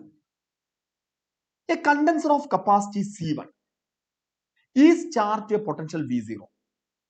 The electrostatic energy stored is U0. It is connected to another uncharged capacitor of capacitance C2. It's uncharged, therefore V2 is equal to 0. Energy dissipated in this process. Energy lost in this process. എടാ ഇവിടുത്തെ energy loss കണ്ടുപിടിക്കാൻ ഒരു relation ഉണ്ട്. അതൊക്കെ ഞാൻ ആ വീഡിയോയിൽ പറഞ്ഞിരുന്നു നിങ്ങളടുത്ത്. അത് കണ്ടുപിടിക്കാനുള്ള ഇക്വേഷൻ നിങ്ങൾക്ക് അത് ഓർമ്മയിൽ വേണം. Half C1 C2 divided by C1 plus C2 into V1 minus V2 whole square. ഇതാണ് രണ്ട് കപ്പാസിറ്റർ പരസ്പരം കണക്ട് ചെയ്താൽ അവിടെ ഉണ്ടാകുന്ന എനർജി ലോസ്. ഇനി നോക്കടാ, ഇത് ചെയ്യുമ്പോൾ half into C1 C2 divide by C1 plus C2. അതിലൊന്നും നമുക്ക് യാതൊരു വിയോജിപ്പുമില്ല. ഇനി ഫസ്റ്റ് V0 സ്ക്വയർ ഇങ്ങനെ കൊടുക്കുക. ശരിയല്ലേ? V1 എന്ന് പറയുന്നത് V0 ആണ്, V2 0 ആണ്. ഞാനൊരു കാര്യം ചോദിക്കട്ടെ നിങ്ങളടുത്ത്. Half into C1 into V0 square എന്താ? ഹാഫ് ഇൻറ്റു C1 എന്ന് പറഞ്ഞാൽ ഫസ്റ്റ് കപ്പാസിറ്ററിന്റെ കപ്പാസിറ്റൻസ്, V0 സ്ക്വയർ എന്ന് പറഞ്ഞാൽ അതിന്റെ പൊട്ടൻഷ്യലിന്റെ സ്ക്വയർ. എടാ അപ്പൊ ഇത് നമുക്ക് മനസ്സിലാകുന്നത് എനർജി ലോസ് ഈക്വൽ ടു, അത് U0 ആണ്, ആക്ച്വലി U0 ആണ് ഹാഫ് C1 V0 സ്ക്വയർ എന്ന് പറയുന്നത്. അപ്പൊ നമുക്ക് energy loss is equal to C2 U0 divided by C1 plus C2. ഇതാണ് ഇവിടുത്തെ energy loss, C2 U0 divided by C1 plus C2. Okay, C2 U0 divided by C1 plus C2. ശരിയായോ? എടാ ഇതാണ് ഇതിനകത്തെ എനർജി ലോസ്. എടാ അടുത്ത question വളരെ important ആയിട്ടുള്ള സാധനമാണ്, ശ്രദ്ധിച്ചു കേൾക്കുക. 2 condensers C1 and C2 in a circuit are joined as shown in figure. Potential at point A is V1 and point B is V2. Potential at point D. ഈ പോയിന്റിലെ potential ആവാൻ. Okay, എടാ ഇതെങ്ങനെ ചെയ്യും? ആ പോയിന്റിലെ പൊട്ടൻഷ്യൽ നിങ്ങളടുത്ത് കണ്ടുപിടിക്കാൻ പറഞ്ഞാൽ നമ്മൾ എന്ത് ചെയ്യും? അതാണ് ചോദ്യം. അപ്പൊ ഞാനൊരു കാര്യം ചെയ്തു. ഇതിനകത്തെ ചാർജ് Q1 ആണെന്ന് വിചാരിച്ചു, ഇതിലെ ചാർജ് Q2 ആണെന്ന് വിചാരിച്ചു. ഇത് സീരീസ് കോമ്പിനേഷനാണ്. അപ്പൊ നമുക്ക് Q1 ഈക്വൽ ടു Q2 എന്ന് എഴുതാം. എടാ Q1നെ C1 ഇൻറ്റു അവിടുത്തെ പൊട്ടൻഷ്യൽ ഡിഫറൻസ്, അതായത് ആ കപ്പാസിറ്ററിന് അക്രോസ് ആയിട്ടുള്ള പൊട്ടൻഷ്യൽ ഡിഫറൻസ്, CV അല്ലേ, V എന്ന് പറഞ്ഞാൽ പൊട്ടൻഷ്യൽ ഡിഫറൻസ് ആണ്, ഇതിന് അക്രോസ് ആയിട്ടുള്ള പൊട്ടൻഷ്യൽ ഡിഫറൻസ് നമുക്ക് എങ്ങനെ എഴുതണം? V1 മൈനസ് VD എന്ന് കൊടുക്കാം. ഇനി Q2നെ C2 ഇൻറ്റു അവിടുത്തെ പൊട്ടൻഷ്യൽ ഡിഫറൻസ്, ഇതിന് അക്രോസ് ആയിട്ടുള്ള പൊട്ടൻഷ്യൽ ഡിഫറൻസ്, ഇതിന് അക്രോസ് ആയിട്ടുള്ള പൊട്ടൻഷ്യൽ ഡിഫറൻസ്, ഞാൻ അതിനെ VD മൈനസ് VB എന്നും കൊടുത്തു. ക്ലിയർ അല്ലേ? ഇനി നിങ്ങൾ ആലോചിക്ക്, C1 V1 minus C1 VD equal to C2 VD minus C2 V2. ഇതിന്ന് C1 V1 plus C2 V2 equal to നിങ്ങൾ ഉഷാറാണ്, C1 plus C2 into VD ഇങ്ങനെ കിട്ടും. Now we can write VD equal to C1 V1 plus C2 V2 all divided by C1 plus C2. ഇതാണ് സംഭവം VD. ശരിയായോ? This is VD. Okay, എടാ ഇനി നമുക്ക് അടുത്തൊരു കേസ് കിടക്കാം. ലിസൺ, ഇതിനകത്ത് കുറച്ച് ക്വസ്റ്റ്യൻസ് ഉണ്ട്, അത് നിങ്ങൾ ചെയ്തു നോക്കുക. നമുക്ക് അടുത്ത് നമ്മളെ ഗ്രോത്ത് ആൻഡ് ഡീക്കേക്കൊക്കെ പോകണം. അപ്പൊ അതിന് മുമ്പ് കുറച്ച് കാര്യങ്ങൾ കൂടെ പറയാം. ലിസൺ, മാഗ്നറ്റിസത്തിന് കുറച്ചൊരു കോംപ്ലിക്കേറ്റഡ് ക്വസ്റ്റ്യനും കൂടെ നമുക്ക് ചെയ്തിട്ട് നിങ്ങൾ ആ പറഞ്ഞ പോയിന്റിലേക്ക് കിടക്കട്ടോ. ഓക്കെ, അതിലാദ്യം motion of charge particle in a magnetic field. ഒരു മാഗ്നറ്റിക് ഫീൽഡിൽ ചാർജ് മൂവ് ചെയ്യുമ്പോൾ അവസ്ഥ ശ്രദ്ധിച്ചു കേൾക്ക്, ശ്രദ്ധയോടെ കേട്ടോ. A particle of charge Q, mass M, is moving along x-axis with a velocity v and enters in a uniform electric field E. and a magnetic field B as shown in the figure. For which figure the net force on the charge may be zero? ഇതിനകത്ത് ഏത് ഫിഗറിലാണ് net force zero ആക്കുക? അതാണ് ചോദ്യം. എടാ net force zero ആവണമെങ്കിലുള്ള ഒരു basic condition എന്ന് പറയുന്നത് net force zero ആണെങ്കിൽ ഈ പെർപെൻഡിക്കുലർ ടു ബി, ഇയും ബിയും പെർപെൻഡിക്കുലർ ആവണം. ബോത്ത് പെർപെൻഡിക്കുലർ ടു വി, അതായത് ഇ വി ബി ഇത് മൂന്നും മ്യൂച്വലി പെർപെൻഡിക്കുലർ ആണെങ്കിൽ നെറ്റ് ഫോഴ്സ് സീറോ ആകുള്ളൂ. അപ്പൊ ഇവിടുത്തെ ഒരു പ്രത്യേകത ഇതാ നോക്ക്, സി ഓപ്ഷൻ നോക്കടാ. അവിടെ ഇയും ബിയും ഒരേ ഡയറക്ഷനിലാണ്, പെർപെൻഡിക്കുലർ അല്ല, അപ്പൊ ഇവിടെ നെറ്റ് ഫോഴ്സ് സീറോ ആവില്ല. ഇനി ഈ ഓപ്ഷൻ നോക്ക്, ഇവിടെ ഇയും ബിയും ഒരേ ഡയറക്ഷനിലാണ്, അപ്പൊ ഇവിടെയും നെറ്റ് ഫോഴ്സ് സീറോ ആവാൻ സാധ്യതയല്ല. മൂന്നും മ്യൂച്വലി പെർപെൻഡിക്കുലർ ആകുമ്പോഴാണ് നമ്മൾ സാധാരണ രീതിയിൽ നെറ്റ് ഫോഴ്സ് സീറോ ആയിട്ട് എടുക്കുക. അപ്പൊ ഇവിടുത്തെ ഒരു പ്രത്യേകത, ലിസൺ, ഈ എ ഓപ്ഷൻക്ക് എല്ലാവരും ശ്രദ്ധിക്കുക. എ ഓപ്ഷൻ ഓക്കെ, ഇതിൽ വെലോസിറ്റി കിടക്കുന്നത് V vector equal to V I X ആക്സിലാണ്. ഇലക്ട്രിക് ഫീൽഡ് കിടക്കുന്നത് സെഡ് ആക്സിലാണ്, E K. Okay, magnetic field കിടക്കുന്നത് ബി ജെ. ഇങ്ങനെയാണ് കിടക്കുന്നത്. Magnetic field B J, electric field E K. ഇങ്ങനെ വരും. ചോദ്യം, ഈ F S equal to Q E plus Q into V cross B. നിങ്ങൾക്ക് അറിയാലോ, net force F vector equal to Q E plus Q into V cross B. Okay, എന്ന് പറഞ്ഞാൽ ഇതാണ് magnetic force. അതിന്റെ നേരെ ഓപ്പോസിറ്റ് ഡയറക്ഷനിലായിരിക്കണം ഇലക്ട്രിക് ഫോഴ്സ് ക്യു ഇ എന്ന് പറയുന്നത്. രണ്ടും ഈക്വൽ ആകുമ്പോൾ അപ്പോഴാണ് നെറ്റ് ഫോഴ്സ് സീറോ ആവുക. വി ക്രോസ് ബിയും ക്യു ഇയും ഈക്വൽ ആൻഡ് ഓപ്പോസിറ്റ് ആവണം. നിങ്ങൾ ആദ്യം വി ക്രോസ് ബി കണ്ടുപിടിക്കാം. വി ക്രോസ് ബി എന്ന് പറഞ്ഞാൽ ഐ ക്രോസ് കെ ആണ്. ഐ ക്രോസ് കെ എന്ന് പറയുന്നത് ഇല്ലടാ, വി ക്രോസ് ബി കണ്ടുപിടിക്കുക. അപ്പൊ ഇവിടെ V cross B I cross J ആണ്. ഐ ക്രോസ് ജെ എന്ന് പറഞ്ഞാൽ കെ ആണ്. എന്ന് പറഞ്ഞാൽ V cross B magnetic force Z ആക്സിലാണ്, ഇലക്ട്രിക് ഫോഴ്സും സെഡ് ആക്സിലാണ്. അതുകൊണ്ട് അവിടെ നെറ്റ് ഫോഴ്സ് സീറോ അല്ല. എ ഓപ്ഷൻ ആൻസർ അല്ല. ഇനി നമ്മൾ ബി ഓപ്ഷനിലേക്ക് കിടക്കാം. ബി ഓപ്ഷനിൽ velocity V vector equal to V I cap ഇങ്ങനെ നമുക്ക് തന്നിട്ടുണ്ട്. എടാ magnetic field B vector equal to B K cap ഇങ്ങനെ തന്നിട്ടുണ്ട്. Electric field E vector equal to E J cap ഇങ്ങനെ തന്നിട്ടുണ്ട്. ക്ലിയർ ആണല്ലോ? ഒരാൾ ചോദിക്കുകയാണ് ഈ കേസിലെ വി ക്രോസ് ബി എങ്ങോട്ടാണ്? വി ക്രോസ് ബി എന്ന് പറഞ്ഞാൽ ഐ ക്രോസ് കെ എന്ന് പറഞ്ഞാൽ ഇവിടെ വി ക്രോസ് ബിന്റെ ഡയറക്ഷൻ എന്ന് പറയുന്നത് മൈനസ് ജെയിലാണ്. എടാ ഇലക്ട്രിക് ഫീൽഡ് പോസിറ്റീവ് വൈയിലുമാണ്. അപ്പൊ നോക്ക്, മാഗ്നറ്റിക് ഫോഴ്സ് ആക്ട് ചെയ്യുന്നത് നെഗറ്റീവ് വൈ ആക്സില്, ഇലക്ട്രിക് ഫോഴ്സ് പോസിറ്റീവ് വൈ ആക്സിലുമാണ്. രണ്ടും ഓപ്പോസിറ്റ് ഡയറക്ഷനാണ്. അപ്പൊ ഇവിടെ നെറ്റ് ഫോഴ്സ് സീറോ ആവാൻ സാധ്യതയുണ്ട്. അപ്പൊ ഇതിനകത്ത് ബി ആയിരിക്കും ആൻസർ. എടാ ഫസ്റ്റ് കേസിൽ മാഗ്നറ്റിക് ഫോഴ്സും ഇലക്ട്രിക് ഫോഴ്സും positive Y axis, net force zero അല്ല. രണ്ടാമത്തെ കേസിൽ നെറ്റ് ഫോഴ്സ് സീറോ ആവാം. ഒന്ന് പോസിറ്റീവ് വൈ ആണെങ്കിൽ മറ്റൊന്ന് നെഗറ്റീവ് വൈ ആണ്. മൂന്നും നാലാമത്തെ കേസിൽ മൂന്നും മ്യൂച്വലി പെർപെൻഡിക്കുലർ അല്ല. ഇതാണ് ഇവിടുത്തെ ഒരു അവസ്ഥ കേട്ടോ. ഓക്കെ, എടാ ഇനി നെക്സ്റ്റ് വൺ, ലിസൺ. അടുത്തൊരു കേസ് ശ്രദ്ധയോടെ കേട്ടോ. അത് നമുക്ക് അറിയുന്ന ഒരു കേസാണ്. ഇത് നിങ്ങൾ വായിച്ചു നോക്കിയാൽ മതി, ഞാൻ അതിലേക്ക് കടക്കുന്നില്ല. ഓക്കെ, അതൊക്കെ ജസ്റ്റ് നിങ്ങൾക്കൊന്ന് കുറച്ച് കാര്യങ്ങൾ മനസ്സിലാക്കാനും വേണ്ടി കുറച്ച് ക്വസ്റ്റ്യൻസ് ഒക്കെ ഇട്ടിട്ടുണ്ട് കേട്ടോ. അത് നിങ്ങൾ ചെയ്തു നോക്കാം. A proton and an alpha particle enter in a uniform magnetic field perpendicular with the same speed. Proton takes 25 microseconds to make 5 revolution. 5 revolution 25 microsecond ആണെങ്കിൽ ഒരു റവല്യൂഷൻ എടുക്കുന്ന സമയം, അതായത് പ്രോട്ടോന്റെ ടൈം പീരീഡ് 5 മൈക്രോസെക്കൻഡ് ആണ്. Time period of proton. Then periodic time period of alpha particle ആണ് ചോദിച്ചത്. Time period കണ്ടുപിടിക്കാനുള്ള equation നിങ്ങൾക്ക് അറിയണം, 2πm ഡിവൈഡഡ് ബൈ QB. ഇവിടുത്തെ ഒരു പ്രത്യേകത 2πb, ഇതെല്ലാം കോൺസ്റ്റന്റ് ആണ്. അപ്പൊ ഇവിടെ നമുക്ക് time period proportional to m/q എന്ന് എഴുതാം.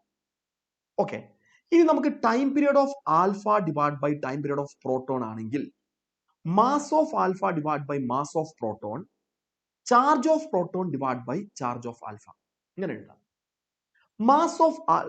Time period of alpha divide by time period of proton 5 ആണ്. മാസ് ഓഫ് ആൽഫ 4m ആണ്, മാസ് ഓഫ് പ്രോട്ടോൺ m ആണ്. ചാർജ് ഓഫ് പ്രോട്ടോൺ 2e ആണ്. സോറി, ചാർജ് ഓഫ് പ്രോട്ടോൺ എന്ന് പറയുന്നത് listen E ആണ്. Charge of alpha 2e ആണ്. ഇത് ചെയ്താൽ time period of alpha equal to 10 microsecond കിട്ടും. സി ഓപ്ഷൻ ആയിരിക്കും ആൻസർ, 10 മൈക്രോ സെക്കൻഡ്. ഓക്കെ എടാ, next one listen. Two particles A and B masses ma and mb respectively and having same charge and moving in a plane. A uniform magnetic field exists perpendicular to the plane. Speed of the particles are va and vb respectively and the trajectories are as shown in the figure. ഒരു trajectory കൃത്യമായിട്ട് തന്നിട്ടുണ്ട്, as shown in the figure. എന്നിട്ട് അവർ ചോദിക്കുകയാണ് ഈ പറയപ്പെടുന്ന ഓപ്ഷനിൽ ഏതാണ് correct. Velocity V A and V B ആണെന്ന് പറഞ്ഞിട്ടുണ്ട്, mass M A and M B ആണെന്ന് പറഞ്ഞിട്ടുണ്ട്. ഇതെന്ന് എനിക്ക് മനസ്സിലായത് R A greater than R B ആണ്. റേഡിയസ് കൂടുതൽ അല്ലെ, റേഡിയസ് പറഞ്ഞാൽ M B by Q B ആണ്. അപ്പൊ M A V A by charge same ആണ്, two particles A and B and having same charge, Q B greater than M B V B divided by Q B.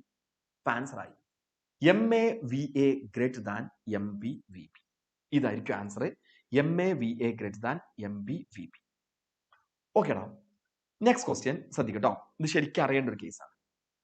An infinitely long straight conductor A B is fixed. അപ്പൊ ഈ കാണുന്ന A B fixed ആണ്, അതിലൂടെ I1 amount current pass ചെയ്യുന്നുണ്ട്. And a current I1 is passed through it. Another movable straight wire CD of infinite length and carrying a current is held perpendicular to it and is released. എടാ, ഇവിടെ കിടക്കുന്ന ഇയാളാണ് C D, കണ്ടല്ലോ. ഇത് perpendicular ആയിട്ട് വെച്ചിട്ട് ആണ് release ചെയ്തത്. ഓക്കെ, ഇനി അവര് ഗ്രാവിറ്റി ഉണ്ടോ? നെഗ്ലക്ട് വെയിറ്റ് എന്ന് പറഞ്ഞാൽ ഗ്രാവിറ്റി ഇല്ല. അപ്പോ ഇത് ഒരു കണ്ടക്ടർ എ ബി, ഒരു കണ്ടക്ടർ അവിടെ ഇങ്ങനെ ഒരാളെ വെച്ചിട്ടുണ്ട്, എന്നിട്ട് ഇത് റിലീസ് ചെയ്യണം, താഴോട്ട് വീഴില്ല, ഗ്രാവിറ്റി ഇല്ല. ചോദ്യം, rod will move upwards parallel to itself. ഇതിന്റെ ആൻസർ പെട്ടെന്ന് പറയാൻ പറ്റുമോ നോക്കടാ. Rod C D will move downward parallel to itself. Rod C D will move upwards and turn clockwise at the same time. Rod C D will move upward and turn anticlockwise at the same time. ഇത് എന്റെ answer വേഗം ഒന്ന് പറയാൻ പറ്റുമോ? Okay, Ahmed Shabeeb answer തന്നിട്ടുണ്ട്, ഗീതശ്രീ ഒക്കെ answer തന്നിട്ടുണ്ട്. അവർ പറഞ്ഞത് ഡൗൺവേർഡ് ആണെന്നുള്ളതാണ്. നിങ്ങൾ ഡൗൺവേർഡ് എന്ന് പറയാനുള്ള കാരണം എന്താ? ഡൗൺവേർഡ് എന്തായാലും ഒരു തെറ്റായിട്ടുള്ള ആൻസർ ആണ്, ഡൗൺവേർഡ് ഒരിക്കലും അല്ല. നിങ്ങൾ ഡൗൺവേർഡ് നിങ്ങൾ ഒരിക്കലും പറയുന്നത് ഞാൻ പ്രതീക്ഷിച്ചില്ല, അത് പറയരുത്. ഈ ഡയറക്ഷനിലാണ് I2 എമൗണ്ട് കറണ്ട് ഫ്ലോ ചെയ്യുന്നത്, ഈ ഡയറക്ഷനിലാണ് I1 എമൗണ്ട് കറണ്ട് പാസ് ചെയ്യുന്നത്, ശരിയല്ലേ? ഇതിന്റെ വെയിറ്റ് നെഗ്ലക്ട് ചെയ്യാൻ പറഞ്ഞിട്ടുണ്ട്, വെയിറ്റ് ഇല്ല. അപ്പോ ഈ first current carrying conductor A ബിയിലൂടെ പാസ് ചെയ്യുന്ന കറന്റ് സി ഡി നിൽക്കുന്ന സ്ഥലത്ത് പ്രൊഡ്യൂസ് ചെയ്യുന്ന മാഗ്നറ്റിക് ഫീൽഡ് ഒരു ക്രോസ് ഫീൽഡ് ആണ്. ദാ റൈറ്റ് ഹാൻഡ് തമ്പ് റൂൾ വെച്ച് നോക്കിയാൽ അതൊരു ക്രോസ് ഫീൽഡ് ആണ്. ക്ലിയർ അല്ലേ? ഇനി നിങ്ങൾ എന്ത് ചെയ്യാറോ, ഈ റൂൾ ഉപയോഗിക്കാം. മാഗ്നറ്റിക് ഫീൽഡ് ഉള്ളിലോട്ട്, കറന്റ് റൈറ്റിലോട്ട്. അപ്പൊ ഇതിൽ ആക്ട് ചെയ്യുന്ന ഫോഴ്സ് മുകളിലോട്ടാണ്, ആണല്ലോ. സോറി അത് കഴിഞ്ഞ ക്വസ്റ്റ്യൻ ആൻസർ ആണ്, എന്നാ സോറിടാ. ഓക്കെ, ഇതിന് ആക്ട് ചെയ്യുന്ന ഫോഴ്സ് മുകളിലോട്ടാണ്. അപ്പൊ ഇതിനകത്ത് സാധാരണ രീതിയിൽ ഒരാൾക്ക് കിട്ടുന്ന ആൻസർ ദാ ഇങ്ങനെയായിരിക്കും, മുകളിലോട്ട് എന്നുള്ളതായിരിക്കും ആൻസർ. ഓക്കെ, മുകളിലോട്ട്. അപ്പൊ നമ്മൾ വേഗം ഇത് ആൻസർ ആയിട്ട് സെലക്ട് ചെയ്യും. ഓക്കെ, പക്ഷെ അവിടെ ഒരു പ്രശ്നമുണ്ട്. ഇനി ലിസൺ, എല്ലാവരും ശ്രദ്ധിക്കട്ടോ. എടാ, ഞാൻ ഇങ്ങനെ മാർക്ക് ചെയ്യുന്ന പോയിന്റ്സുകൾ ശരിക്കും ശ്രദ്ധിക്കുക. ഇവിടെ ഞാനൊരു പോയിന്റ് മാർക്ക് ചെയ്തു ബ്ലാക്കിൽ, ഇവിടെ ഒരു പോയിന്റ് മാർക്ക് ചെയ്തു, ഇവിടെ ഒരു പോയിന്റ് അങ്ങനെ മാർക്ക് ചെയ്തു. ഈ പോയിന്റിൽ എല്ലായിടത്തും ഒരേ മാഗ്നറ്റിക് ഫീൽഡ് ആവില്ല. ഈ കണ്ടക്ടറിനോട് ഏറ്റവും അടുത്ത് കിടക്കുന്ന സ്ഥലത്ത് വലിയൊരു മാഗ്നറ്റിക് ഫീൽഡ് ഉണ്ടാവും. ഇങ്ങോട്ട് മാറിയാൽ മാഗ്നറ്റിക് ഫീൽഡ് കുറച്ചും കൂടെ കുറയും, ഇങ്ങോട്ടൊക്കെ മാറുമ്പോൾ മാഗ്നറ്റിക് ഫീൽഡ് നല്ലപോലെ കുറയും. അപ്പൊ മാഗ്നറ്റിക് ഫീൽഡ് ലെഫ്റ്റ് നിന്ന് റൈറ്റിലോട്ട് പോകുന്നതോറും കുറഞ്ഞു വരികയാണ്. എന്ന് പറഞ്ഞാൽ ലെഫ്റ്റ് നിന്ന് റൈറ്റിലോട്ട് പോകുന്നതോറും ഫോഴ്സ് കുറഞ്ഞു വരികയാണ്. അപ്പൊ ലെഫ്റ്റിലായിരിക്കും, ലെഫ്റ്റിലായിരിക്കും ഏറ്റവും കൂടുതൽ ഫോഴ്സ് ഉണ്ടാവുക, ലെഫ്റ്റില്. അപ്പൊ എന്താ സംഭവിക്കാനോ, ഇത് മുകളിലോട്ട് പോകും തോറും ഇവിടെ കൂടുതൽ ഫോഴ്സ് അല്ലേ, ഇത് ഇങ്ങനെ കൂടുതൽ മുകളിലോട്ട് ഇയാൾ പോകും, കൂടുതൽ മുകളിലോട്ട് പോകും. അപ്പൊ ഇത് ഒന്നിച്ച് മുകളിലോട്ട് പോകും, ഇത് ഒന്നും കൂടെ മുന്നോട്ട് സഞ്ചരിക്കും. വിച്ച് മീൻസ് മുകളിലോട്ട് പോകും തോറും ഇയാൾ ഇങ്ങനെ തിരിയുക എന്ന് പറഞ്ഞാൽ ഏത് ഡയറക്ഷനിലാണ് തിരിയണം? ക്ലോക്ക് വൈസ് ഡയറക്ഷനിൽ ഇയാൾ തിരിയും. അപ്പൊ നമുക്ക് കൃത്യമായിട്ട് പറയാം road C D will move upwards and also it rotates in clock vice direction എന്ന് അതിന്റെ കാരണം ഈ ഭാഗത്താണ് ഏറ്റവും കൂടുതൽ ഫോഴ്സ് ആക്ട് ചെയ്യുക. Okay, turn in clock vice direction. C option ആയിരിക്കും ഇതിനകത്ത് ആൻസർ വരുന്നത് കേട്ടോ. ഓക്കേടാ. ഇനി രസകരമായിട്ടുള്ള അടുത്തൊരു ക്വസ്റ്റ്യൻ. ഇതിൽ കുറച്ച് ക്വസ്റ്റ്യൻ നിങ്ങൾക്ക് ചെയ്യാൻ ഇട്ടിട്ടുണ്ട് കേട്ടോ. നിങ്ങൾക്ക് വർക്ക്ഔട്ട് ചെയ്യാൻ കുറച്ച് ക്വസ്റ്റ്യൻസ് ചെയ്യാൻ ഇട്ടിട്ടുണ്ട്. നല്ല രസമുള്ള ക്വസ്റ്റ്യൻസ് മാത്രമേ ചെയ്യുന്നുള്ളൂ. Listen. Uniform magnetic field B vector is equal to 3i plus 4j plus k exist in a region of space. അപ്പൊ സ്പേസിൽ ഒരു മാഗ്നിഫിൽഡ് ഉണ്ട്, അതാണ് തന്നിട്ടുള്ളത്. A semi-circular wire of radius 2 meter carrying current 1 ampere having its center 220 is placed in xy plane as shown in the figure. Force acting on the semi-circular wire. ഈ വയറിൽ act ചെയ്യുന്ന force. എടാ ഞാൻ നിങ്ങളുടെ എപ്പോഴും പറയുന്ന ഒരു കാര്യമാണ്, സെമി സർക്കുലർ വയർ ആണെങ്കിൽ ഈ വയറിൽ ആക്ട് ചെയ്യുന്ന ഫോഴ്സ് കിട്ടണമെങ്കിൽ അവിടുത്തെ ഡിസ്പ്ലേസ്മെന്റ് ഓഫ് ദി ചാർജ് ആണ് നോക്കുന്നത് എന്ന് പറഞ്ഞാൽ ആ കാണുന്നതാണ് നോക്കുന്നത്. അപ്പൊ നമുക്കിവിടെ എഫ് കിട്ടണമെങ്കിൽ F is equal to I into L vector cross B vector. ഇതാണ് ഫോഴ്സ്. എടാ അതിന്റെ വാല്യൂ 1 ആണ്, 1 ആംപിയർ എന്ന് ക്വസ്റ്റ്യനിൽ പറഞ്ഞിട്ടുണ്ട്. ഓക്കെ, ഇനി എല്ലിന്റെ മാഗ്നിറ്റ്യൂഡ് 2r ആണ്. ആറിന്റെ വാല്യൂ 1 മീറ്റർ ആയതുകൊണ്ട് എല്ലിന്റെ മാഗ്നിറ്റ്യൂഡ് 2 മീറ്റർ ആണ്. ഇത് മാഗ്നിറ്റ്യൂഡ് ആണ് 2 മീറ്റർ. ഞാൻ ആ എല്ലിനെ റിസോൾവ് ചെയ്യും.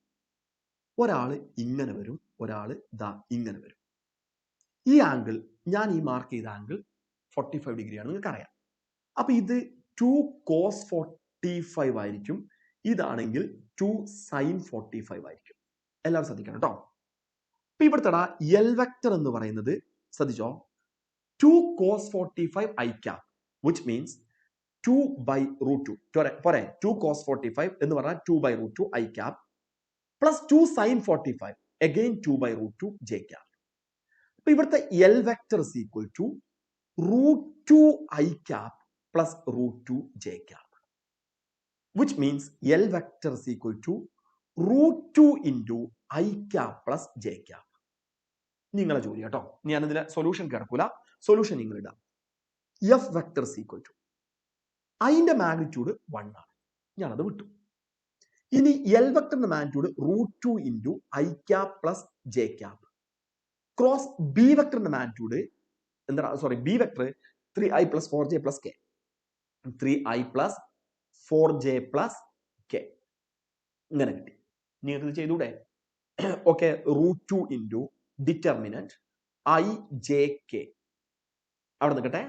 പിന്നെടാ 1 1 0 3 4 1 നിങ്ങൾ ഇത് ചെയ്യുക, അപ്പൊ ആൻസർ കിട്ടും. എങ്ങനെ ചെയ്തു എന്ന് മനസ്സിലാക്കണം കേട്ടോ. ഓക്കെ, അപ്പൊ അതിനെ കുറിച്ചൊരു ധാരണ വേണം. Next one, listen. നോക്കേ, a horizontal wire of wire P carries a current 50 ampere is rigidly fixed. Another wire Q is placed directly above and parallel to P. The weight of the wire Q is 0.075 Newton per meter and carries a current 25 ampere. Find the position of Q from P so that the wire Q remains suspended due to magnetic repulsion. എടാ നിങ്ങൾ മനസ്സിലാക്കേണ്ടത്, ഈ വയറിലൂടെയും ഒരേ ഡയറക്ഷനിൽ current pass ചെയ്യണമെങ്കിൽ രണ്ടും attract ചെയ്ത് നിൽക്കുക ചെയ്യാം. പക്ഷെ ഈ വയറിൽ ഓപ്പോസിറ്റ് ഡയറക്ഷനിലാണ് കറണ്ട് പാസ് ചെയ്യുന്നത് വിചാരിക്കാം. ഇതിലൂടെ I1 എമൗണ്ട് കറണ്ടും ഇതിലൂടെ I2 എമൗണ്ട് കറണ്ടും രണ്ടും ഓപ്പോസിറ്റ് ഡയറക്ഷനിലാണ് പാസ് ചെയ്യുന്നതെങ്കിൽ ഈ വയർ മുകളിലോട്ട് പൊങ്ങിപ്പോയി ഇങ്ങനെ ഇവിടെ സസ്പെൻഡ് ചെയ്യും. സസ്പെൻഡ് ചെയ്യുന്നതിന്റെ പോയിന്റ് പ്രത്യേകത എം ജി, താഴോട്ട് ആക്ട് ചെയ്യുന്ന ഫോഴ്സ് എന്ന് പറയുന്നത് രണ്ട് പാരലൽ വയേഴ്സിന്റെ ഇടയിലുള്ള മാഗ്നറ്റിക് ഫോഴ്സും ഈക്വൽ ആകും. അപ്പൊ നിങ്ങൾക്ക് രണ്ട് പാരലൽ വയേഴ്സിന്റെ ഇടയിലുള്ള മാഗ്നറ്റിക് ഫോഴ്സ് അറിയണം, μ0 I1 I2 divided by 2πr into L. ഇത് രണ്ടും ഈക്വൽ ആകും.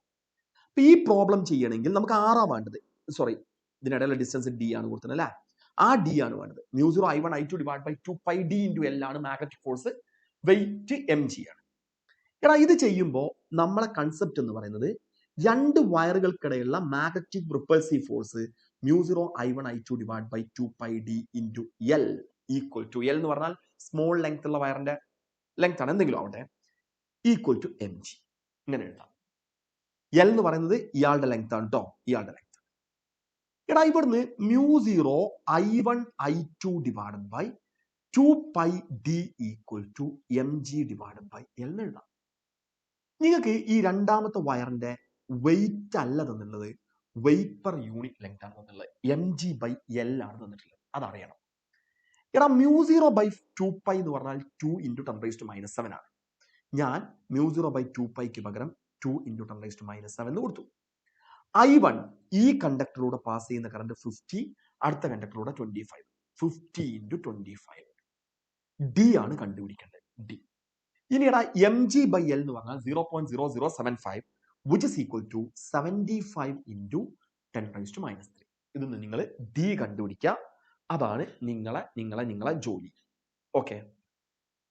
എടാ ഒരു ക്വസ്റ്റ്യനും കൂടെ പറയുന്നത് ശരിക്കും കേൾക്കട്ടോ, ശ്രദ്ധയോടെ കേട്ടോ. അത് വളരെ ഇമ്പോർട്ടന്റ് ആയിട്ടുള്ള ഒരു ക്വസ്റ്റ്യൻ ആണ്. മുമ്പത്തെ ഒരു ക്വസ്റ്റ്യനും കൂടെയാണ്. A conducting rod of length L and mass M is moving down in a smooth inclined plane. Theta with constant velocity V അക്കയിൽ മാർക്ക് ചെയ്തിട്ടുണ്ട്. A current I is flowing in the conductor in a direction perpendicular to the paper and inwards. A vertical upward magnetic field B exist in space. Magnitude of magnetic field B. നിങ്ങൾ നോക്കടാ, actually ഇതാണ് ഇവിടുത്തെ conducting road എന്ന് പറയുന്നത്. ഇങ്ങനെ റോഡാണ് നിങ്ങൾ കാണുന്നത്, ഇങ്ങനെ റോഡാണ്, അതിന്റെ ഈ ഭാഗം മാത്രമേ കാണുന്നത്. ഇതിലൂടെ ഇതിന്റെ ഉള്ളിലൂടെ ഇങ്ങനെ ഐ എമൗണ്ട് കറണ്ട് പാസ് ചെയ്യുന്നുണ്ട്. ആ ക്രോസ് ആയിട്ട് മാർക്ക് ചെയ്ത് കറണ്ട് ആണ്. ഈ സാധനം വി വെലോസിറ്റിയിൽ താഴോട്ട് വരികയാണ്. അവിടെ മുകളിലോട്ട് ഒരു മാഗ്നറ്റിക് ഫീൽഡ് ഉണ്ട്. അപ്പൊ നിങ്ങൾ ആലോചിക്കുക, കറണ്ട് ക്യാരിയിങ് കണ്ടക്ടർ മാഗ്നറ്റിക് ഫീൽഡിലാണ് വെച്ചിട്ടുള്ളത്. ഓക്കെ, അതിലൊരു ഫോഴ്സ് ആക്ട് ചെയ്യും. ക്ലിയർ അല്ലേ? ആ ഫോഴ്സിന്റെ ഡയറക്ഷൻ കണ്ടുപിടിക്കണമെങ്കിൽ നമ്മൾ എന്താ ചെയ്യേണ്ടത്? നിങ്ങൾ പറ. ആ ഫോഴ്സിന്റെ ഡയറക്ഷൻ കണ്ടുപിടിക്കണമെങ്കിൽ റൈറ്റ് ഹാൻഡ് പാം റൂളോ ഫ്ലെമിങ്സ് ലെഫ്റ്റ് ഹാൻഡ് റൂളോ ഉപയോഗിക്കാം. അത് നിങ്ങൾക്ക് ഉപയോഗിച്ച് നോക്കാം.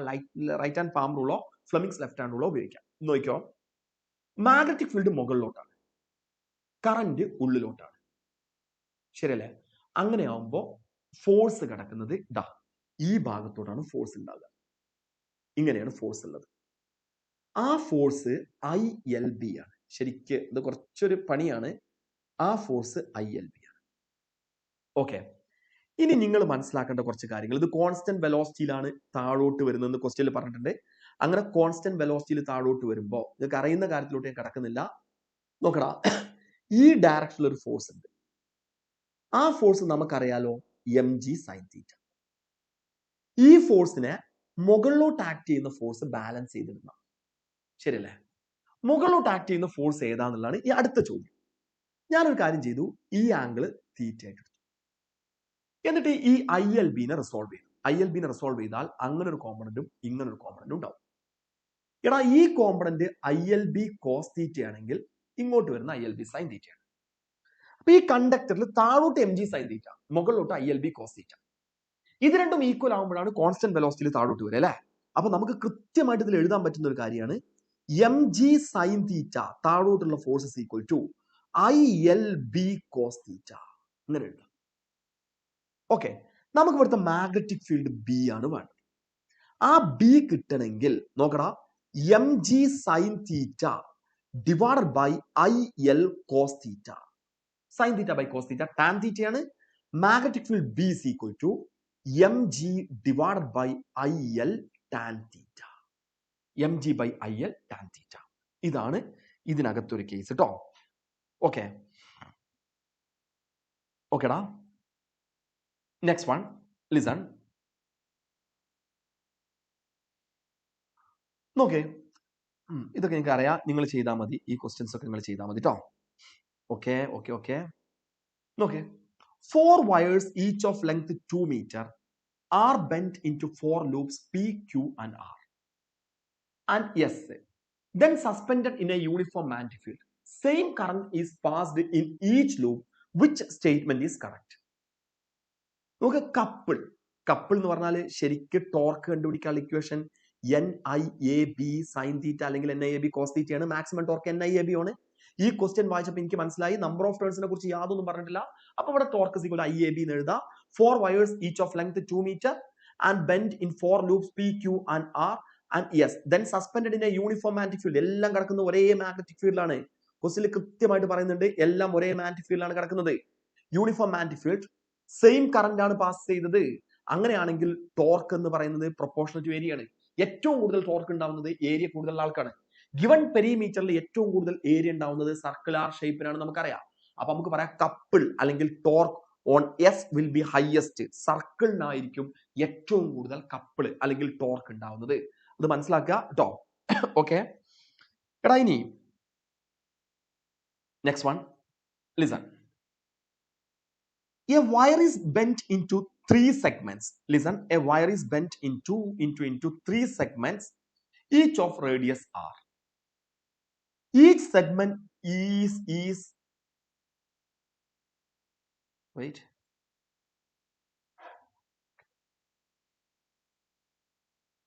A wire is bent into three segments, each of radius r. Each segment is a quadrant of a circle. First segment lies in xy plane.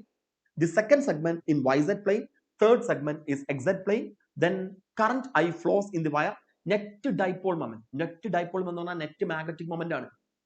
എടാ നിങ്ങൾ മനസ്സിലാക്കേണ്ടത്, ലിസൺ, ഈ കാണുന്നത് ഒരു ക്വാർട്ടർ സർക്കിൾ ആണ്.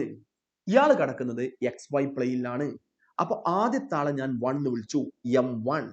അതിന്റെ മാഗ്നറ്റിക് മൊമെന്റ് കിട്ടണമെങ്കിൽ അതിലൂടെ ഫ്ലോ ചെയ്യുന്ന കറന്റ് ഇൻറ്റു ആ ക്വാർട്ടർ സർക്കിളിന്റെ ഏരിയ എന്തായിരിക്കും? എടാ ഫുൾ സർക്കിൾ ആണെങ്കിൽ pi R square, semi circle ആണെങ്കിൽ pi R square by 2, quarter circle ആണെങ്കിൽ pi R square by 4. Pi R square by 4 ആണ് ഇതിന്റെ ഏരിയ. ഇവിടെ റേഡിയസ് എ ആയതുകൊണ്ട് പൈ എ സ്ക്വയർ ബൈ 4 എന്ന് കൊടുക്കാം. Pi A square by 4. എടാ ഇതിന്റെ മാഗ്നറ്റിക് മൊമെന്റ് കണ്ടുപിടിക്കണം. XY പ്ലെയിനിലാണ് കിടക്കുന്നതെങ്കിൽ, റൈറ്റ് ഹാൻഡ് തമ്പ് റൂൾ അനുസരിച്ച് XY പ്ലെയിനിലാണ് കിടക്കുന്നതെങ്കിൽ മാഗ്നറ്റിക് മൊമെന്റ് കെ ക്യാപ്പ് ആയിരിക്കും. XY പ്ലെയിനിൽ കിടക്കുകയാണെങ്കിൽ അതിന് പെർപെൻഡിക്കുലർ ആയിട്ട്, അതായത് കെ ക്യാപ്പ്. ഇനി ഇതിനെ ഞാൻ ഇത് 1 ആണെങ്കിൽ ഇത് 2 ആയിട്ട് എടുത്തു. എടാ ഇതിന്റെ ഷേപ്പും സെമി സർക്കുലർ ആണ്, സോറി ക്വാർട്ടർ സർക്കിൾ ആണ്. M2 അതിന്റെ മാഗ്നറ്റിക് മൊമെന്റും I into pi A square by 4 ആണ്. അത് YZ പ്ലെയിനിലായതുകൊണ്ട് അതിന്റെ ഡയറക്ഷൻ അതിന് പെർപെൻഡിക്കുലർ I ക്യാപ്പ് ആയിരിക്കും. ഞാൻ ഇയാളെ 3 എന്ന് വിളിച്ചു, ഈ കാണുന്ന ആളെ 3. അതിന്റെ മാഗ്നറ്റിക് മൊമെന്റ് M3 കിട്ടണമെങ്കിൽ അതിലൂടെ ഫ്ലോ ചെയ്യുന്ന കറന്റ് I ഇൻറ്റു അതിന്റെ area pi A square by 4. അത് കിടക്കുന്നത് XZ പ്ലെയിനിലായതുകൊണ്ട് ഇതിന്റെ ഡയറക്ഷൻ J ക്യാപ്പ് ആയിരിക്കും. ഇവിടുത്തെ ടോട്ടൽ മാഗ്നറ്റിക് മൊമെന്റ് കിട്ടണമെങ്കിൽ ഇതെല്ലാം കൂടെ ആഡ് ചെയ്യണം. വെക്ടർ സം ആണ് ഇവിടെ എടുക്കുന്നത്. അതുകൊണ്ട് pi A square by 4 into I cap plus J cap plus K cap. Pi A square by 4 into I ഉണ്ട് കേട്ടോ. I into pi A square by 4 into I cap plus J cap plus K cap. ഇതായിരിക്കും ഇതിന്റെ answer വരുന്നത്. Okay, ഇതിന് confusion ഉണ്ടാവരുത്. ഓക്കേടാ. ഇനി അടുത്ത ക്വസ്റ്റ്യൻ ലിസൺ. നോക്ക്, നമുക്ക് wait. A straight section PQ of a circular wire lies in x-axis from x is equal to minus a by 2 to x is equal to plus a by 2. Minus A by 2 മുതൽ plus A by 2 വരെ ഒരു conductor അങ്ങനെ കിടക്കുന്നുണ്ട്. Carries a steady current. അതൊരു steady current carry ചെയ്യുന്നുണ്ട്. എന്നിട്ട് അവർ ചോദിക്കുകയാണ് magnetic field due to this section P Q at a point x is equal to plus a. അപ്പൊ കണ്ടക്ടർ കിടക്കുന്ന എക്സ് ആക്സിലാണ്. മാഗ്നറ്റിക് ഫീൽഡ് കണ്ടുപിടിക്കേണ്ടതും എക്സ് ആക്സിലെ പോയിന്റിലാണ്. കണ്ടക്ടറും മാഗ്നറ്റിക് ഫീൽഡും എക്സ് ആക്സിലാണ് കിടക്കുന്നതെങ്കിൽ ഒരു സംശയമല്ല, മാഗ്നറ്റിക് ഫീൽഡ് 0 ആയിരിക്കും. ഓക്കേടാ. എടാ ഇനി എനിക്ക് പറയാനുള്ളത്, ഇതിൽ കുറച്ച് ക്വസ്റ്റ്യൻസ് കൂടെ ഉണ്ട്. ആ ക്വസ്റ്റ്യൻസ് നിങ്ങൾ ചെയ്തു നോക്കുക. നമുക്ക് കഴിഞ്ഞ ദിവസം പറഞ്ഞ ഒരു പോയിന്റിലേക്ക് കടക്കാന്ന് ഞാൻ വിചാരിക്കുകയാണ്. കുറച്ച് ക്വസ്റ്റ്യൻസ് നിങ്ങൾ ചെയ്തു നോക്കുക, അല്ലെങ്കിൽ നമുക്ക് അതിൽ എത്താൻ സമയം ഉണ്ടാവില്ല. ഓക്കെ, ലിസൺ, എല്ലാവരും ശ്രദ്ധിക്കുക. ഇത് കഴിഞ്ഞ ദിവസങ്ങൾ ചോദിച്ചൊരു സംഭവമാണ്. ഞാനത് ഇന്ന് ഡിസ്കസ് ചെയ്യാന്ന് പറഞ്ഞതാണ്. ശരിക്കും എല്ലാവരും കേൾക്കണം കേട്ടോ. Growth and decay of current in LR circuit. LR circuit ഇതിന്ന് ക്വസ്റ്റ്യൻ വരാറുണ്ട്. ഇതിൽ കുറച്ച് കാര്യങ്ങൾ ശ്രദ്ധിക്കേണ്ട ഒരു പോയിന്റുമാണ്. ശ്രദ്ധയോടെ കേൾക്ക്, എല്ലാവരും ശ്രദ്ധിച്ച് കേൾക്ക്. LR സർക്യൂട്ടും CR സർക്യൂട്ടും അതിന്റെ ചാർജിങ്ങും അല്ലെ കറന്റിന്റെ ഗ്രോത്തും ഒക്കെ ഡിസ്കസ് ചെയ്യേണ്ടത്. ഞാൻ ആദ്യം LR സർക്യൂട്ട് എന്ന് വരച്ചു. LR സർക്യൂട്ട് എന്ന് പറഞ്ഞാൽ ഒരു ഇൻഡക്ടറും ഒരു റെസിസ്റ്ററും ഉള്ള സർക്യൂട്ട്. ഇതില് കറന്റിന്റെ ഗ്രോത്ത് ഓഫ് കറന്റ് ആണ് കണ്ടുപിടിക്കുന്നത്. ഗ്രോത്ത് ഓഫ് കറന്റ് കുറച്ച് പണിയാണ്. ശ്രദ്ധിച്ചിരുന്നാൽ ഇതിന് സിമ്പിൾ ക്വസ്റ്റ്യൻ ചോദിക്കുമ്പോൾ നമുക്ക് ചെയ്യാൻ പറ്റും. എടാ, ഞാൻ ഒരു ഇൻഡക്ടറും ഒരു റെസിസ്റ്ററും ഉള്ള ഒരു സർക്യൂട്ട് വരച്ചു, LR സർക്യൂട്ട്. ഇതൊരു സെല്ലുമായിട്ട് കണക്ട് ചെയ്തിട്ടുണ്ട്. അപ്ലൈഡ് പൊട്ടൻഷ്യൽ V ആണ്. ഇവിടെ ഒരു കീ കൊടുത്തു. ആ കീ ഇപ്പോ ഓപ്പൺ, ശരിയല്ലേ? ഇപ്പൊ ഇതിലൂടെ കറന്റ് ഒന്നും പാസ് ചെയ്യുന്നില്ല, കീ ഓപ്പൺ ആണ്. അപ്പൊ നമുക്ക് at t equal to 0, time 0 ആകുമ്പോൾ ഇതിലൂടെ പാസ് ചെയ്യുന്ന കറന്റും 0 ആയിരിക്കും. ഓക്കെ, ഇനി എനിക്ക് പറയാനുള്ളത് അറ്റ് എനി ടൈം t, ഏതെങ്കിലും ഒരു ടൈമിൽ അതിലൂടെ പാസ് ചെയ്യുന്ന കറന്റിനെ ഞാൻ എന്ത് വിളിച്ചു? I എന്ന് വിളിച്ചു. ഇങ്ങനെ വിളിച്ചു. ഇനി എടാ, കറന്റ് ഇങ്ങനെ നമുക്കറിയാം, ഈ കറന്റിന്റെ ഗ്രോത്തിനെ, അതൊക്കെ നമുക്ക് അറിയുന്നതാണ്, ഇൻഡക്ടർ അതിനെ ഒപ്പോസ് ചെയ്യാണ് ചെയ്യുക. കറന്റ് ഗ്രോത്തിനെ ഇൻഡക്ടർ ഒപ്പോസ് ചെയ്യാണ് ചെയ്യുക. അപ്പോഴേ ഇതിലൊരു പ്രശ്നം എന്ന് പറയുന്നത്, ശ്രദ്ധിച്ചു കേട്ടോ, കറന്റ് ഗ്രോത്തിനെ ഇൻഡക്ടർ ഒപ്പോസ് ചെയ്യും. നമ്മൾ ടൈം ഇൻഫിനിറ്റി ആണെന്ന് വിചാരിച്ചു. At t equal to infinity, infinite ടൈമിൽ എത്തുമ്പോൾ ഈ സർക്യൂട്ട് ഒരു സ്റ്റഡി സ്റ്റേറ്റിൽ ആയിട്ടുണ്ടാവും. I എമൗണ്ട് കറണ്ട് ഇങ്ങനെ ഫ്ലോ ചെയ്യുന്നുണ്ടാവും. അപ്പൊ ഇൻഡക്ടറിന്റെ ഒരു ഒപ്പോസിഷൻ ഒന്നും ഉണ്ടാവില്ല.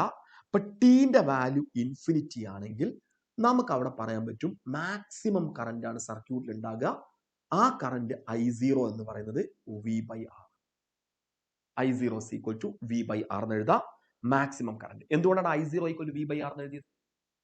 കറന്റ് ഗ്രോത്ത് ഒക്കെ കഴിഞ്ഞ് അത് സ്റ്റഡി സ്റ്റേറ്റിൽ മാക്സിമം കറന്റ് സർക്യൂട്ടിൽ ഫ്ലോ ചെയ്യാൻ തുടങ്ങി. അപ്പൊ ഇൻഡക്ടറിന്റെ ഒപ്പോസിഷൻ ഒക്കെ നിന്നു. നമ്മൾ ഇൻഡക്ഷൻ പഠിച്ചതാണ് അല്ലെ? V/R എന്ന് എഴുതാം. ഇനി ഇൻഫിനിറ്റ് ടൈം മേടിക്കും അങ്ങനെ ഗ്രോ ചെയ്യാൻ. ഞാനിതിൽ ഏതെങ്കിലും ഒരു ഇൻസ്റ്റന്റിൽ ക്രിച്ചോഫ്സ് ലോ അപ്ലൈ ചെയ്യുകയാണെങ്കിൽ നമുക്ക് കിട്ടുന്നത് V minus L D I by D T minus IR equal to 0 എന്നാണ്. നിങ്ങൾക്ക് അറിയാലോ, ഇവിടുന്ന് ഞാൻ അങ്ങനെ തുടങ്ങി, V minus L D I by D T minus IR equal to 0 എന്ന് വന്നു. എടാ, ഇതെന്ന് listen, V equal to L D I by D T plus IR, sorry, V equal to L D I by D T plus IR എന്ന് കൊടുത്തു. ഇങ്ങനെ നമ്മൾ എഴുതി. Okay, ഓക്കെടാ. ഇനി ശ്രദ്ധയോടെ കേൾക്കണം. V minus IR equal to L D I by D T. ഞാൻ ഐന്റെ ടേം ഒക്കെ ഒരു സൈഡ് കൊണ്ടുവരികയാണ്. D I divided by V minus IR equal to D I divide by V minus IR equal to D T divided by L. ഇങ്ങനെ കിട്ടി. Okay, എടാ, അതിനുശേഷം നമ്മൾ ഇതിനൊന്ന് ഇന്റഗ്രേറ്റ് ചെയ്യണം. Integral D I divided by V minus IR equal to integral D T divide by L എന്ന് കൊടുത്തു. Initial time 0 at any time t. Time 0 ആകുമ്പോഴുള്ള കറന്റ് 0, അറ്റ് എനി ഇൻസ്റ്റന്റിലെ കറന്റ് I. ഇങ്ങനെ നമുക്ക് കിട്ടി. അറ്റ് എനി ഇൻസ്റ്റന്റിൽ current I എന്ന് കിട്ടി. എടാ, അതിനെ ഇന്റഗ്രേറ്റ് ചെയ്താൽ എന്താ അവസ്ഥ എന്നുള്ളത് നിങ്ങൾക്ക് അറിയുമെന്ന് ഞാൻ വിചാരിക്കുകയാണ്. Integral D I by V minus IR. ഇത് ചെയ്താൽ നമുക്ക് കിട്ടുന്നത് log V minus IR divided by minus R. ഇങ്ങനെ കിട്ടും. ലിമിറ്റ് വരുന്നത് 0 ടു I, ശരിയല്ലേ? Log V minus IR by minus R, limit വരുന്നത് 0 ടു I. ഇപ്പുറത്താണെങ്കിൽ ഇന്റഗ്രേറ്റ് ചെയ്താൽ T ബൈ L, ലിമിറ്റ് വരുന്നത് 0 ടു T. ഇങ്ങനെ വന്നു. ഇപ്പൊ ഇവിടുന്ന് എനിക്ക് മനസ്സിലായത് log V minus IR limit 0 to I equal to ഇപ്പുറത്ത് എന്താ ഉണ്ടാവുക? T ബൈ, നോക്കി, ഇതിന് ഇന്റഗ്രേറ്റ് ചെയ്താൽ കിട്ടുന്നത് T ബൈ L. ഇവിടെ ഒരു മൈനസ് R ഉണ്ട് അല്ലെ? ആ മൈനസ് R ഞാൻ അങ്ങോട്ട് എടുത്തു കഴിഞ്ഞാൽ ഇവിടെ നമുക്ക് കിട്ടുന്നത് minus R by L into T, minus R by L into T എന്ന് കിട്ടി. അവിടെ നമ്മൾ ലിമിറ്റ് അപ്ലൈ ചെയ്താൽ first log V minus IR, okay, ഐക്ക് പകരം I എന്ന് കൊടുത്തു. ഇനി ഐക്ക് പകരം 0 എന്ന് കൊടുത്താൽ minus log V, equal to minus R by L into T. Okay, എടാ ഇവിടുന്ന് log V minus I R divided by V minus I R divide by V equal to minus R by L into T. ഇങ്ങനെ വന്നു നോക്കണ, V minus I R divided by V equal to minus R by L into T. Sorry E raise to അല്ലെ, logarithm അവിടുന്ന് കളഞ്ഞാൽ E raise to minus R by L into T. ഇങ്ങനെ വന്നു. Denominator separate ചെയ്ത് കൊടുത്തു. 1 minus I R by V which is equal to e raised to minus r by l into t. ഇങ്ങനെ വന്നു. എടാ ഇവിടുന്ന് I R by V which is equal to 1 minus e raised to minus r by l into t. ഇങ്ങനെ എഴുതാം. ഇനി തൊട്ട് ബാക്കിൽ ഞാൻ പറഞ്ഞൊരു കാര്യങ്ങൾ ഇങ്ങനെ ആലോചിക്കാം. ഇത് വി ബൈ ആർ എന്ന് പറഞ്ഞാൽ I0 ആണ്. വി ബൈ ആർ എന്ന് പറഞ്ഞാൽ I0 ആണ്. അത് നമുക്കറിയാം. V by R is equal to I0. Listen, അപ്പൊ ഇതിനെ നമുക്ക് I divided by I0 equal to 1 minus E raise to minus R by L into T എന്ന് എഴുതാം. എടാ ഒരു എല്ലാ സർക്യൂട്ടിലും നിങ്ങൾ ഈ ഡെറിവേഷൻ ഒക്കെ നിങ്ങൾക്ക് മറക്കാം. എല്ലാ സർക്യൂട്ടിലെ instantaneous current I is equal to I0 into 1 minus E raise to minus R by L into T. ഇതാണ് എല്ലാ സർക്യൂട്ടിലെ ഇൻസ്റ്റന്റേനിയസ് കറന്റ്. ഗ്രോത്തിന്റെ സമയത്തെ ഇൻസ്റ്റന്റേനിയസ് കറന്റ് ആണ്. ഓക്കെ, ഇനി നിങ്ങൾ ആലോചിച്ച് നോക്ക്, ഇതിൽ നിങ്ങൾ ഒരു ആർ ബൈ എൽ കണ്ടില്ലേ? ആർ ബൈ എൽ കണ്ടു അല്ലെ? E raise to R by L. അത് ശരിക്കും നമ്മളൊന്ന് മനസ്സിലാക്കേണ്ട ഒരു കാര്യം ഇതാണ്. ടോ എന്ന് പറയുന്നത് ഇൻഡക്റ്റീവ് ടൈം കോൺസ്റ്റന്റ് ആണ്. Time constant. ആ ടോ എൽ ബൈ ആർ ആണ്. Tau equal to L by R. അപ്പൊ ഇവിടെ ഈ ടിക്ക് പകരം നിങ്ങൾ എൽ ബൈ ആർ എന്ന് കൊടുത്താൽ ഈ equation if T equal to L by R അല്ലെങ്കിൽ ടോ എന്ന് കൊടുത്താൽ ഈ equation I is equal to I0 into 1 minus E raise to minus 1 എന്ന് വരും. എടാ ഇത് ചെയ്താൽ നമുക്ക് കിട്ടുന്നത് I is equal to 0.63 I0 ആണ്. എന്തെങ്കിലും ആവട്ടെ. അപ്പൊ നിങ്ങളടുത്ത് എന്താണ് എൽ ബൈ ആർ അല്ലെങ്കിൽ ടൈം കോൺസ്റ്റന്റ് ചോദിക്കുകയാണെങ്കിൽ ഒരു എൽ ആർ സർക്യൂട്ടിലെ കറന്റ് 63% ഗ്രോ ചെയ്യാൻ എടുക്കുന്ന സമയത്ത് നമ്മൾ വിളിക്കുന്ന പേരാണ് ഇൻഡക്റ്റീവ് ടൈം കോൺസ്റ്റന്റ്. 63% ഗ്രോ ചെയ്യാൻ എടുക്കുന്ന സമയമാണ് അവിടുത്തെ ഇൻഡക്റ്റീവ് ടൈം കോൺസ്റ്റന്റ് എന്ന് പറയുന്ന സാധനം. 63% ഗ്രോ ചെയ്യാം. ഇനി നിങ്ങൾ ആലോചിക്കടാ, ഈ ടിന്റെ വാല്യൂ ഇൻഫിനിറ്റി ആണെന്ന് വിചാരിക്കാം. ഇൻഫിനിറ്റി. ഓക്കെ, അങ്ങനെ ടിന്റെ വാല്യൂ അല്ലെങ്കിൽ ഈ ടിന്റെ വാല്യൂ ഇൻഫിനിറ്റി ആണെങ്കിൽ നമുക്ക് ഈ term t if T equal to infinity, listen, t equal to infinity. അപ്പൊ I is equal to I0 into 1 minus e t ആണ് infinity, e raise to minus infinity, അതായത് 1 by e raise to infinity. ആ term 0 ആയി. അപ്പൊ I is equal to I0 എന്ന് എഴുതാം. ഇവിടുന്ന് സാധാരണ ചോദിച്ചു കാണുന്ന ഒരു ക്വസ്റ്റ്യൻ എന്ന് പറയുന്നത് ഇതിന്റെ ഒരു ഗ്രാഫാണ്. ആ ഗ്രാഫിൽ നിങ്ങൾ എക്സ് ആക്സിൽ ഐ കൊടുക്കുക, ഇവിടെ ടി കൊടുക്കുക. നോക്കടാ, എല്ലാവരും ശ്രദ്ധിക്കുക കേട്ടോ. ഈ കാണുന്നതാണ് I0. ഓക്കെ, ഇതാ ഇങ്ങനെ വന്നു. ഈ ഗ്രോത്തിന്റെ ഗ്രാഫ് ഇതാ നമ്മൾ ഇങ്ങനെ വരയ്ക്കാം. I0 ആവാൻ എടുക്കുന്ന സമയം ഇൻഫിനിറ്റി ആണ്. ഇങ്ങനെ വരയ്ക്കും. അപ്പൊ നിങ്ങളടുത്ത് ഒരാള് ഇവിടെ ഇങ്ങനെ കാണിച്ചു തന്നിട്ട് ഇത് 0.63 I0 എന്ന് കൊടുത്തു. അങ്ങനെയാണെങ്കിൽ ആ ടൈം ടോ ആണ്. ടോ എന്ന് പറഞ്ഞാൽ എന്താ നമുക്കറിയാം, എൽ ബൈ ആർ ആണ്. Tau equal to L by R. എടാ അതുകൊണ്ടാണ് യൂണിറ്റ്സ് ആൻഡ് ഡയമെൻഷനിലൊക്കെ നിങ്ങളടുത്ത് എൽ ബൈ ആറിന്റെ ഡയമെൻഷണൽ ഫോമുല എന്താണെന്ന് ചോദിക്കാറുണ്ട്. എൽ ബൈ ആറിന്റെ ഡയമെൻഷണൽ ഫോമുല എൽ ബൈ ആറിന്റെ ഡയമെൻഷണൽ ഫോമുല എന്ന് പറഞ്ഞാൽ ടൈമിന്റെ ഡയമെൻഷണൽ ഫോമുല ആയിരിക്കും. ഓക്കെ, അത് നിങ്ങൾ മനസ്സിലാക്കണം കേട്ടോ. ഇതാണ് ഗ്രോത്ത് എന്ന് പറയുന്നത്. ഇനി ഇതേ സംഭവം ഡീകെ ആണെങ്കിൽ എന്താ സംഭവിക്കുക? ഒരൊറ്റ ഒന്ന് അറിഞ്ഞിരുന്നാൽ മതി, ബാക്കിയെല്ലാം വളരെ ഈസി ആയിട്ട് നമുക്ക് പഠിക്കാൻ പറ്റും. ഓക്കെ, ഇതിന്റെ ഇക്വേഷനുകൾ പഠിക്കണം, ക്വസ്റ്റ്യൻ കിട്ടും. എടാ ഇതിനകത്ത് ഡീകെ ആണെന്ന് വിചാരിക്കാം. Decay of current. ഡീകെ എന്ന് പറഞ്ഞാൽ ഒരു എൽ ആർ സർക്യൂട്ട് അതിൻ്റെ ഒരു സ്റ്റഡി സ്റ്റേറ്റിലാണ് എല്ലാ സർക്യൂട്ട് കിടക്കുന്നത് എന്ന് പറഞ്ഞാൽ ഇതിലൂടെ മാക്സിമം കറണ്ട് ഫ്ലോ ചെയ്യാണ് സർക്യൂട്ടിൽ. ഇപ്പൊ നിങ്ങൾ സെല്ലുമായിട്ടൊക്കെ കണക്ട് ചെയ്തിട്ടുണ്ട്, കീ ക്ലോസ്ഡ് ആണ്, ഇതിലൂടെ മാക്സിമം കറണ്ട് ഫ്ലോ ചെയ്യാണ് എന്ന് പറഞ്ഞാൽ ഇപ്പൊ കീ ക്ലോസ്ഡ് ആണ് അല്ലെ, മാക്സിമം കറണ്ട് ഫ്ലോ ചെയ്യാണ്. അപ്പൊ ഞാൻ എഴുതും at T equal to 0 I equal to I0. അറിയാലോ? നമുക്ക് മാത്രമല്ല ആ I0നെ I0 equal to V by R എന്നൊക്കെ നമുക്ക് എഴുതാം. ക്ലിയർ അല്ലേ? ഇനി നിങ്ങൾ കീ ഓപ്പൺ ആക്കി എന്ന് പറഞ്ഞാൽ സർക്യൂട്ട് സെല്ല് റിമൂവ് ചെയ്തു. അങ്ങനെ കീ ഓപ്പൺ ആക്കി കഴിഞ്ഞാൽ അറ്റ് എനി ടൈം ടി, നമ്മൾ ഏതെങ്കിലും ഒരു പർട്ടിക്കുലർ ടൈമിൽ കീ ഓപ്പൺ ആക്കി കഴിഞ്ഞാൽ കിർച്ചോഫ്സ് ലോ കൊടുക്കുകയാണെങ്കിൽ V minus L D I by D T minus IR equal to 0. പക്ഷെ ഒരു പ്രശ്നമുണ്ട്, ഇവിടെ വിന്റെ ആവശ്യം ഇല്ല. ശരിയല്ലേ?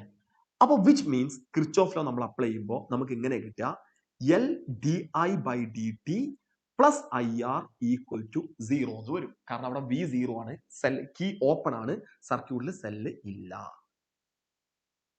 ഓക്കെ, സർക്യൂട്ടിൽ L ഇല്ല. ഇനി നിങ്ങൾ നോക്കടാ, ഇവിടെ നമ്മൾ കറണ്ട് ടേം നമുക്ക് ഒരു സൈഡിൽ എടുക്കാം. എല്ലാവരും ശ്രദ്ധിക്കട്ടോ. L D I by D t equal to minus IR എന്ന് എഴുതാം. D I divided by I equal to minus R by L into d t. Clear അല്ലേ? ഇതിനെ ഞാൻ ഇന്റഗ്രേറ്റ് ചെയ്തു. Integral D I divide by I equal to integral minus R by L into d t എന്ന് കിട്ടി. Time key open ആക്കുന്ന time 0 at any instant T.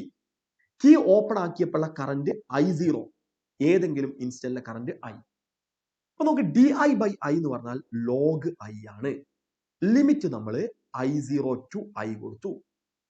ഇപ്പുറത്താണെങ്കിൽ minus R by L into T, ഇങ്ങനെ കിട്ടി. എടാ ഇതിനെ ഞാൻ അങ്ങനെ പറയേണ്ട ആവശ്യമൊന്നുമില്ല, നിങ്ങൾക്ക് അറിയാം log I divided by I0 equal to minus R by L into T. നോക്കടാ, ഇതിന്ന് I by I0 equal to e raise to minus R by L into T. Clear അല്ലേ? നേരത്തെ ആരോ ചോദിച്ചു ഇ റൈസ് ടുന് ഡയമെൻഷൻ ഇല്ല. അങ്ങനെ dimension ഇല്ലാതാക്കണമെങ്കിൽ L by ആറിന്റെ dimension R by എല്ലിന്റെ dimension 1 by ടിന്റെ dimension ആവണം. അപ്പൊ എൽ ബൈ ആറിന്റെ ഡയമെൻഷൻ ടിന്റെ ഡയമെൻഷൻ ആവണം. എൽ ബൈ ആറിന്റെ ഡയമെൻഷൻ ടിന്റെ ഡയമെൻഷൻ ആണ്, അത് നിങ്ങൾ ഓർക്കുക. ഓക്കെ, അഹമ്മദ് ഷബീബിന് മനസ്സിലായിട്ടുണ്ടാവും വിചാരിക്കുന്നത്. ഇ റൈസ് ടു സംതിങ്ങിന് ഡയമെൻഷൻ ഇല്ല. അങ്ങനെ ഇല്ലാതിരിക്കണമെങ്കിൽ അല്ലെ, ആർ ബൈ എല്ലിന്റെ ഡയമെൻഷൻ 1 ബൈ ടിന്റെ ഡയമെൻഷൻ ആവണം എന്ന് പറഞ്ഞാൽ എൽ ബൈ ആറിന്റെ ഡയമെൻഷൻ ടിന്റെ ഡയമെൻഷൻ ആവണം. ഇത് നമുക്ക് ഡി കെന്റെ സമയത്ത് I is equal to I0 into e raise to minus R by L into T ഇങ്ങനെ എഴുതാം. ഇതാണ് decay of current. I is equal to I0 into e raise to minus R by L into T. എടാ, ഈ D കെന്റെ graph വരയ്ക്കാൻ പറഞ്ഞാൽ ഇങ്ങനെയാണ് നമ്മൾ D കെന്റെ graph വരയ്ക്കുക. ഇത് I, ഇത് ടി. ഡി കെന്റെ ഗ്രാഫ് വരയ്ക്കാൻ പറയുന്നത് ഇങ്ങനെ വരയ്ക്കും. ഓക്കെ, ഇതാണ് ഗ്രോത്ത്, ഇതാണ് ഡി കെ. ഇത് അപ്പൊ ഗ്രോത്തിന്റെ ഇക്വേഷൻ നിങ്ങൾ പഠിക്കുക. ഗ്രോത്തിന്റെ ഇക്വേഷൻ ഞാൻ ഇവിടെ എഴുതി വെച്ചിട്ടുണ്ട്, അത് നിങ്ങൾ പഠിക്കുക. അതുപോലെ ഡി കെന്റെ ഇക്വേഷനും ഒന്ന് ശ്രദ്ധിക്കുക. ഇതാണ് എല്ലാ സർക്യൂട്ടിന്റെ കേസ്. ഈ ഇക്വേഷനെ കുറിച്ചാണ് ഇത് നിങ്ങൾ കാണും പ്രോബ്ലം ചെയ്യുമ്പോൾ. ഈ ഇക്വേഷൻ കണ്ടപ്പോഴാണ് നിങ്ങൾ ഇങ്ങനെ കൺഫ്യൂസ്ഡ് ആയത്. ഇതൊരു സംഭവം അല്ല, വളരെ സിമ്പിൾ ആണ്. ഇതിൽ ഏതെങ്കിലും ഒന്ന് അറിഞ്ഞാൽ, എല്ലാ സർക്യൂട്ട് അറിഞ്ഞാൽ, അതുപോലെ നമുക്ക് ഇനി CR സർക്യൂട്ടും പറയാൻ പറ്റും. നോക്ക്, CR സർക്യൂട്ട് അല്ലെങ്കിൽ RC സർക്യൂട്ട്. ലിസൺ, ഞാൻ അടുത്ത സെക്ഷനിലേക്ക് പോവാണ്. വളരെ ഈസി ആയിട്ട് നമുക്ക് പഠിക്കാൻ പറ്റും CR സർക്യൂട്ട്. തൊട്ട് മുമ്പ് പറഞ്ഞ കാര്യങ്ങൾ മാത്രം അറിഞ്ഞിരുന്നാൽ മതി കേട്ടോ. നമ്മൾ ആദ്യം ഈ CR സർക്യൂട്ടിന്റെ ഗ്രോത്ത് ആണ്, growth of charge in A CR circuit. Listen, എടാ, ഒരു റെസിസ്റ്റർ ഒരു കപ്പാസിറ്ററുമായിട്ട് കണക്ട് ചെയ്യും. ഇത് R, ഇത് C. ഇപ്പൊ ചാർജിങ് പ്രോസസ് നടക്കുക. ഇത് ഞാനൊരു സെല്ലുമായിട്ട് കണക്ട് ചെയ്തു. ഇവിടെ കീ ഉണ്ട്, കീ ഓപ്പൺ ആണ്. ഇതിന്റെ പൊട്ടൻഷ്യൽ V ആണ്. അപ്പൊ നമുക്ക് ഇപ്പൊ ഇങ്ങനെ കൃത്യമായിട്ട് പറയാം at T equal to 0. T 0 ആണെങ്കിൽ സർക്യൂട്ടിൽ കറണ്ട് ഒന്നും ഫ്ലോ ചെയ്യുന്നില്ല. Q equal to 0. Capacitor across ആയിട്ടുള്ള ചാർജ് 0 ആണ്. കപ്പാസിറ്റർ പൊട്ടൻഷ്യലും 0 ആണ്. ഇനി ഞാൻ കീ ക്ലോസ് ചെയ്തു. അപ്പൊ അറ്റ് എനി ടൈം ടി ഏതെങ്കിലും ഒരു ടൈമിൽ കപ്പാസിറ്ററിലെ charge across C equal to Q എന്ന് കൊടുക്കാം. Potential across C equal to potential across C V equal to Q by C എന്ന് നമുക്ക് എഴുതാം. ഇതിലൊന്നും സംശയമല്ല നമുക്ക്, അല്ലെ? ഇനിയാടാ ഇവിടുത്തെ ഒരു പ്രശ്നം എന്ന് പറയുന്നത് ശ്രദ്ധിച്ച് കേൾക്കണം കേട്ടോ. ഈ ടീന്റെ വാല്യൂ ഇൻഫിനിറ്റി ആണെന്ന് വിചാരിക്കാം. At T equal to infinity. ഇപ്പൊ കപ്പാസിറ്റർ ഫുള്ളി ചാർജ്ഡ് ആയി. അപ്പൊ നമുക്ക് കപ്പാസിറ്റർ ഫുള്ളി ചാർജ്ഡ് ആയിട്ട് കഴിഞ്ഞാൽ ആ സമയത്ത് capacitor charge Q is equal to CV V അങ്ങനെ കൊടുക്കുക. ഈ ടോട്ടൽ പൊട്ടൻഷ്യൽ ഇവിടെ ഉണ്ടാവും CV. ഇങ്ങനെ നമുക്ക് എഴുതാൻ പറ്റും. ഇത്ര എഴുതി കഴിഞ്ഞാൽ അത് നിങ്ങൾ മനസ്സിലാക്കണം. ഇനീഷ്യലി കപ്പാസിറ്റർ ചാർജ് ഒന്നുമില്ല. അറ്റ് എനി ഇൻസ്റ്റന്റിൽ സ്മോൾ ക്യൂ ചാർജ് ഉണ്ട്. ഫുള്ളി ചാർജ് ആവുമ്പോൾ ക്യാപിറ്റൽ Q, അതായത് CV. ഇനി നമ്മൾ നേരത്തെ ചെയ്ത പോലെ ഇവിടെ കിർച്ചോഫ്സ് ലോ അപ്ലൈ ചെയ്യാം. V minus IR minus Q by C equal to 0. എടാ ഇതിന്ന് V minus IR equal to Q by C എന്ന് കൊടുത്തു. ശരിയല്ലേ? അല്ലെങ്കിൽ IR is equal to V minus Q by C ഇങ്ങനെ എഴുതാം. ഈ ഐക്ക് പകരം ഞാൻ dQ ഡിവൈഡ് ബൈ dt എന്ന് എഴുതി. Into R is equal to CV minus Q divide by C. CV minus Q divide by C ഇങ്ങനെ എഴുതാം നമുക്ക്. ഓക്കെ, ഇനി ആലോചിച്ച് നോക്കടാ. dQ divide by CV minus Q. dQ divide by CV minus Q. dQ divide by CV minus Q ഇതിനപ്പുറത്തോട്ട് കൊണ്ടുവന്നു. Equal to ഡിടിന്റെ term ഒക്കെ ഒരു സൈഡിൽ കൊടുത്തു. dt ഡിവൈഡ് ബൈ CR ഇങ്ങനെ നമുക്ക് എഴുതാം. അടുത്ത സ്റ്റേജിൽ ഞാൻ ഇതിനെ ഇന്റഗ്രേറ്റ് ചെയ്യും. Integral dQ divide by CV minus Q equal to integral dt divide by CR. Okay, limit ഇവിടെ 0 മുതൽ t വരെ കൊടുക്കും. ഇവിടെ 0 മുതൽ t 0 ആകുമ്പോൾ ചാർജ് 0 ആണ്. കപ്പാസിറ്റർ ചാർജ് Q വരെ കൊടുക്കും. dQ divide by CV minus Q നെ നമ്മൾ ഇന്റഗ്രേറ്റ് ചെയ്താൽ log CV minus Q divide by CV. ശരിയല്ലേ? So log CV minus Q divide by CV എന്ന് വരും. ഓക്കെ, ഇപ്പുറത്താണെങ്കിൽ T ഡിവൈഡ് ബൈ CR വരും. എടാ ഇവിടെ ലിമിറ്റ് 0 ടു ടിയും ഇവിടെ ലിമിറ്റ് 0 ടു ക്യൂവും വരും. ഓക്കെ, ഇങ്ങനെ നമുക്ക് വരും. ഓക്കേടാ, ഇനി ലിസൺ. അതിനുശേഷം നമ്മൾ ഇതിൽ നേരത്തെ ചെയ്ത പോലെ നിങ്ങൾ വാല്യൂസ് ഒക്കെ സബ്സ്റ്റിറ്റ്യൂട്ട് ചെയ്യുക. അപ്പൊ നിങ്ങൾക്ക് കിട്ടുന്ന ആൻസർക്ക് ഞാൻ വരാം. വളരെ ഈസി ആയിട്ട് നമുക്ക് ഓർക്കാൻ പറ്റും. Q is equal to Q0 into 1 minus T divided by CR. 1 minus T by CR. ഇത് നിങ്ങൾ ഇതിനകത്ത് ഓർത്ത് വെക്കണം. Q is equal to Q0 into 1 minus T by CR. ഇതാണ് കപ്പാസിറ്ററിലെ ഗ്രോത്ത് ഓഫ് ചാർജിന്റെ കപ്പാസിറ്റർ. ഏതെങ്കിലും ഒരു ഇൻസ്റ്റന്റിൽ കപ്പാസിറ്ററിലെ ചാർജ് കണ്ടുപിടിക്കാനുള്ള ഇക്വേഷൻ ആണ് Q is equal to Q0 into 1 minus T by CR. ഇനി നിങ്ങളടുത്ത് ചോദിക്കുകയാണ് CRന്റെ ഡയമെൻഷൻ എന്താ? നിങ്ങൾ എന്താ പറയാ? ടൈമിന്റെ ഡയമെൻഷൻ ആണ്. CRന്റെ ഡയമെൻഷൻ എന്ന് പറഞ്ഞാൽ ടൈമിന്റെ ഡയമെൻഷൻ ആണ്. ഇതിന്റെ ഗ്രാഫ് വരയ്ക്കാൻ പറഞ്ഞാൽ നമ്മൾ നേരത്തെ വരച്ച അതേ ഗ്രാഫാണ് വരയ്ക്കേണ്ടത് ഗ്രോത്തിന്റെ കേസിൽ. ഇനി ഇതേ സംഭവം DK ആണെങ്കിൽ ഒരു പ്രശ്നവുമില്ലടാ. DK ആണെങ്കിൽ നമ്മൾ Q ഈക്വൽ ടു ആ 1 ഉണ്ടാവില്ല, Q0 into E raised to listen Q0 into E raised to minus T by CR. E raised to minus T by CR.